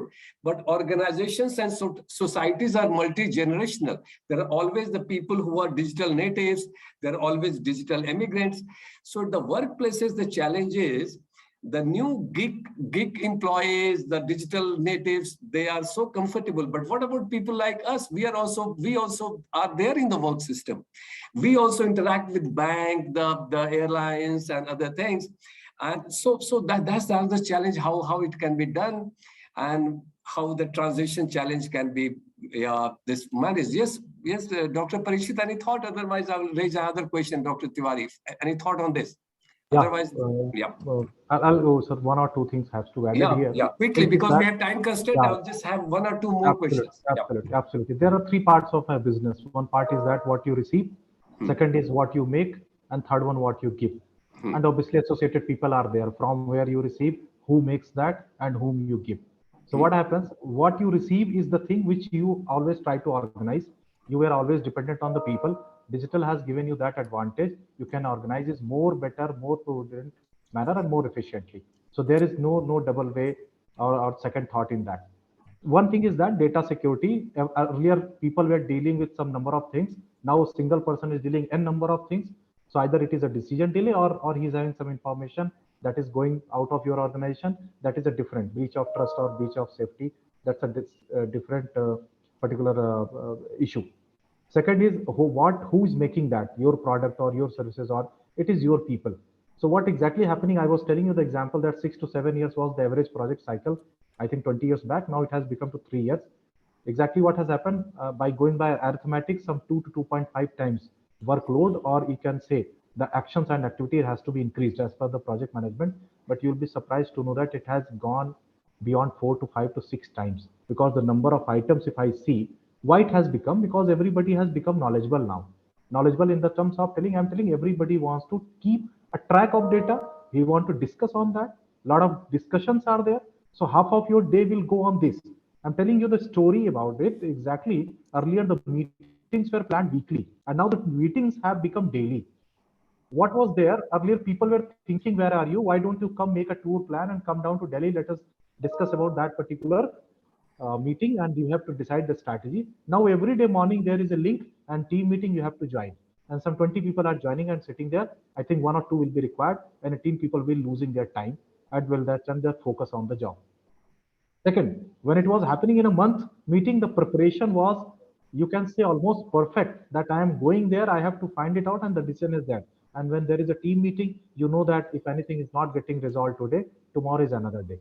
I'll again discuss this thing if it is not happening. So those kinds of, I can say you, the laziness in the system has come. Earlier, you used to take your particular address of the people before moving out your home. Now you are reaching to that people's home in the same mohalla and gully, and then you are start calling him, and by the time his phone is switched off. Now you see the situation, because you have thought that digital is there in my hand. So it was Mukherjee sir has highlighted it very, very clearly in the start itself, that over dependency is going to take you at some places where you will be completely helpless. I think people will try to help you, but even your driver doesn't know the path. He's also dependent on the same Google, and that particular map is not functioning today. So these wonderful. In fact, I was just reading out, sorry for interrupting you because we have time constraint. In fact, I was just reading an article that progressively we are losing our capacity. See, when the calculator came, we forgot all our numeric abilities. And now with Google and all other gadgets, we are losing our cognition abilities. So they are saying corrosion of cognition. So there was an article on progressive corrosion of cognition. So I don't know whether it's our reducing our capacity or enabling us. So over dependence. So the digital dependence has, I don't know where it will lead. And a time may come when technology may be smarter than you. And then it start controlling you. And a lot of things are already happening. We don't have that much time to go into that. But when you are always working with intelligent robot as your assistant, that's good. But the moment that assistant is start making your strategy, then that's the problem. Yes. Well, I can tell you, Dr. Joshi, anything? Yeah, please. Just 1 minute, sir. I'll add one thing. I can tell you in this my small span of professional career, almost 30 years, if you consider, one third has gone by this time. I traveled 11 states, and everywhere I have been different kind of people and dealing with the. I told you the people at the grassroots level. You can't. They don't read paper. Sometimes you are working with the contractors, and he's not going to read at all paper. There is a leader, a public politician. There are some groups, there are some people, and you have to discuss your whole idea, and that has to be implemented. And tomorrow there is some dignitaries coming, and work has to happen. So what happens that I'm somebody who has the challenges of limitations of language, so I have to understand what they are talking. So the beauty of the human intelligence is that it has a limitless power. While any technology you bring, any platform you bring, it will have always a program, and program will have some. Even you are telling artificial intelligence, I can tell you even artificial intelligence will also be needing a program to run them, will also needing a platform.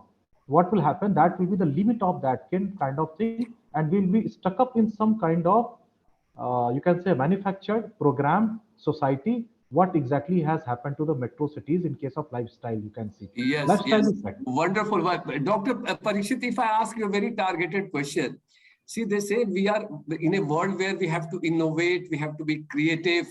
So how do you bring in when they say that creativity requires teamwork, collaboration, socialization, and digitalization is leading to a path where these things are getting reduced.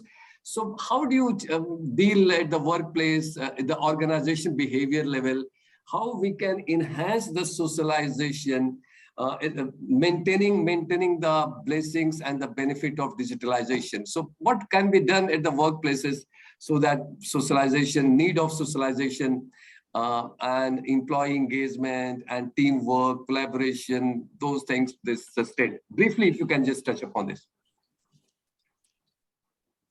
You said you studied this, so I'm just targeting this question to you.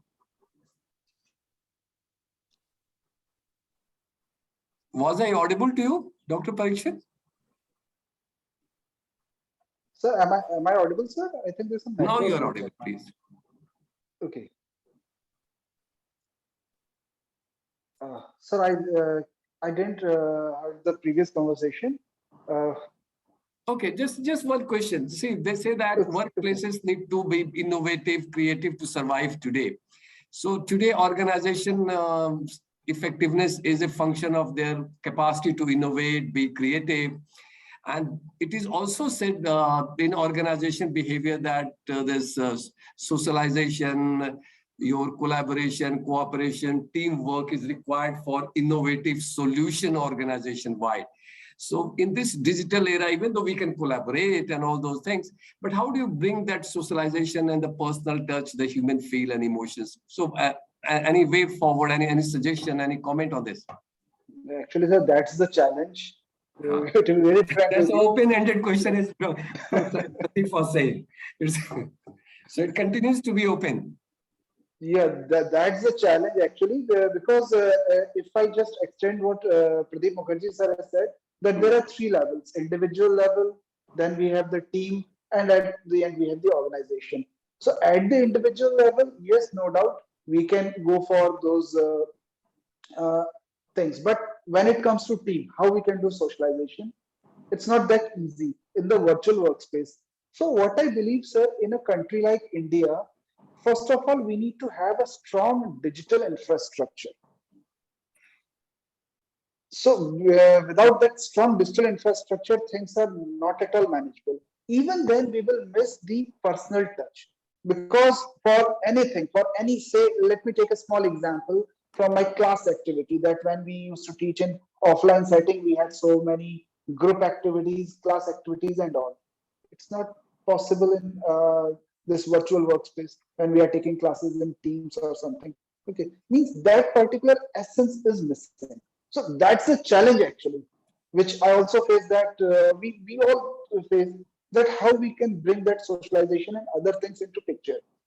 And moreover, sir, there is one more challenge, which we believe that there are two things: input and output. Let's say job stress is the input, and job dissatisfaction is the output. In organizational settings, there are certain mediating and moderating factors. which play their role beautifully. For example, if it's a high work pressure culture, okay, but your immediate boss or your director is such a cool person that you enjoy, you love to work with, then that high pressure work culture is nothing for you. You will enjoy your work. So we have several mediating, moderating factors, or we call them variables. They act. But what will happen? How we are going to define or redefine them in virtual workplace? One more challenge is there, sir, communication. That when you are dealing with somebody, face-to-face communication has its own impact, has its own set of pros and cons. I believe that it brings some fruitful results into the table. But what will happen to that communication if it's through some online channel, and that too with some poor connectivity, poor net connectivity? Then what will happen? So again, sir, there are several challenges and really wonderful, wonderful. In fact, Pradeep, he's bringing a very important point. He's saying that see, communication. Most of the communication happens through your gesture, postures, and other emotional cues. And to the extent you are not face to face, you are missing on those dimensions, and to that extent, communication is not happening.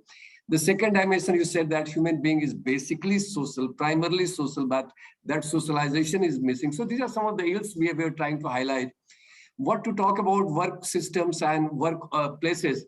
At home or in families, no one is talking to each other. Everyone is glued to their own digital device. So anyway, so if I summarize the whole thing now and just open it to the audience, we have highlighted two dimensions. Number one, there's numerous blessings and benefits of digitalization. It has improved our life better, and at all levels, at individuals, organization, society, economy, country, we have enabled, everyone is enabled, amplified, right? So there is a prosperity, productivity gain. Now we can work from anywhere, anytime. So, and all those newfound freedom, everything is there. So two challenges emerged. One was digital divide, where there are winners and losers. How to deal with the losers and the victims? What happens to the huge amount of retail conventional infrastructure that was there, that suddenly is outdated? What happened to a lot of skill set which digitalization has made redundant? What happens to that? It's a huge, I still remember when I was in government and we were digitalizing, I mean, not digitalizing, we were trying to computerize and automate. Suddenly they said workplaces have to be modular. So all the furniture and everything suddenly became a waste and trash. So this one example said that digitalization is creating waste and trash at different levels, at the level of skill, infrastructure, and all. So how to deal with that? And one more thought came to me, the esteemed panel members. See, this digitalization is going where it is in benefits and gains are there. See, a country, digitalization is good if it is removing human drudgery, automating where it's 100% accuracy, reliability. But think of sewage. Still, many people are dying while cleaning sewage. So whether we are able to target the digitalization to the places where it is more needed, like for banking, it was more profitable to be in the urban areas, not to go in rural areas. So government policy came to take the banking to the rural areas. So whether some policy interventions are required to take digitalization to the priority sector where it is required more. So these are some of the thought. So two questions, two challenges. One is digital divide and other is digital dependence. As you said, we are so much dependence on our digital device. Without that, we are just dysfunctional. So these are some of the discussion conclusion we have come. Now we can open to general the audience. If they have any question for the panel members, we can take it. Dr. Tanus, if you can just see if there are some questions from audience for the panel members. All right, sir. Let me check, sir. Because we have last 10 minutes, so if some questions are there, they can respond. In fact, sir, can I ask one? In fact, one opinion I just wanted to put through after hearing the discussion and the inputs from Mr. Pradeep, sir, that we are we are moving towards more of a solo kind of a society. So we have to also see the kind of behavioral change that this kind of digitalization would be bringing in. So as a responsible citizen, and even when we are discussing a theme on e-governance, the role of, not just even the policy makers must be towards how we can, ensure that our socialization process should not be, affected, negatively affected. And we are seeing a lot of places, but particularly in European countries, there's a culture of solo apartments, solo rooms. These are things are coming up, gradually changing completely the way the whole society used to run. So that aspect, I believe, also require much of the attention. We know technology is good for, the benefits of the society, and it should be pointed only towards, as you have rightly mentioned, to places or which are specifically require some kind of a betterment. But on the other hand, too much dependence may lead to sometimes this kind of challenge. Wonderful, wonderful. So that's a thought for the panel members. See, there's a cultural issue. Dr. Tanuj is bringing the Western societies where traditionally, their culture is individualistic. So what about the societies which are collective, family-oriented, social-oriented? So there, this dimension of digitalization at workplace and at the family level are bringing perhaps so a lot of issues and challenges which the social leaders, political leaders, thought leaders have to ponder on. Yes, any panelists want to respond? Or I don't know. It's a question. It will remain a question for now, perhaps. Basically, sir, if we will go by very elementary level, what will happen? All kind of people, all kind of behavior, all kind of psychology, everything was there from the day one of mankind. Only thing is that how beautifully we decoded them. We have given them the name. You take the name of anger, you take it greed, you fear, people tendency of living alone for some time or going around with the people, discussing, debating, disputing. It is there. Only what has happened, only the model and the type has changed. What exactly happens in life in the person, because I'm dealing with the people, so I get a range of people to discuss with. Like, so morning there is a person who doesn't know anything about ABCD. It's a poor villager who has come for a work, and by evening some minister who is asking for some favor or tender. So what happens? A range is developed between my discussions and people. I am privileged to get that kind of exposure. So what happens in that case? Two things are there. Either you know something or you don't know something. And when you do not know something, there are another two questions come, like whether you are interested or you are not at all interested in that. And if you are interested, what kind of effort you have made. So what exactly happens? People were alone earlier also. People were not able, some I'm telling some people, some of them. But what was happening at that time, there was a name and there was no name at all. There was no platform at all. There was no Facebook, no Instagram. They were not able to tell you, my mood is off, I want to digitally go switch off for a day or for 2 days. They were doing this thing earlier also. So human behavior is always, the basic elementary level is there. What only happens, this kind of forums, tools, digital is a tool only. And what I always suggest to my team, because I had led a team of digital transformation, and see, whenever there is a disruption in technology, you have to be very sensitive and very careful that what exactly is going to induce in the people's mind. Suppose put a CCTV camera, and you are putting it, camera is monitoring outside of the house. Situation is okay, but the person who is crossing in front of your road, what will be the thought in front of his house? That yes, something is there inside this house. For that, he want to monitor me. One thing. Second, these people are very insecure or insensitive. So the third one thing, if you put that same camera inside your office, the employees will thought that you are going to monitor them instead of the product. You are monitoring the employee. And the same thing happens with me if I'm putting the same camera to a construction site. The workmen start thinking that now they are being watched every point of time. So what they do, they try to cross that level of monitoring. And that is the beauty of human intelligence. You say good or bad. No, wonderful, Jitendra. In fact, he's saying till digitalization is a tool, that's good. And the point what you brought in is the real challenge of digitalization. that it has given organization and the countries and the agency enormous power. So the power can either be used for monitoring your work or monitoring your personal life, and how much it could be intrusive and overbearing, that can create somehow a state which is always snooping at whatever you are doing. So perhaps today your digital landscape is in the know of the agencies, and they know where are you and what are you doing. So you are under constant surveillance. So as Pradeep said that, look, what is used for some good thing, the same thing can be used for, the same knife that can be used for good purpose can be used for other purpose. We have a question here, if we can respond to this in the chat box. I read out this.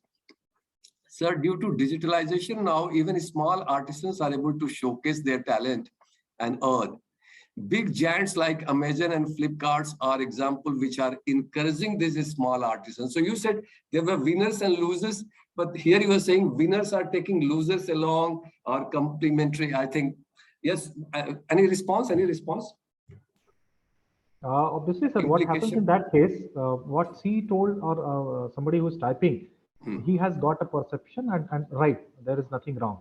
Amazon is a big player, and he has given, the platform is being used by a small artist, and he's showcasing his talent. But there is one more small artist just below to that who doesn't know how to use Amazon, where he has lost. So that's what we said, digital victims, digital what happens, users. sir? Yeah. What happens that what exactly, if you monitor your entire life, what are these expenses look together? Entire money what you earn in your life, just 2 to 3% or 5% or 10% you spent on all these kind of decorative items. But what happens if you go now? People have become very sensitive towards the negotiation, and all lot of videos are going around on the social media that don't negotiate with the people, vegetable vendor, and some of us are very much understanding it also. Even I calculated it for myself that we are hardly purchasing even 2% of this vegetable from my salary itself. And why I should pay, either I should not waste time and I should be kind to the people, because I'm telling you, whatever you will teach to the people in this society, they may not agree with your content if your behavior is not in the same direction. You tell him hundreds of things to your Ola driver or auto driver, and after getting down, you just fight with him for 10 rupees. Whatever you have taught him entire the way, he will think he's a bad person. Whatever he was telling, it's a different thing. Yes, that's another, misinformation. Misinformation. The power this digitalization. After a time, you can't check it. It is a self-multiplying, like bacteria and viruses. Once it enters, and any misinformation, it can go without limit. So anyway, with this, I think we are coming to the close. Dr. Archana, I think we are coming to the close of the whole discussion. If we have any question from the audience, anyone here for the panelists? Sir, I have a small question from Pradeep, sir, since he's been into HR systems. Somewhere, maybe a week back, I was reading an article which said that there is no substitute for personal connect and personal contact, say maybe when employees flock to the water coolers to drink water or meet in the canteen to have a cup of tea. But because of this digitalization and the concept of remote working, don't you think a new working environment is going to emerge? And definitely the organizations have to have some change management strategies to keep the employees engaged. So, I mean, what do you think is going to be the future of these kind of working environments? A few thoughts, and because as HR faculties here, we would like to share the same with the students. Sure, Yes, I can try. Pradeep, if you can respond. Yeah, the question is targeted to you. I see. Okay, I didn't hear that. But anyway, I'll try and respond.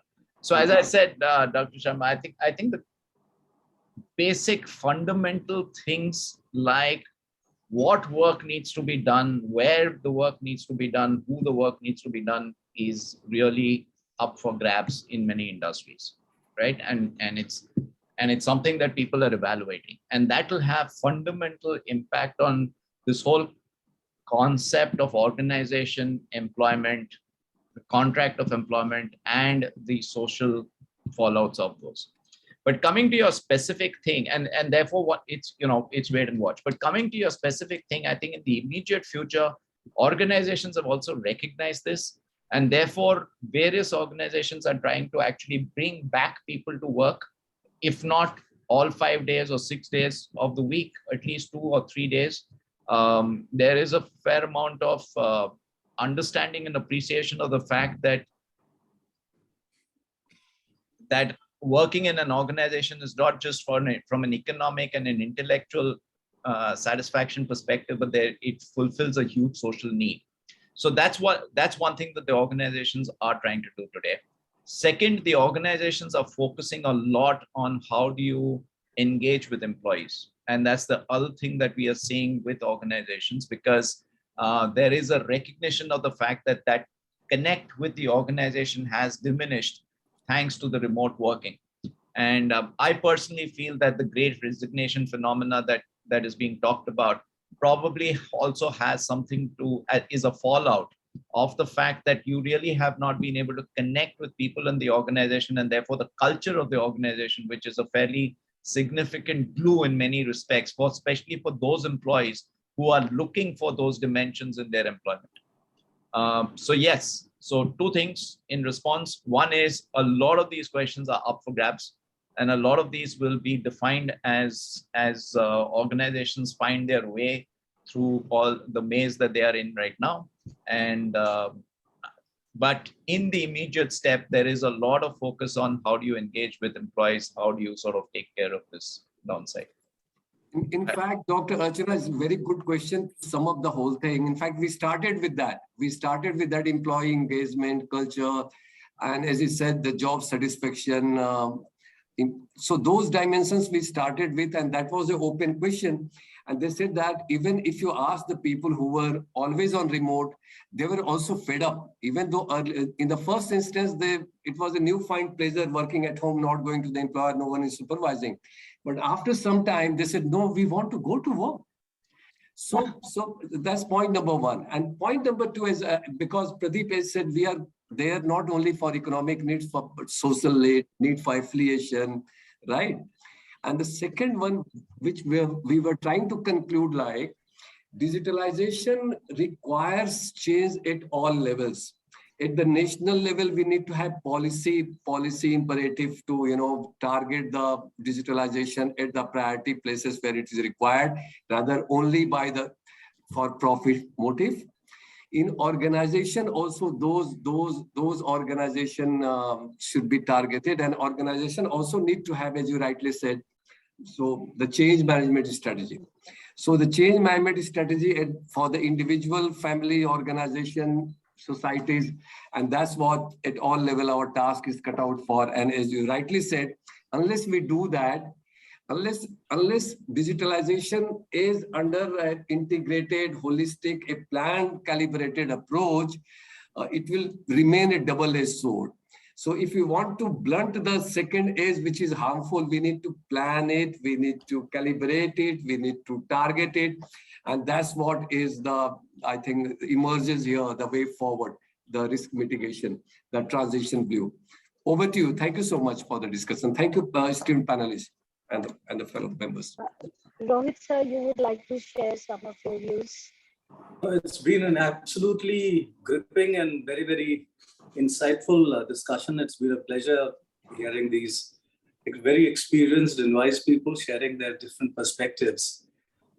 Some of the kind of issues which were also there, which were troubling issues, which possibly we need a little more time to deliberate upon and explore further. The recent conflict in the Ukraine-Russian, it has raised many questions relating to digitalization, wherein one small company sitting in Belgium controls the entire international transactions. Now, if SIFI is shut down for Russia, is it really right? Tomorrow, at the instigation of any one power or something, our entire international trade can come to a standstill. Is that the right platform or the right scenario in which we want to exist, or do we look at alternatives? And so on. So there are various dimensions to it, but it's been an outstandingly contributive and very, very informative session. My compliments and my grateful thanks to each and every panelist who has been here with us today and really, really made this very meaningful for all of us. So on behalf of the Amity Business School, a heartfelt thanks of gratitude to all of you, each and every one of you. Thank you, sir. Thank you, sir, for having us. Thank you. Thank you. Permit us to leave the meeting, please, now. I thank our audience for their questions, and I thank all the panel members for their valuable insights. I now invite Professor Dr. Rohit Kushwaha, sir, to give a brief of the two-day conference. Vidushi, we'll just hold for a second because I need to connect with Dr. Bansal as well. Okay. Sir, thank you all the panelists. And I hope in future we'll stay connected, and we do need a lot of advices and, We must connect. take it. Yes. Thank you so much. Thank you so much for Let's- having us. Thank you. Thank you. Thank you so much. Thank you. Thank you. Thank you, Parikshit sir. Thank you so very much, ma'am. Ashna ma'am, I got a call from Sanjeev sir because he's in a parallel meeting. So when we are ready, I'll just give him a call to join us. But we've already sent him the link. So while I'm summing this up, or just giving a quick catch of on the last 2 days workings, if you can give him a call maybe, Okay, I'll do that. or I'll otherwise do that. vice versa, you can continue with the recap and I'll give him a call, whatever works. All right. So, if you're giving a call, then I will recap. I'll do that. I'll do that.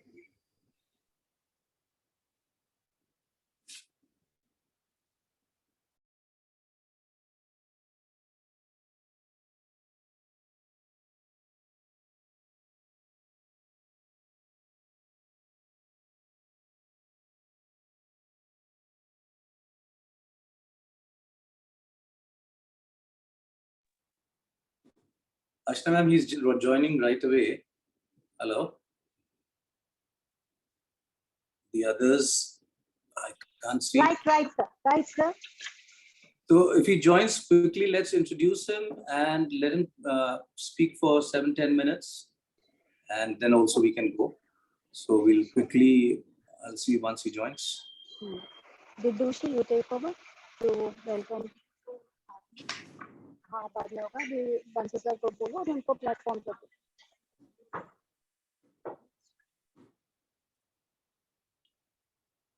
Of Amity Business School, Lucknow, Uttar Pradesh. Our guest of honor, Dr. Sanjeev Bansal, sir, I would like to invite you to shower us with your kind words. Dr. Sanjeev Bansal, sir, needs no introduction. He has been associated with Amity University. Dr. Sanjeev Bansal, sir, is Dean FMS and Director of Amity Business School, Amity University, Noida, Uttar Pradesh. He is an admired academician with a PhD and a DLED degree. Sir has an acclaimed career span of 33 years in teaching, research, and consultancy. He is an avid researcher and has more than 225 research papers in prestigious journals. He has been awarded with Lifetime Achievement Award by GVIT and SIBF. Sir has also won Dr. Sarvapalli Radhakrishnan Lifetime Achievement National Award and Rashtra Ratan National Award by IRDP. I welcome you, sir, to our conference on e-governance. Thank you so very much, Vidushi. It's my extreme privilege that I am being asked to join this conference. Thank you so very much. It's all in the family. Amity Business School, Lucknow is a part of Amity University of Uttar Pradesh, and I am an integral part of this school as well. Thank you so very much. How many minutes I am allowed to speak, Dr. Rohit, with your permission? Can I take 10 minutes approximately? Sir, you're muted. Rohit, sir, you're muted. Sir, as many minutes as you can spare. Thank you so very much. I mean, everything is time constraint. I know. Yeah. So, friends, very, very good topic, very timely topic, very emerging topic Dr. Rohit Kushwaha has taken for this conference. I congratulate all the members of Amity Business School, Lucknow, for conducting this wonderful workshop. You know, day before I, along with UP Police, conducted a training program for 1,500 police stations of UP, where we invited around 10 speakers were there, and we conducted this training workshop for cyber security awareness in all the UP police stations, and you will be surprised that 1,540 police stations participated, all the senior officials and all, and it was only to make them aware of the changing patterns of cyber crimes and how to deal with it. You must be all knowing that cyber crimes have basically taken a big number nowadays. Is multifold. The number which was in 2006 or 2010, it's very big number nowadays about cyber crimes, and how to tackle it is a big problem going. Now, e-governance, when you speak, it's not directly related, but it's something which I am speaking about. It's a part of that only, where we have to deal with. So, empowering citizens and organization for nation building, I think that's the most apt topic in the current scenario. E-governance or electronic governance implies government functioning with the application of ICT. So e-governance is basically a move towards smart governance when we say, implying simple, moral, accountable, responsive, and transparent governance. So information given here in e-governance, I mean, this can be something where transparently you can deliver to the public through this. So e-governance help in enhancing and redefining the social, environmental, and economic value of citizens. In India, it has steadily evolved from the computerization of government departments to initiatives such as citizen centricity, as well as organizations, service orientation, and transparency. This evolving is not very old. If you go back to the history, the government of India established the Department of Electronics in 1970. The first major step toward e-governance in India was the establishment of National Informatics Center (NIC) in 1977, followed by the launch of NIC-NET in 1987, which was one of the driving forces for e-governance. The other significant initiative included the creation of a Union Ministry of IT in 1999, identification of a 12-point minimum agenda for e-governance by Government of India for implementation in all the union government ministries and departments was in 2000, and National E-Governance Plan (NEGP) was established in 2006. So, which set up an impressive agenda for developing e-government services. E-governance initiatives have played an important role in shaping the progressive strategy for the country. It's an emerging area of focus and implementation with the sole aim of creating higher transparency as well as making the system citizen-centric. Driven through technology, e-governance is transforming citizen services by providing access to information, integrated various systems and services between government and citizens. By empowering and enhancing citizens' social, environmental, and economic values. Now, the question is how e-governance is beneficial for the citizen of any nation. So basically we have four kind of interactions. We are all aware of that. One is G2C, that is government to citizens. So interaction between the government and citizens, this enables citizens to benefit from efficient delivery of a large range of public services, expands the accessibility and availability of government services, improves the quality of services. G2B is the second type, that is government to business. It enables the business community to interact with the government by using e-governance tools. The objective is to cut red tapeism, which will move, save time, and reduce operational costs. Will also create a more transparent business environment when dealing with the government. So G2B initiative is in services as licensing, procurement, and revenue. Is going to be a great hit. Third is G2G, that is government to government. So enables seamless interaction with various government entities. This kind of interaction can be between various departments and agencies within government or between two governments, makes some union and state government or between state governments. Rajendra Kumar इतने खुश क्यों है हंस रहे हैं बड़ा This primary aim is to increase efficiency, performance, and output. Day before I was speaking to somebody from RTO department, And I mean, I was being told that if you are moving from a state, I mean, a different place to a different place, even in UP only, then you cannot get your license renewed. You have to get a DL firstly, and then you have to get your original license. When I asked, they said the data is available, but now the data is not interlinked. So when I say e-governance, when you have G2G, then I think all these problems are going to be taken care of. The fourth part is G2E, that is government to employees, where interaction is between government and its employees. So ICT tools helps in making these interactions very fast and efficient, and thus increases the satisfaction level of employees. So e-governance in actual has admitted the need for traditional methods of storing data and indiscriminate use of stationery. You know, I am a student of decision sciences, and I speak about data a lot. Nowadays, we have made very big words. We have hyped big data and all those things, but it's not something which is, I mean, it's not a rocket science. This is something which is very basic, and it's being in practice since long. We can store data today over the cloud and send communication over the internet. This not only saves cost and time, but also proved to be a more secure way of managing large amounts of public data. The major advantage of e-government is it has improved flow of information from citizen to government, government to citizen, and within government itself. You know, so additionally, e-government helps modernize administrative procedures, improving economics, and promoting transparency in the process. So digital solutions have become vital to address isolation and keep people informed and engaged. It ensures the delivery of services remotely, thereby reducing the economic, social, and environmental costs associated with service delivery to the public. So it's most cost effective also. E-governance allows citizens to communicate with government, participate in the government policy making, and citizen to communicate. And with every line, I will just say in the right possible way. In the right way, when I say, so keeping in mind the responsibilities and rights in order. E-governance will allow ordinary people to constantly interface with the government in both local and central level of various matters, and helps in building trust between government and citizens.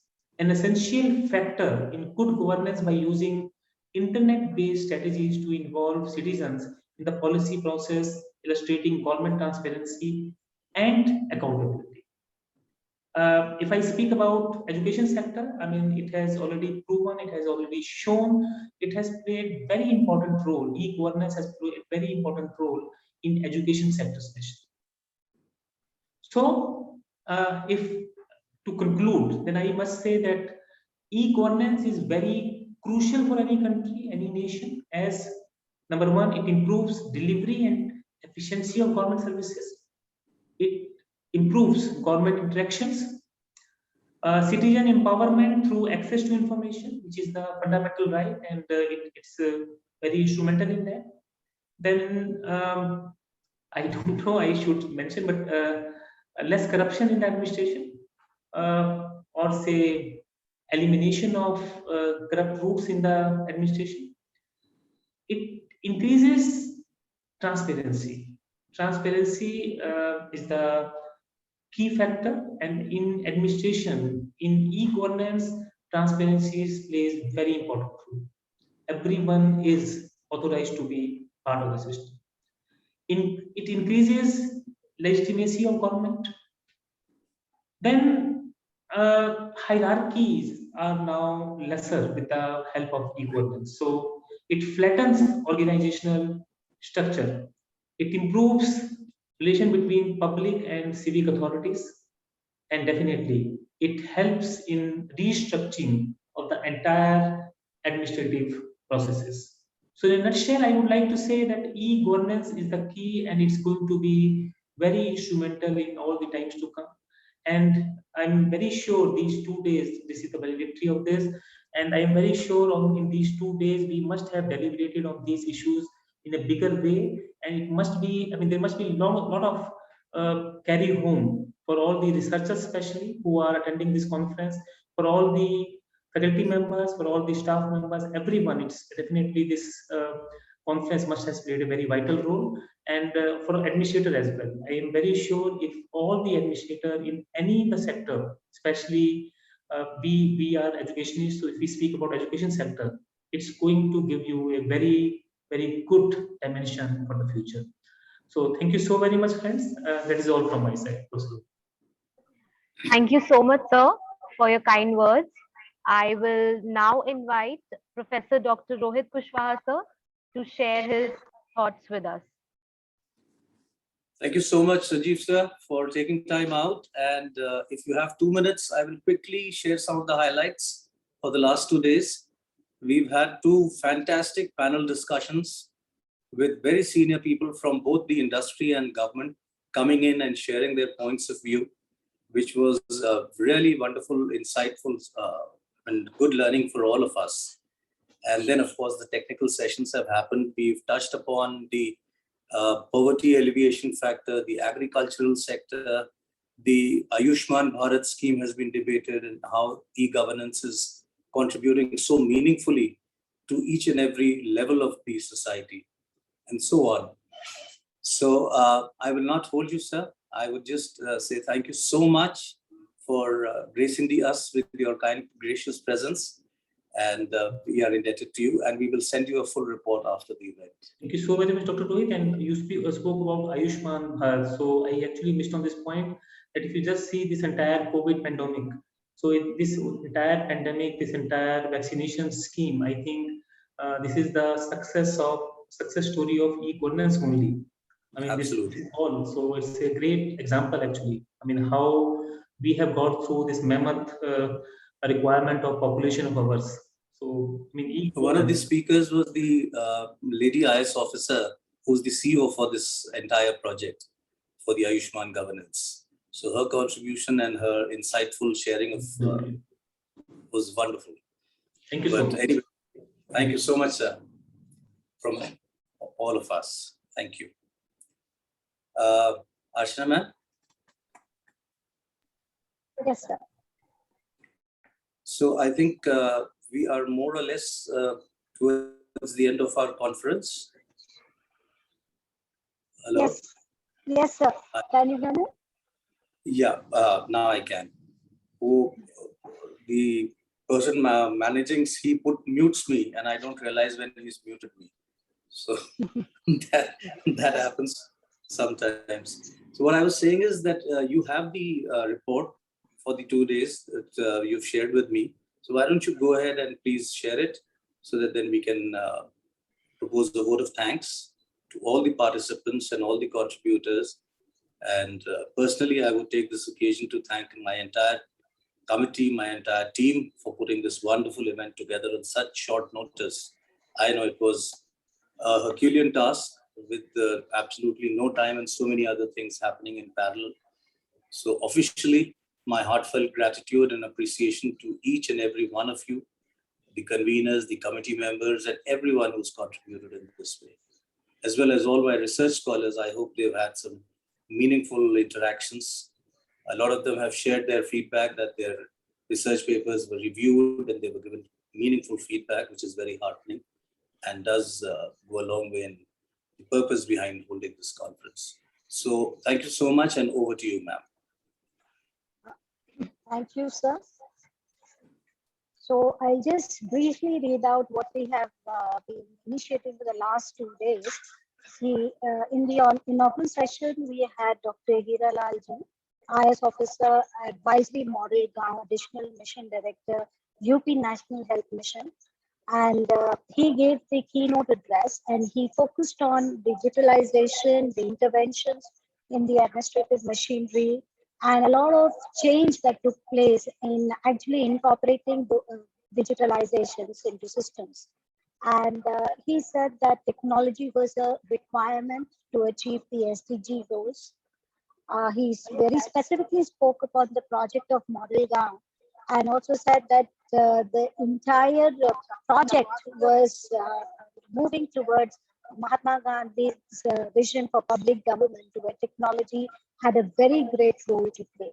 And then he further went on to talk about technology in years will change, will become very helpful to the systems, and will be more people centric as it is being as it is appearing today. So in future, maybe we will be having more people centric technology. Then we went on to the first panel discussion. The topic of the discussion was digital interdependence for economic growth, issues and challenges. And we had a very august gathering.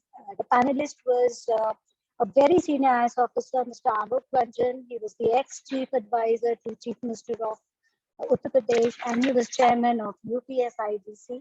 Ms. Sangeeta Singh, IAS, CEO of State Agency for Comprehensive Health Insurance, specifically the Ayushman Bharat.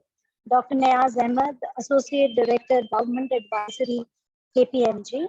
And we had Mr. A. K. Srivastava, who was the retired Vice Chairman, Railway Claims and Tribunals. And Mr. A. K. Srivastava, along with Professor Rohit Kushwaha, moderated the entire panel discussions. And in this panel discussions, there was a lot of insights in terms of Ayushman Bharat schemes, which aim to provide a coverage of 5 lakh rupees per year per family. And there was an Ayushman card, which was applicable and available. And later on, the speaker also highlighted the benefits of digitalization and technology, about how it is benefiting the people of our state. Then Mr. Nayaz Ahmed went on to talk about the digitalization in the agriculture sector, where he estimated that the productivity and reducing manual interventions has been very, very crucial, and technology has helped in that. A number of private companies, they are coming forward with these digital solutions in improving livelihood and digital retails, and also in the financial sector. Then later on, there was a further deliberation on how digitalization was very, very important in removing poverty. It changed the whole system positively. There was focus on sustainable development and growth in India. Also talked about the current poverty situations, the status, and how it has improved upon. Then we had Dr. Ranjan, who talked about some crucial issues concerning digitalization. And very relevantly, very important example that emerged was an example of COVID portal, which turned out to be a successful application, as everyone could map the COVID vaccination centers and get the vaccination done in their nearby hospitals.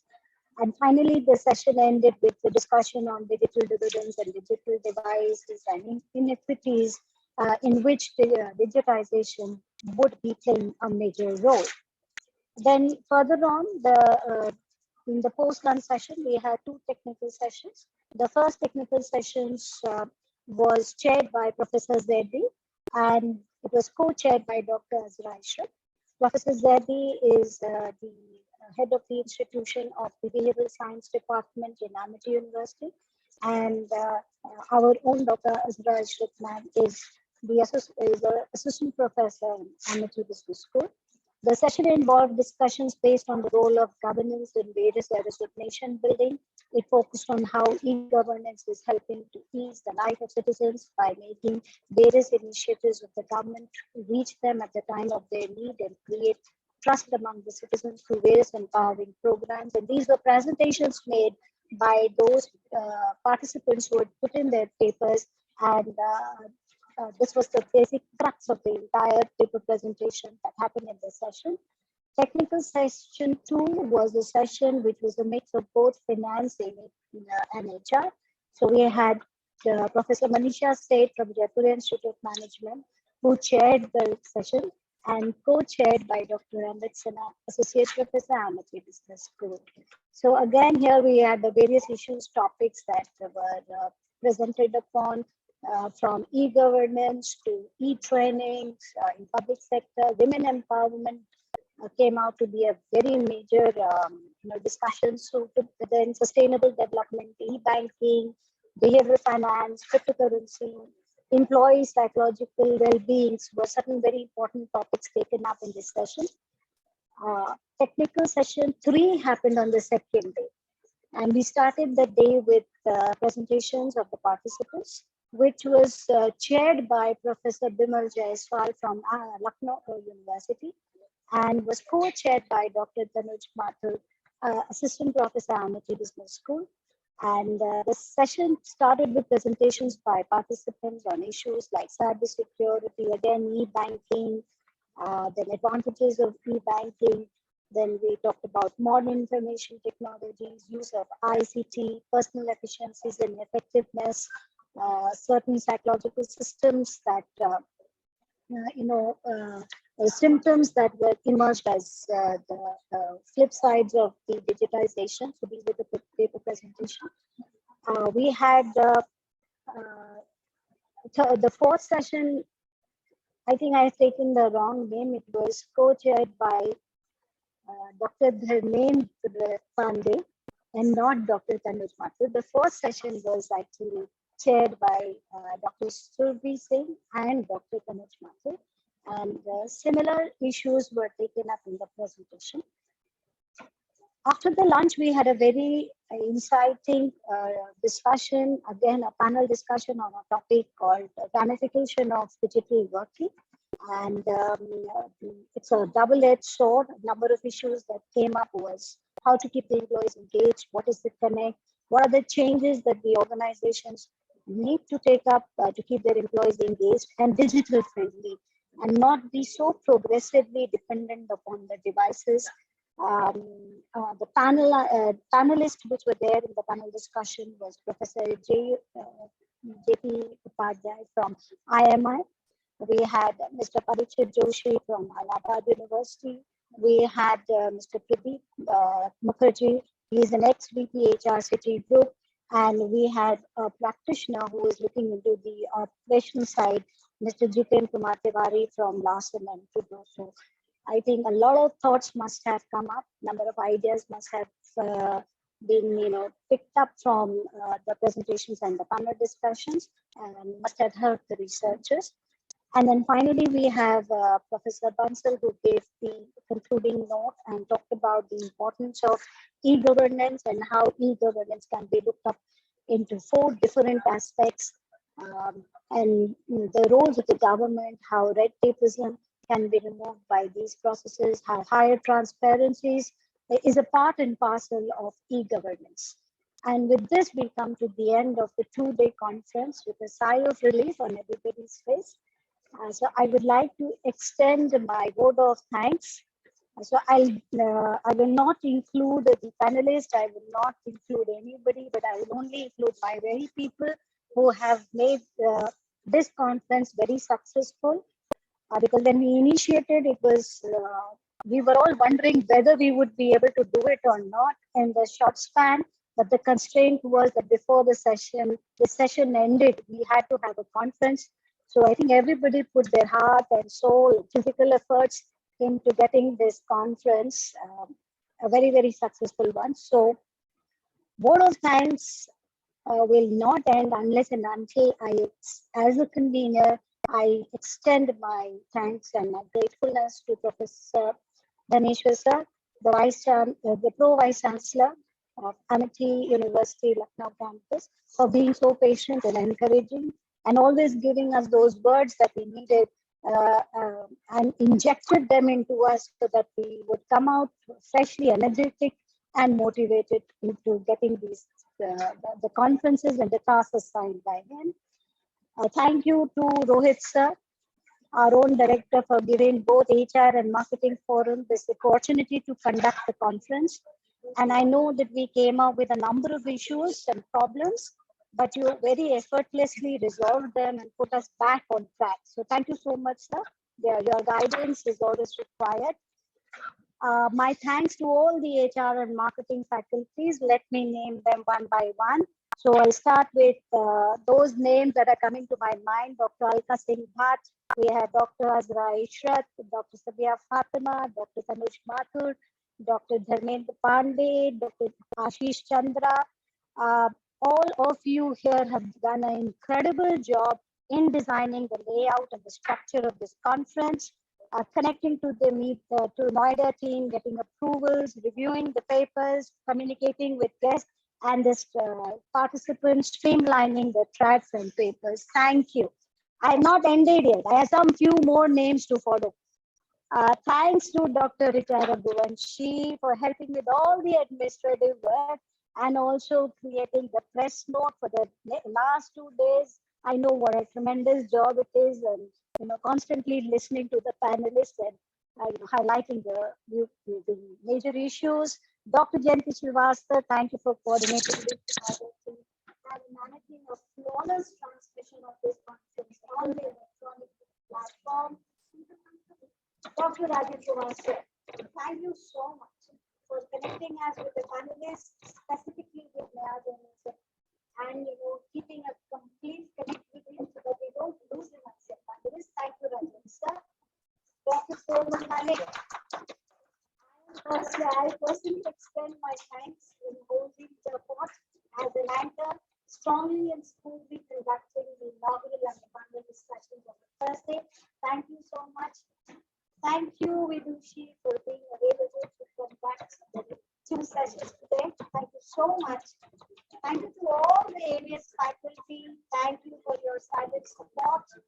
My thanks to the academic staff, Anjali, Ankita, Jyoti, Abhay, even Amrish, Sushil, and Sanjay. In their own way, they have always been supportive to us.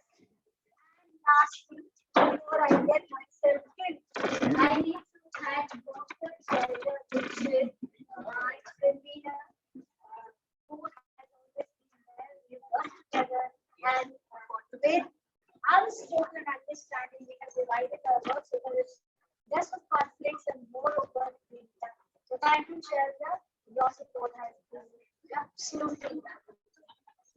Thank you, everybody, for being here. Part of this. Do I have the permission to close this? Sir? I know it was a very extensive. Thanks.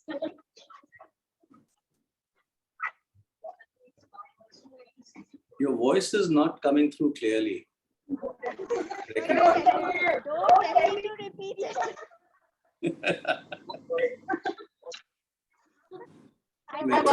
Thank you, sir. Thank you so much. I'm sure it matters. you, The ma'am. people who matter have heard you. Yes. So it's quite all right. So formally we close this conference. Thank you, everybody. Thank you, ma'am. Thank you.